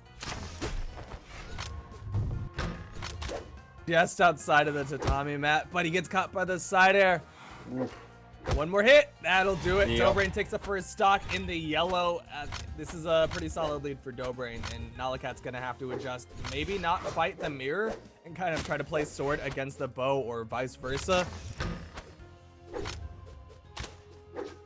Yeah, I feel like Nilikat's got to push for a lot more offstage play, just because, I mean, he felt it all too real just then that, you know, bow recovery. Oh no! It's good for hitting people, like you can catch people out of a lot of things, but it's not so great for recovering. It will not actually go that far. It leaves you hanging out there pretty long, so it's generally kind of easy to punish, and Dobrain just showed it with both of those edge guard confirms. Oh, this is looking brutal for Nikat. He kind of knows it. Both of them flexing a little bit. Dobrain, you gotta get away with that flex. Nikat, a little bit early. You're gonna have a mountain to climb, and at least those muscles will help you out.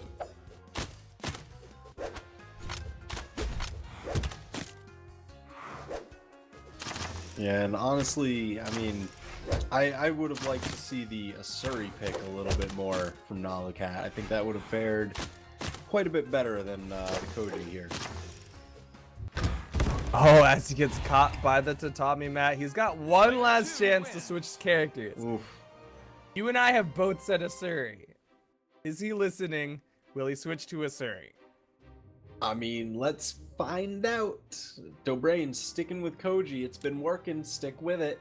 Nikat trying to find some sort of success, switching over to Asuri. The Asuri. Okay. We've both said Asuri like 1,000,001 times, but why do you think Asuri is the right pick?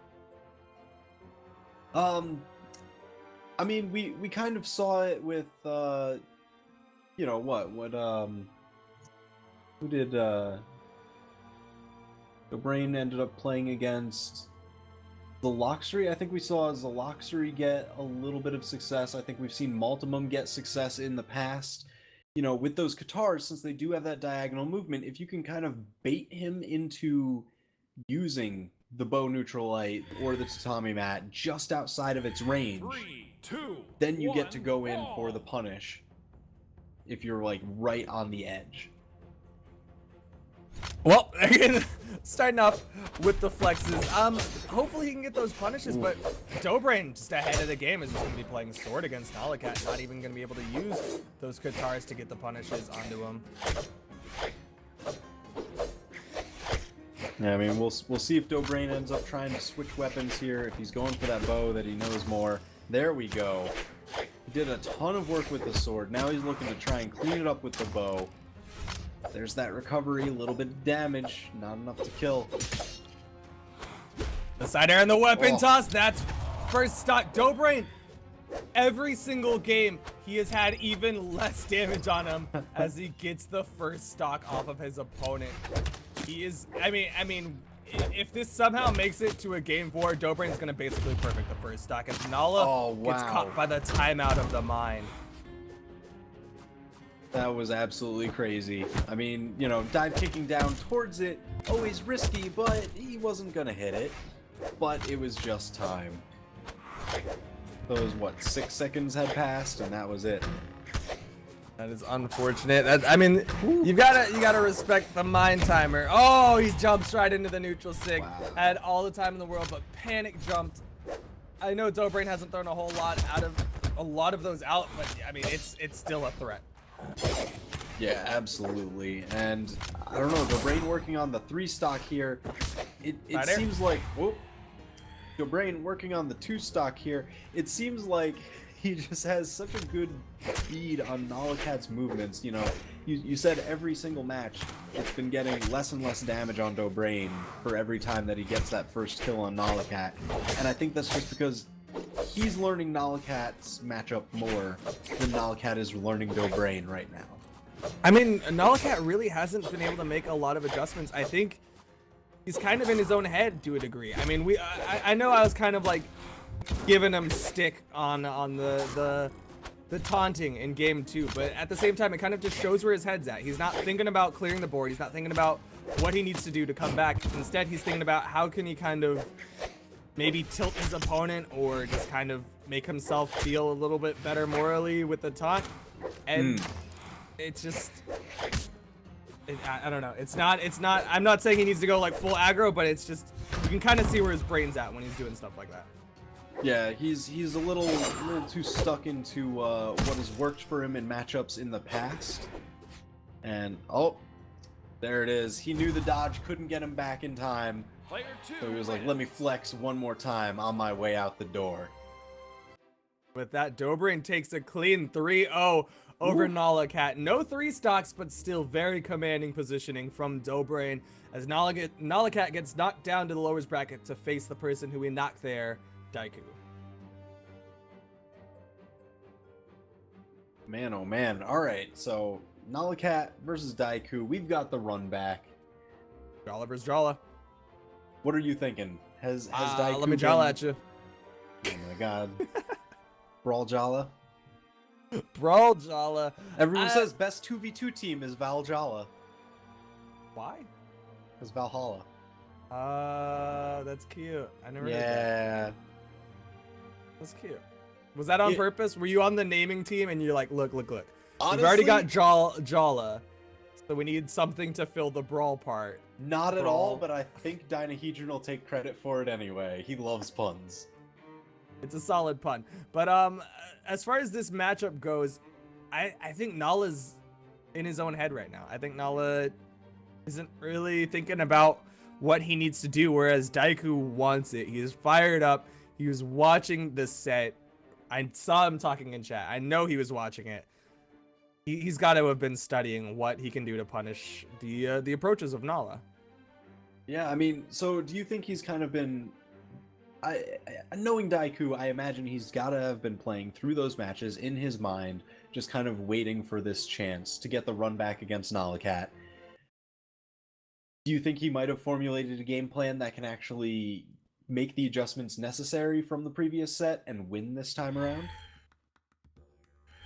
3, 2, Knowing Daiku, he's got 1, something in mind. brawl.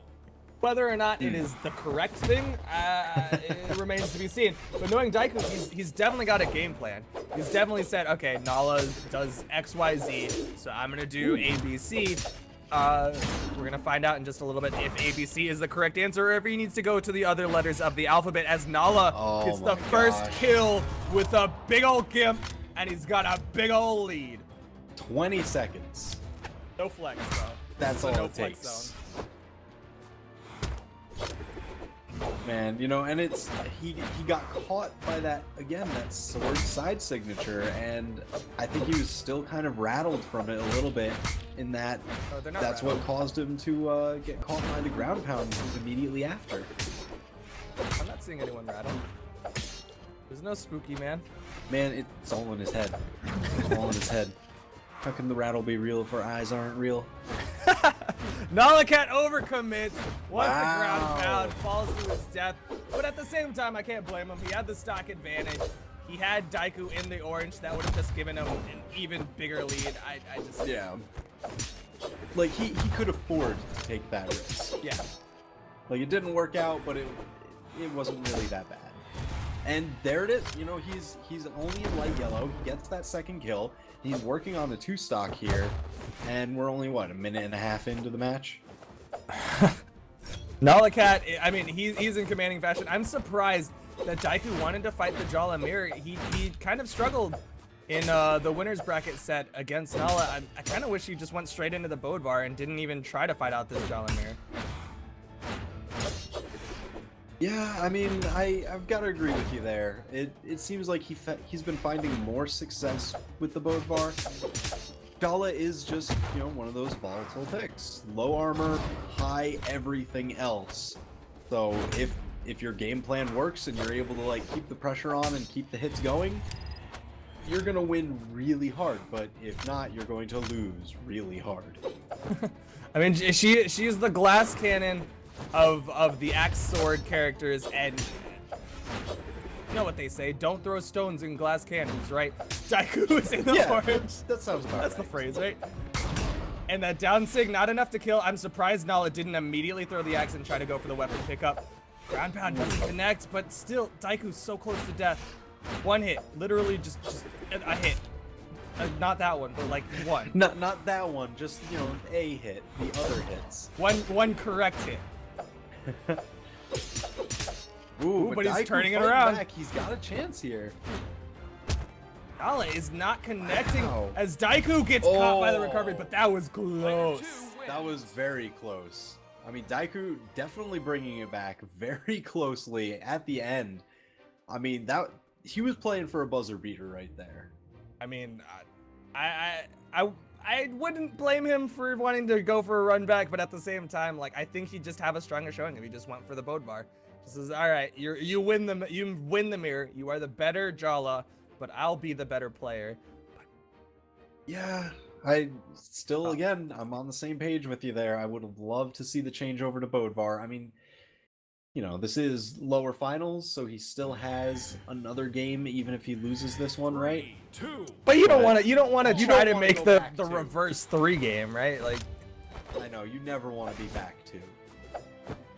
that's just not a fun place to put yourself in. But here we are. It is gonna be Great Hall, Nikat versus Daiku, Jala versus Jala. Let's see. I mean, we haven't seen any of the crazy sword combos come out on here just yet, but, you know, the set is still young. Still infantile as Nikat is getting knocked around. He's the one at the damage deficit this time. No big edge guard gimps for Nala are going to be able to work out for him as Daiku gets a cider. One more hit. Oh, Nala with the recovery gives himself the root. Ooh, Daiku trying to get fancy with some of these gravity cancels here. But I don't know if he needs anything fancier than maybe a neutral air just to score this kill. Ooh, but he's not able to connect as Nala just dances around the sword moves of Daiku. Throws out a side sig. Daiku not able to punish. Cider connects though. First stock on the way to Daiku. All right. Let's see if Nala can bring this back. He's not really too far back though. Oh, that is a ton of damage. That axe down sig is it is beefy. It hits. Dude, I like the down sig. I wish more people did a jump gravity cancel down sig or a slide charge down sig because I like it. It's really cool. I even like how it kind of like drops a little bit when you do it. And there it is, that sword down signature. You never see players use that, but Nikat has used it throughout this tournament. And I don't know, it's been great. He's been landing them. They've been getting kills. Even just when he's normally hitting them, they get really great damage.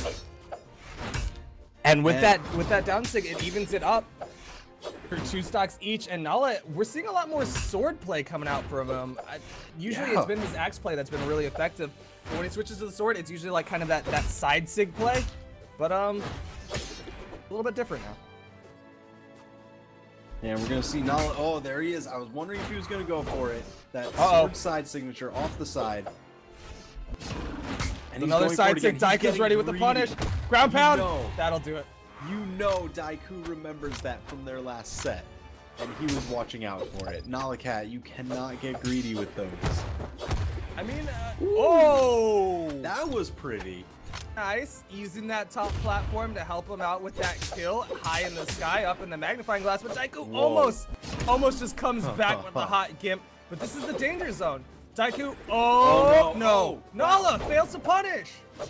Man, he had such a chance right there. Daiku had so few movement options, but Nala just ground pounds onto the platform. His timing was off anyways, it wouldn't have connected, but that was just a big opportunity wasted from Nala. Ooh, that was a really nice spot dodge, recovery, punish. I mean, that's the kind of damage he's looking for to bring this back. But again, Daiku can just hit almost anything. The axe throw is going to do it. Just barely. All right.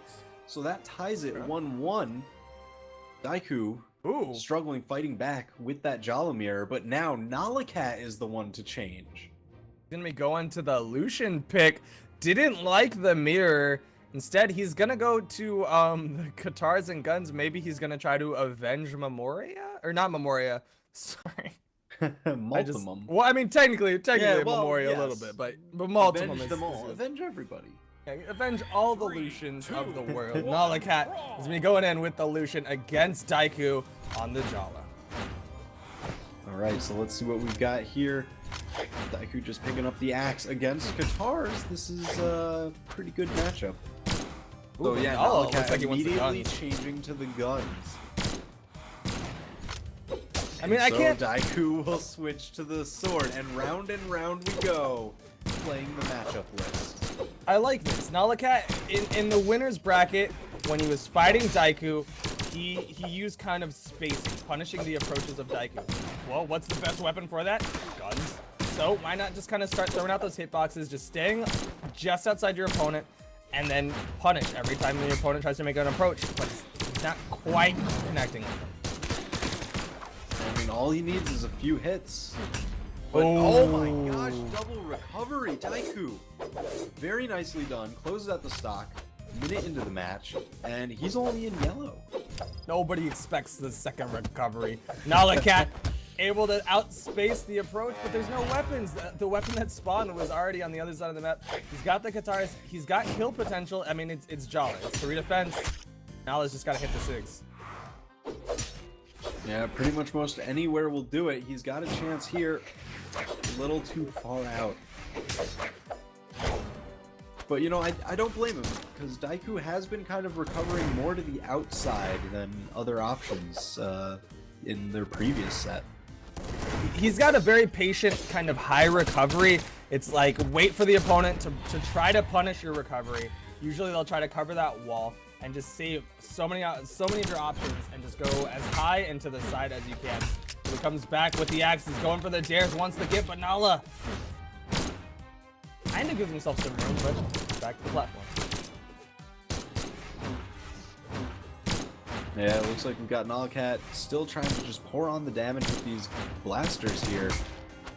And again, he got punished for that downlight. I mean, it's a ton of damage if you can get it to hit, but it's almost assuredly a free punish, especially for Daiku if he's hovering nearby. Very scary. Gotta be Nikat careful. Deep in the If red. he goes too high, Daiku can come up from underneath, catch him with that axe recovery, and it's gonna send Nala flying, or just a side air, or just do that. Just do that. All right, that. so Daiku, he's deep in the orange, but if you can kind of like push this stock lead, he almost got the sword reset, but he's gonna get it anyway. Nikat fighting back, just not getting gimped. This is like How did he back do and that? forth right now. I thought you're not allowed to throw weapons when you're on the wall. Nikat throws the weapon up, picks up the gun, gets a nice ground pound to keep the stocks even, but just Daiku is just kind of punishing all of this awkward aggression from Nala. Nala wants to space out Daiku, but Daiku's not really going over aggressive into those hitboxes. Instead, Nala's forced to kind of push the hitboxes forward, and every time Daiku punishes him for pushing it forward. Yeah, I mean, it's not too far back though, so it's not really that, I don't know, not that hopeless if that kind of continues. Oh, but Nikat, if you hang out at that top part of the screen, Daiku is going to try and just knock you off with just the slightest of taps. I'd like to see Nala not go for those downlights. In the nicest way possible. Every time he's gone for the downlight, he's either gotten punished or just not really gotten anything out of it. Yeah, I mean, some players can make them work, but it just doesn't seem to be paying dividends for Nalakat right now. Oh, that was a recovery opportunity. There's another one, but Daiku able to get outside of it. Oh, and the recovery from Daiku will do it.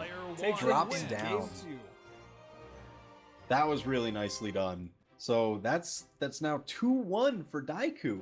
And Nalakat again switching legends, going for Cassidy. I don't know why. It's got guns again. It's got the guns. He's got the hammer. The guns. He's got a lot less defense though and movement speed. Higher Dex guns. Maybe he noticed that he was getting punished for the downlight and he thought Dex would kind of fix that, but it's 3, not going 2, to help. He was 1, getting punished brawl. during the active frames, and that's just nothing there can save you. That is just a whiffed Dex fix attack. active frames, right? Yeah, sure. It speeds up everything, right? Yep. It makes everything better. Just top Dex that means sounds right. top better. Top But he's better. got this hammer in hand. Nope, switches to the guns. There's the gun play. The downlight, even then, Daiku able to get through it. And Oh the my gosh. triple side air, one more. All the side Yeah. airs. How many do you need? As many as there are. How much damage? Daiku, he took like what, 7 damage? Like a weapon toss? Like what? Oh my gosh. Yeah, this Things is, are this is not looking good looking for Nala. Not looking good at all. Oh my gosh, recovery after recovery, like he just keeps running into the same move from Daiku. Like Daiku is pretty much just choosing one or two. Oh, Nala. Nala's going for greedy moves now. He went underneath the ground pound specifically for the recovery on that hammer and ends up just eating the ground pound to the face. At best, it clashed out, but that is death for you. That is not a safe play. Daiku is looking at the 3 stock. Nalakat not able to turn it around onto him. Yeah, you gotta think with the way that Daiku is playing with like these repeat moves in pretty much the same exact spot again and again, he identified the mental guard break. He knows that Nalakat's pretty much done. Once you switch characters 2 or 3 times, you're really just fishing for something, grasping at straws.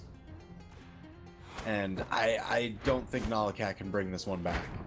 I kind of have to agree with you. Even if he takes down this stock of Daiku, Nalakat just seems broken after the defeat to Dobrain, and he's just not the same person. Yeah, I mean, it's, you know, credit to Daiku for noticing that and then exploiting it. That is how you do set play across like a finals set. And credit to Daiku for not kind of panicking.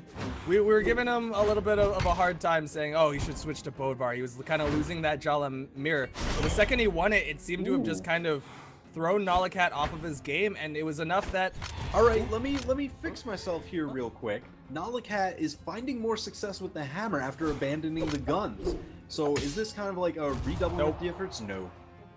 It was so close though. I believed for a moment. So that's just very well played by Daiku. Significant confirm, and he's actually going to move on into grand finals against Dobrain, his teammate from the 2v2 tournament. But They are teammates, now they're enemies. They cannot both win. Only one will. And we saw how well Dobrain did against Nalakat's Jala, which technically won the mirror, but also technically lost the mirror. So we'll see how well Dobrain's Koji works against Daiku's Jala here in this grand finals set. yeah, this is definitely going to be interesting. I don't know. I really don't know. On one hand, Daiku, I agree with him not going with Bodvar because he's played it so much, and Dobrain is like one of his regular practice partners, so he knows it, he knows how it plays, he knows the matchup like the back of his hand.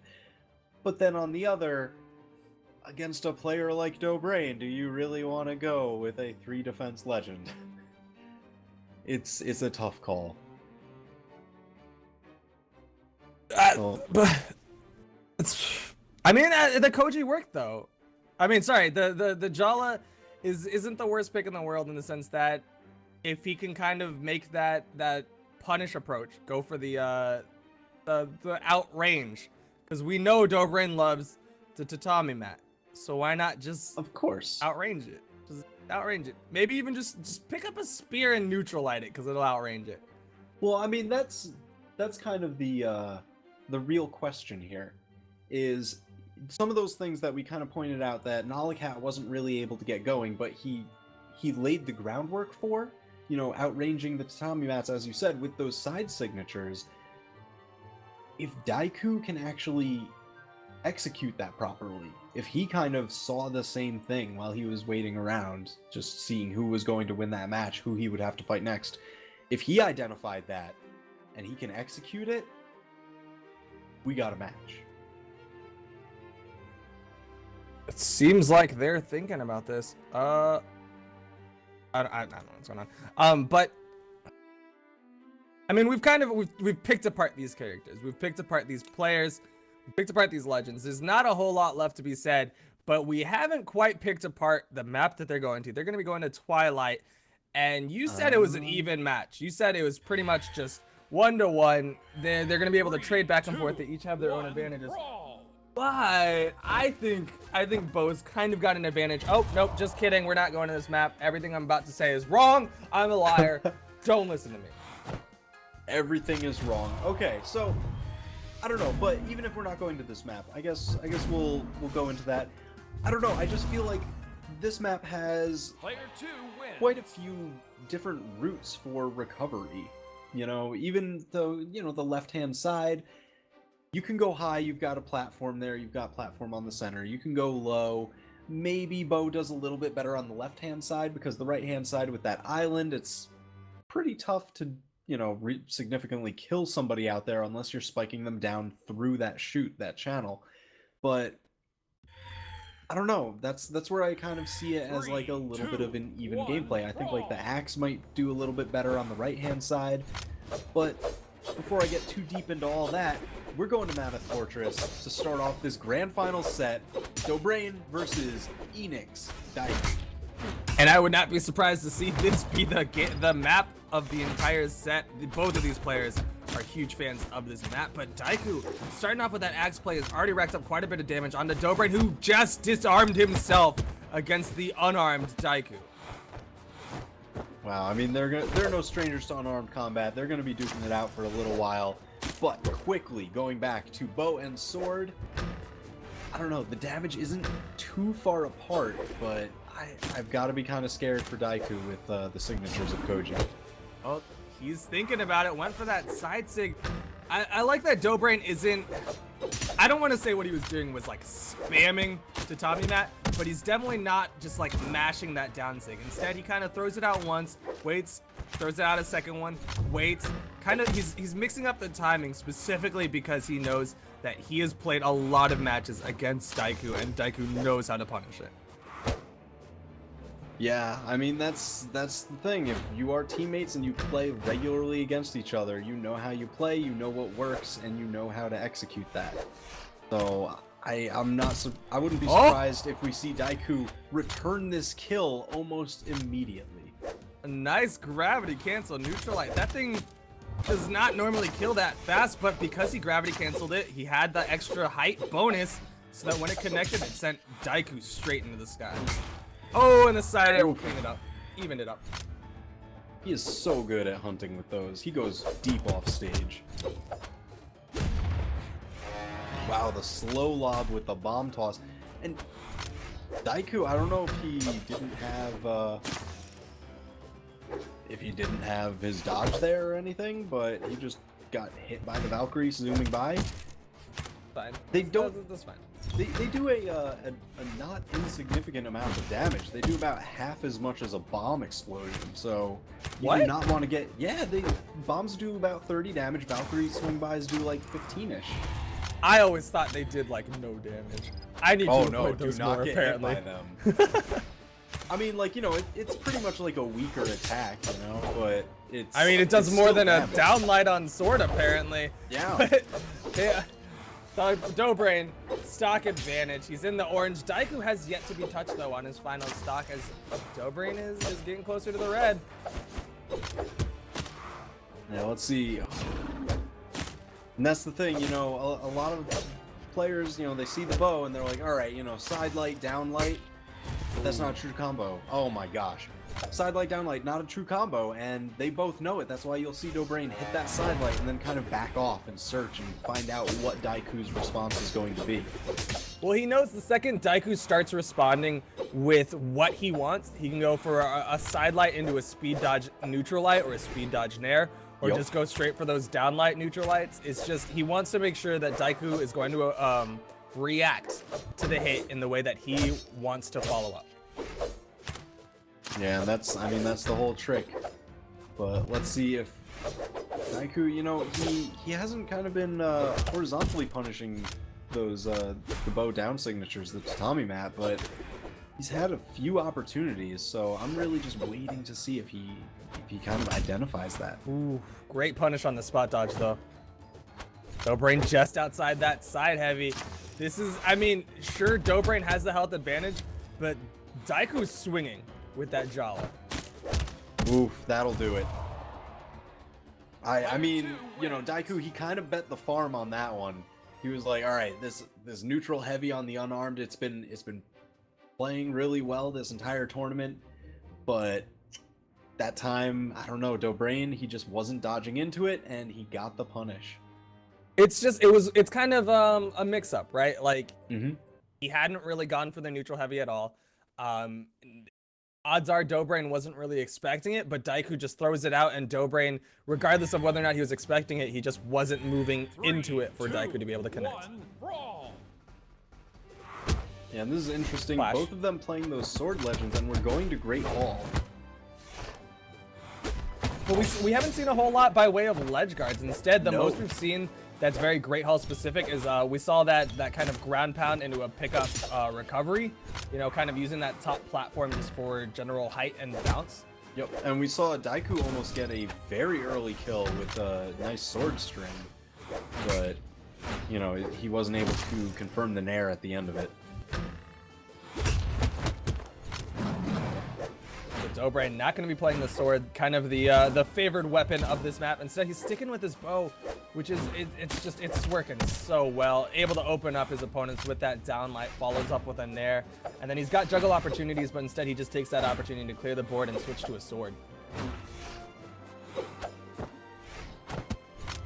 Now let's see what kind of kill moves he can start searching for here. Mine is on the Side field, but he's air. going for the side air. Gets it. That's the only kill move you need, really. That's it. It's so good. But Daiku comes back, drops another mine. The Ooh. last one was gone, so he wants to keep one in place. Not able to hit Daiku into the mine with that side air,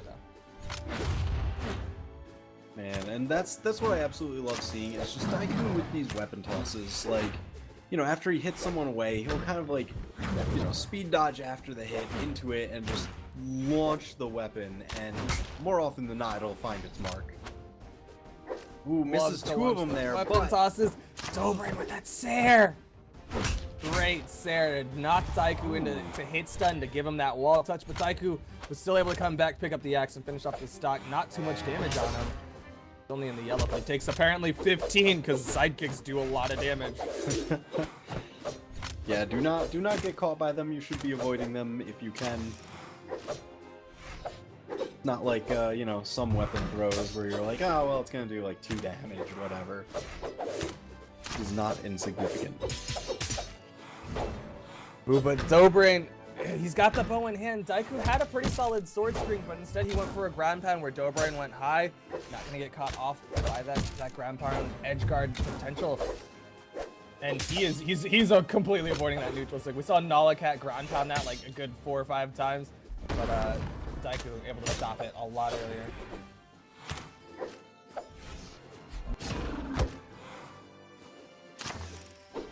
Dobrain wants his kill move. Neutral air, not enough, too low to the ground. I'd like to see him just kind of play on this top platform as Daiku's so high in the sky, but as he makes it closer to the ground, he wants to go back to the platform. No, he went for a downlight side air. It might have killed, but he didn't even connect with it. Wow, that neutral air from the bow should do it. takes the stock lead, but I mean, he's deep in the red, so Daiku's got a chance to just quickly even this back up. I mean, this is a very close game.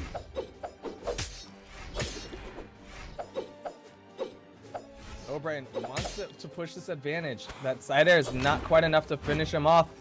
He just wants to rack up damage, you know, just any safe moves he can. I'd like to see him just kind of sword neutralize, but he gets caught by the side air, and it's a little bit too late as Daiku is going to even it up in stocks and not able to deny him of that bow.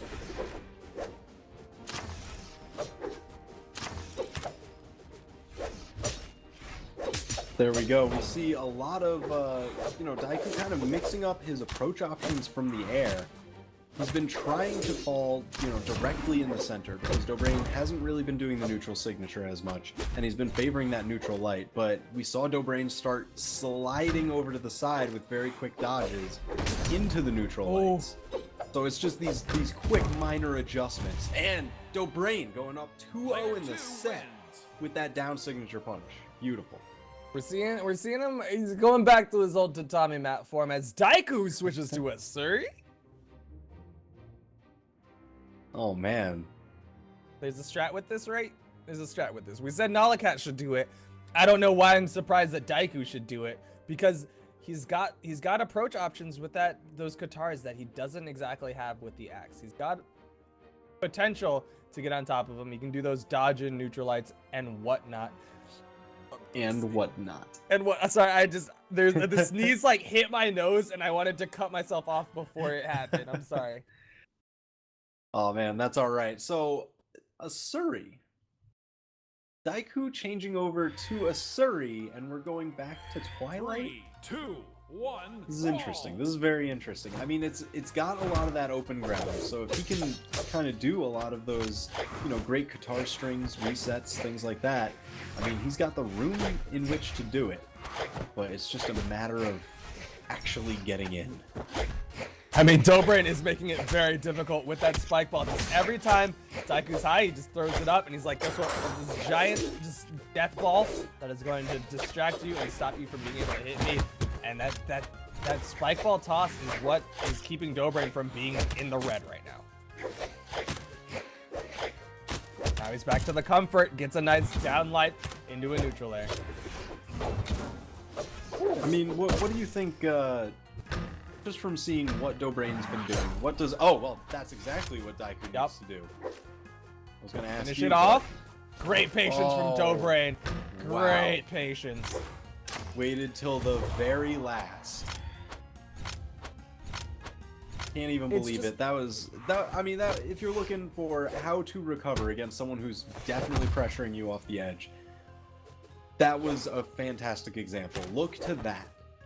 But, I mean, Daiku right now, he's going to be looking for whatever kind of kill he can get. And there it is. I'd like to give him a thumbs up. I'd like to see Daiku just kind of take advantage of the fact that Dobrain is clearly favoring the bow. There's no question in my mind that Dobrain wants to basically play that bow. Sure, he's got sword potential, but at the end of the day, Dobrain is thinking about how can I get the bow. If he disarms himself, I think Daiku needs to just take full advantage of it and punish. Covering low, didn't touch it properly. He hit the corner. Oh, the very no. corner. Oh my gosh. What a catch on the line, though. Let's see if that'll be enough to help him bring it back. Oh.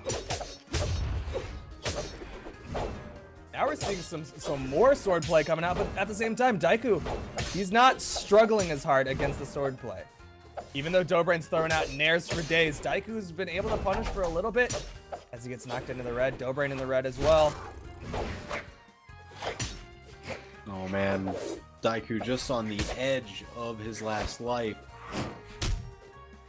I don't know. Wow, that was super risky. But Dobrain with the neutral air punishes the dodge. And Dobrain! He takes it. Dobrain does it. Everybody in chat was putting out the King Daikus, but Dobrain saying, give me the crown, the king is dead. King made Dobrain wins it out in grand finals. Huge congratulations to Dobrain. We were saying, you know, he's been taking naps. He's really been playing hard. Clearly, he can still bring it out, that Koji play, those tatami mats, that bow play. You know, he is fully back because I was seeing somebody ask that question in some of the in-game chat, and, you know, just looking back at the bracket, he didn't drop a single game. Entire tournament. What? He didn't drop a No, single no, no, game. no, no. No, no, no, no, no. No, no, no, no, no. Yeah. No. 2-0, Oh my 2-0, god. 2-0. This is 2-0, not. 2-0. That's 3-0. 3-0. no, no, no, no, no, no, no. Creed, what? I don't know if Creed has How it. does this happen? Who does this? No, but I don't think I've. Oh no. What? Yeah. Yeah. So How do you do that? How do you? I mean, if this is like a sleeper tournament, I can understand. But there are heavy hitters. EU regional Yeah. qualifier winner, the EU 1v1 winner prior to that, Daiku, arguably one of the best players, recently picked up by Enix. Nikat, the guy who took down Daiku, consistent top 5, top 3 placer. Dobrain gets through all of them without losing a game. How do you do that? On a perfect tournament. Like, how does that happen? Incredibly well played.